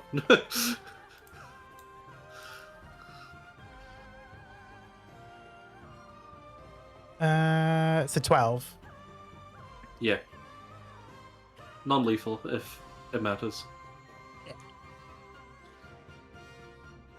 All right.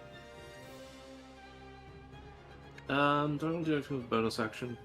No, I think I'm good. All right. Rook. Alright. Is this guy still up and going? Yep. Oh yeah. You're trying to take him down non-lethal? Lucy doesn't like killed intelligent things. Mm, Could I sidestep to right here? No, because that will count as trying to get through 2 of them. Because you can't move through tokens, and in order to get in between, you'll be technically trying to go through the corners of the 2. Normally you could do that, but with the other token, it's kind of like imagine them sort of boxing you in. Yeah, gotcha. Okay, so I'm gonna try to non-lethal shocking grasp then. Nobody has to die today. Make sure you got the target selected and not yourself. Yep. Please. There you go. There we go. No one has to die today. You can go find some berries to eat.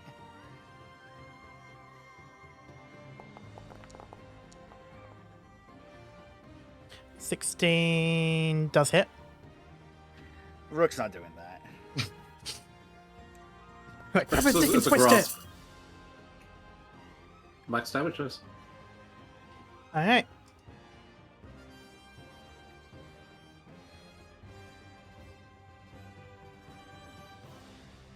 Okay. He is very angry, but also looks about ready to back up as well. Yeah, Rook's gonna be like, no one has to die today, buddy.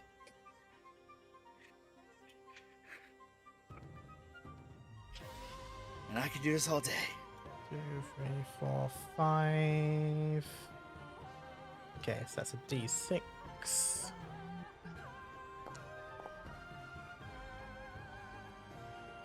2. Okay.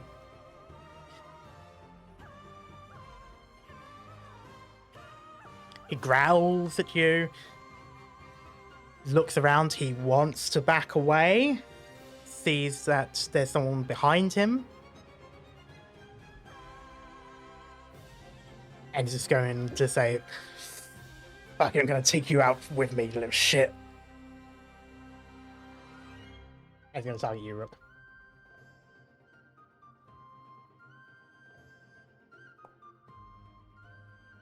Rolled in that 1. As he Language. swings... That was a very delayed language. I don't want to interrupt you. Swings the axe up, and the axe head flies off in a momentum behind him, and it sort of goes way over your head, Lucy, because of how tall he is, but lands harmlessly sort of further away. So by the time he brings it down, it's literally just the arm of the handle of the axe, and it sort of misses you and hits the ground. And with that, you hear a roar that echoes like a lion. It instantly grabs your attention. It definitely grabs their attention. As they sort of look away from you and over to the tree line, you can hear a thud, thud, thud, thud, thud of footsteps. And you see in an instant a large, like, muscular figure in a cape over plate armor swing over from the trees and uses his axe, basically battle axe, war axe, battle axe, and slams it into this ogre's neck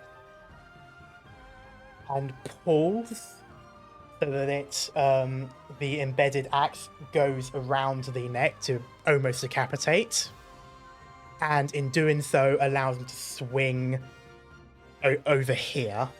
I don't have a token for him, unfortunately, because the website I used was down. But that one's dead. Whoops in underneath, pulls you away, Vanus, and slams the axe into the back of the knee for this ogre, and as he drops down, swings it again into his back. And the ogre collapses down as well.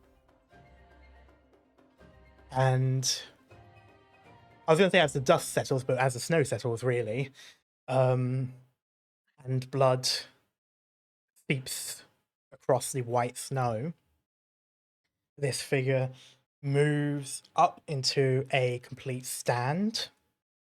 At this point, this area doesn't matter, so don't worry too much about moving around or seeing him. This figure moves his cloak down, and you realize that he is a Leonin, a lion person. Ooh. Yeah, thank you for the save. That was a little dicey. It's I sort am of a Lucy. Mm. there's sort of a huff from him, and you sort of see like steam come out of his nostrils. They sort of flare a bit. He sort of scans the look of a lot of you. Definitely on like the older side to a certain extent. Yeah, middle age, something along those lines. Large mane that's sort of braided around the back as if it's hair. Definitely linekin, but sort of has more of a white lion look. So not quite as white, but various shades of grey and quite fitting for this landscape. Mhm. As he sort of looks at the lot of you, and he says, "This area is not safe for normal people, especially children. You should make sure to take yourselves back up to the resorts that you stay in." I Which don't way know what is that that? is. Uh, We kind of got lost in the avalanche. We rode an It's avalanche freaking me down here. It's out. pretty gnarly.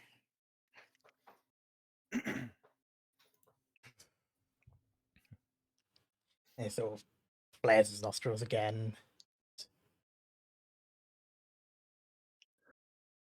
Kind of kicks at one of the ogres just to sort of make sure it's actually dead. As he says,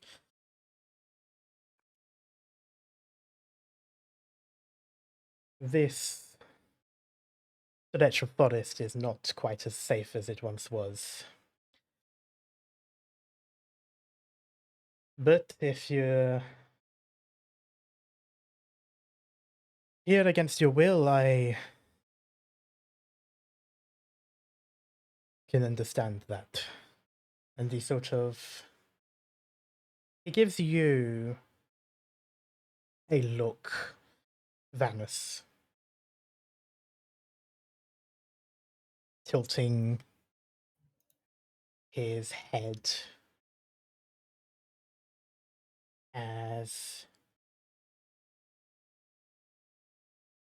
He's slowly raising his weapon just in case. it is in fact that very weapon that he is staring at. As he says, "I did not expect to see a follower of Lathander here, at least anytime soon. What be your name, boy?" Aurelian. Vanus Aurelian. Why? "Aurelian, I see. Then that means you are a son of Uther." He is why all of a sudden. How do you know my father's name?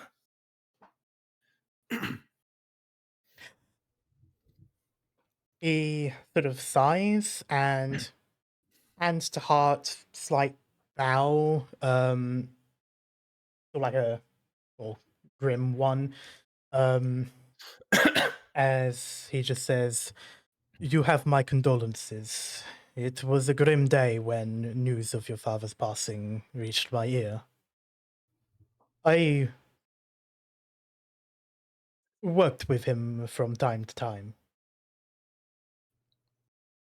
Oh, above table, I'm going. Oh, does can I do a check to see whether if I remember from father's stories or not, something like that? Because he would definitely mention a light or something. Do a history check. However, I'm going to tell you now it is a very high DC. I'm not going to expect you to pass this. It's going to be like 20. Fuck it, I'm balling. Oh, I saw that fucking 20. I saw that Yeah, fucking 20. really close.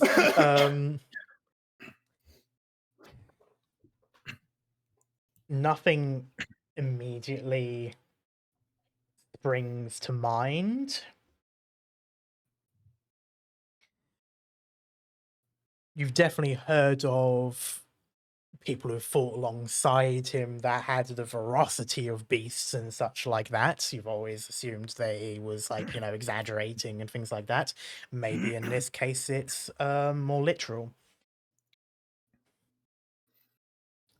But he just sort of shrugs and says, but that was a long while ago now.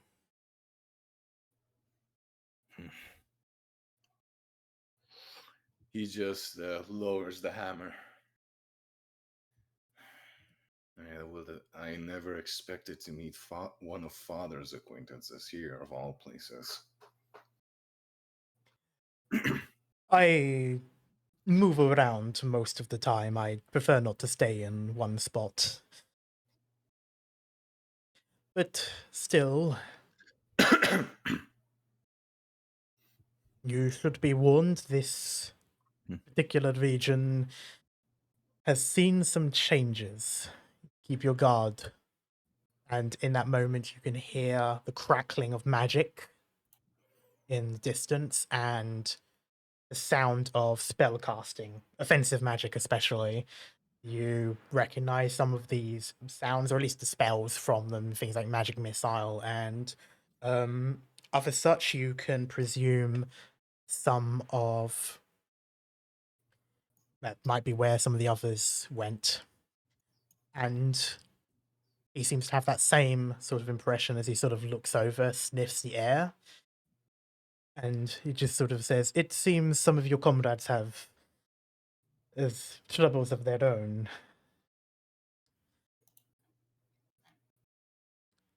Perhaps you should go and assist them. I have other matters to attend to.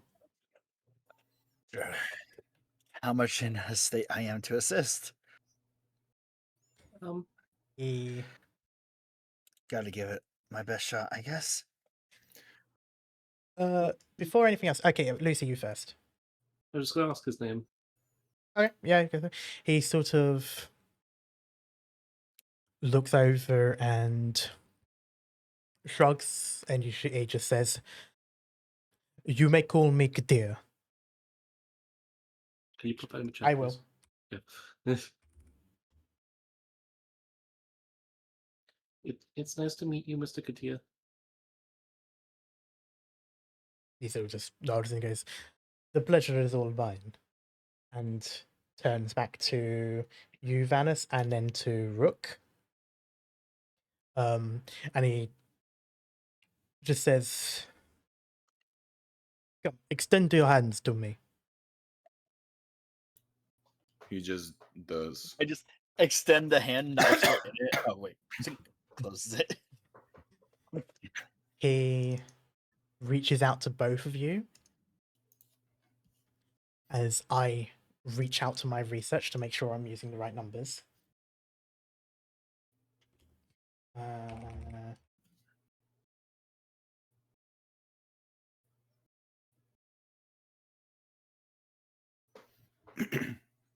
It's here.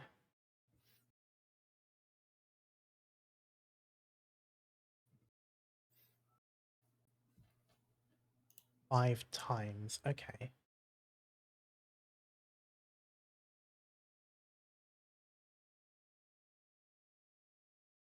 Calculator time. Cal's not here for this. What are the The numbers? calculator.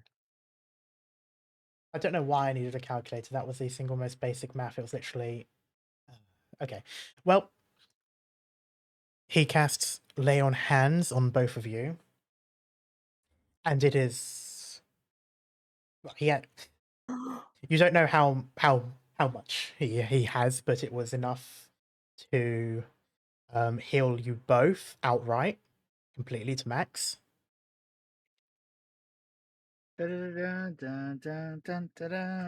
And you get the feeling, Vanus, based on your own experiences with this, that he still has more that he could use, way more.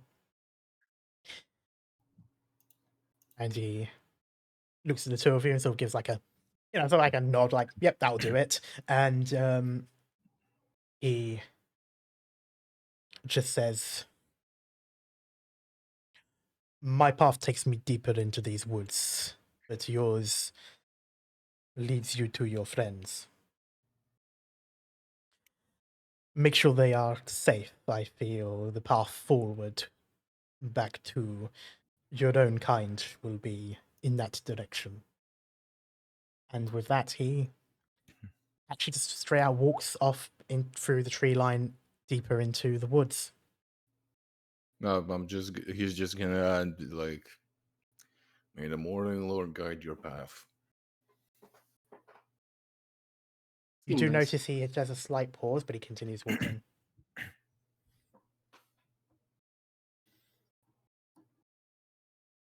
Did you say something, Lucy? I just said he seemed nice.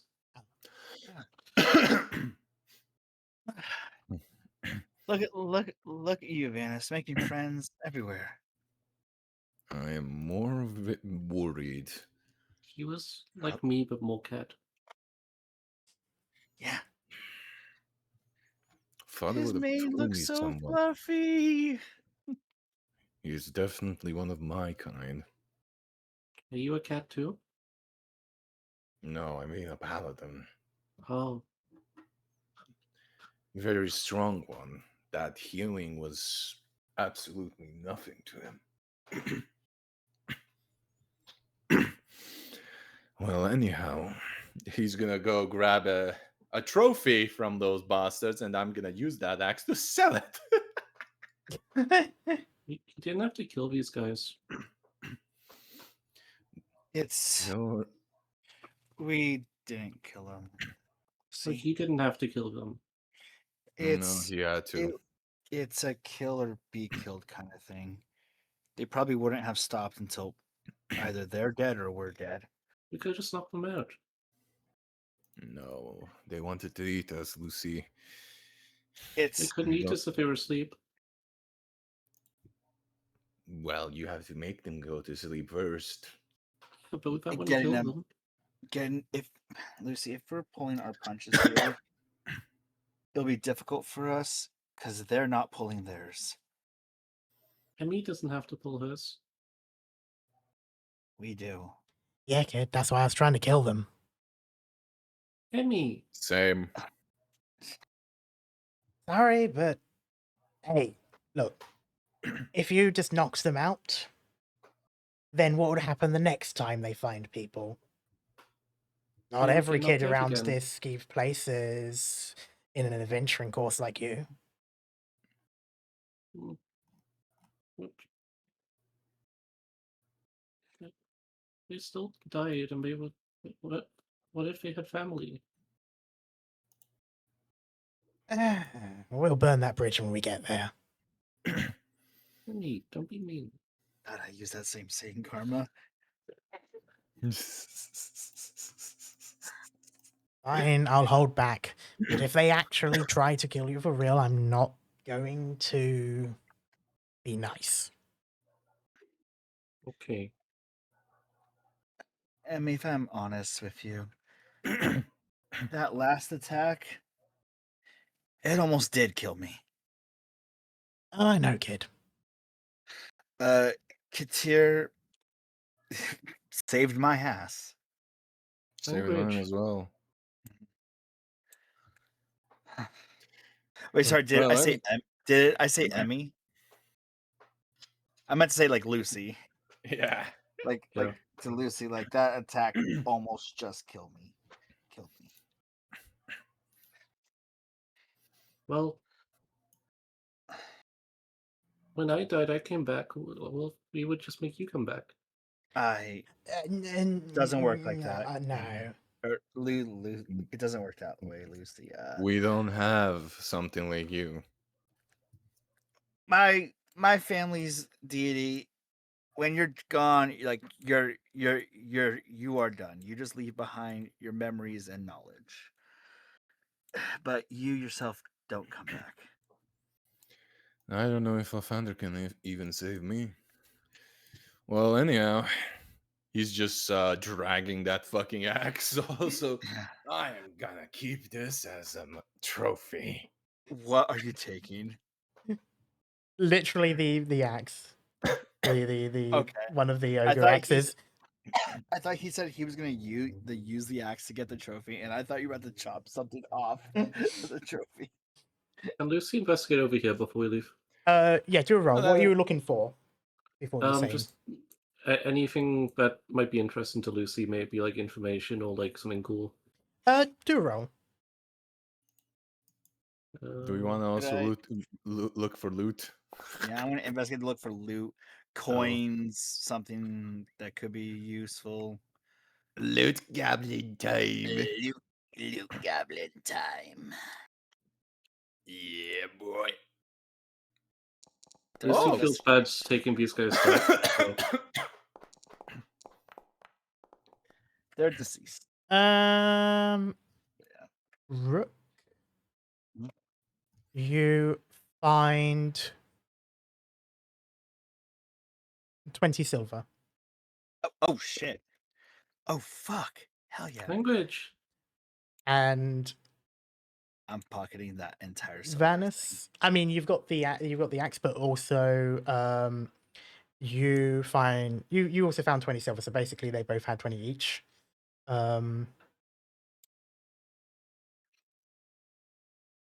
As for you, Lucy, there's not a lot here. Again, most of this is old. You do find a pamphlet, and it's kind of like the ones that you got from the resort. Except this one seems to be a few decades older. And it's a bit like bleached out from sun and stuff like that, but it's yeah, just a general one, although you do notice some differences. And partly mentions of like a hiking trail and stuff like that. That was not mentioned at all in the new brochure. So chances are they probably closed down that. But you do see a set of rules for this. And basically it says, turn back at once if you see the following items. Blooming plants with no visible roots. Pitch black snow. Objects resembling human hands. Phantoms resembling Lord Alliance officers. And then the paper is too bleached to read what that last part would have said. I know what you're referencing. I know. I think. Could I mend it? No, you can physically mend the paper, but like we said before, you're Yeah. not going to get back the things. Mended only works if you have all the pieces. What's this a reference to? I can't remember what it's called, but it's this old YouTube No. video. Is it not YouTube? Nope. I mean, it's on YouTube, but it's not a YouTube video. I saw it on YouTube then. I don't know what it's actually from. I didn't mean to roll that, but I was just trying to open it, but yeah.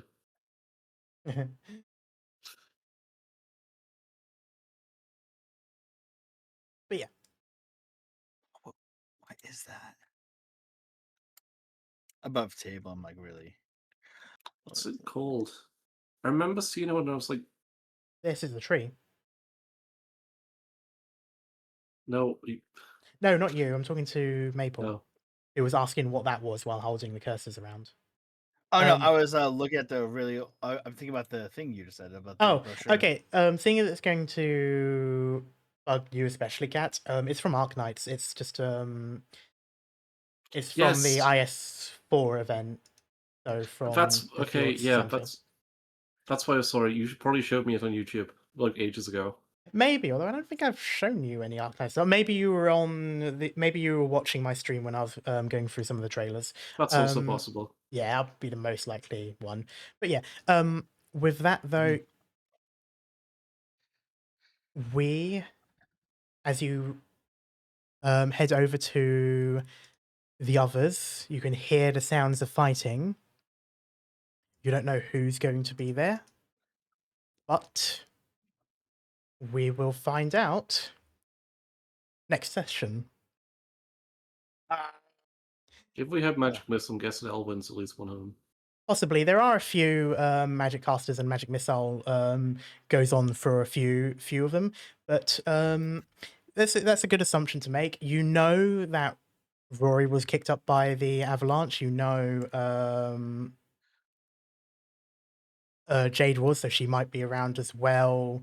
There's a few people that you could, well, not necessarily related to a Magic Missile, but there's a few people you can think of and would want to go towards. One question. Hmm? Does Lucy know what class Jade is? Given No. she's in the same class. She's in defensive magic. She does have some magical abilities, but her stance has always been dodging. So never casting magic. Well, she casts some magic herself, but she spends most of the time defending by evasion as opposed to defense by offense in the same way a lot of the Okay. other students do it. So I would say you wouldn't know like class. And again, like a lot of the time, classes aren't necessarily classes. So we talk about sorcerer, know. paladins, know. and wizards, but no one would look at them and say they're a class. We just say that that's just the roles. We can also say things like mages and stuff like that, and it gets a bit muddied. Druids are druids because that's sort of a because it is a sort of a mysticism thing. Clerics are sort of clerics. Barbarians, not every barbarian would call themselves a barbarian. And of course, things like rogue. No one's going to outright admit that they're a rogue, for example. I'm just trying to work out what kind of spells can create, like, well, okay, I have a couple of theories on that, but I'll go with you later. Yeah. But yes, I got my theory too. yeah. In the meantime, though, we will leave it here. For those watching on YouTube, we will be back with more Small Fries on Friday, and Starfinder will be continuing on Monday.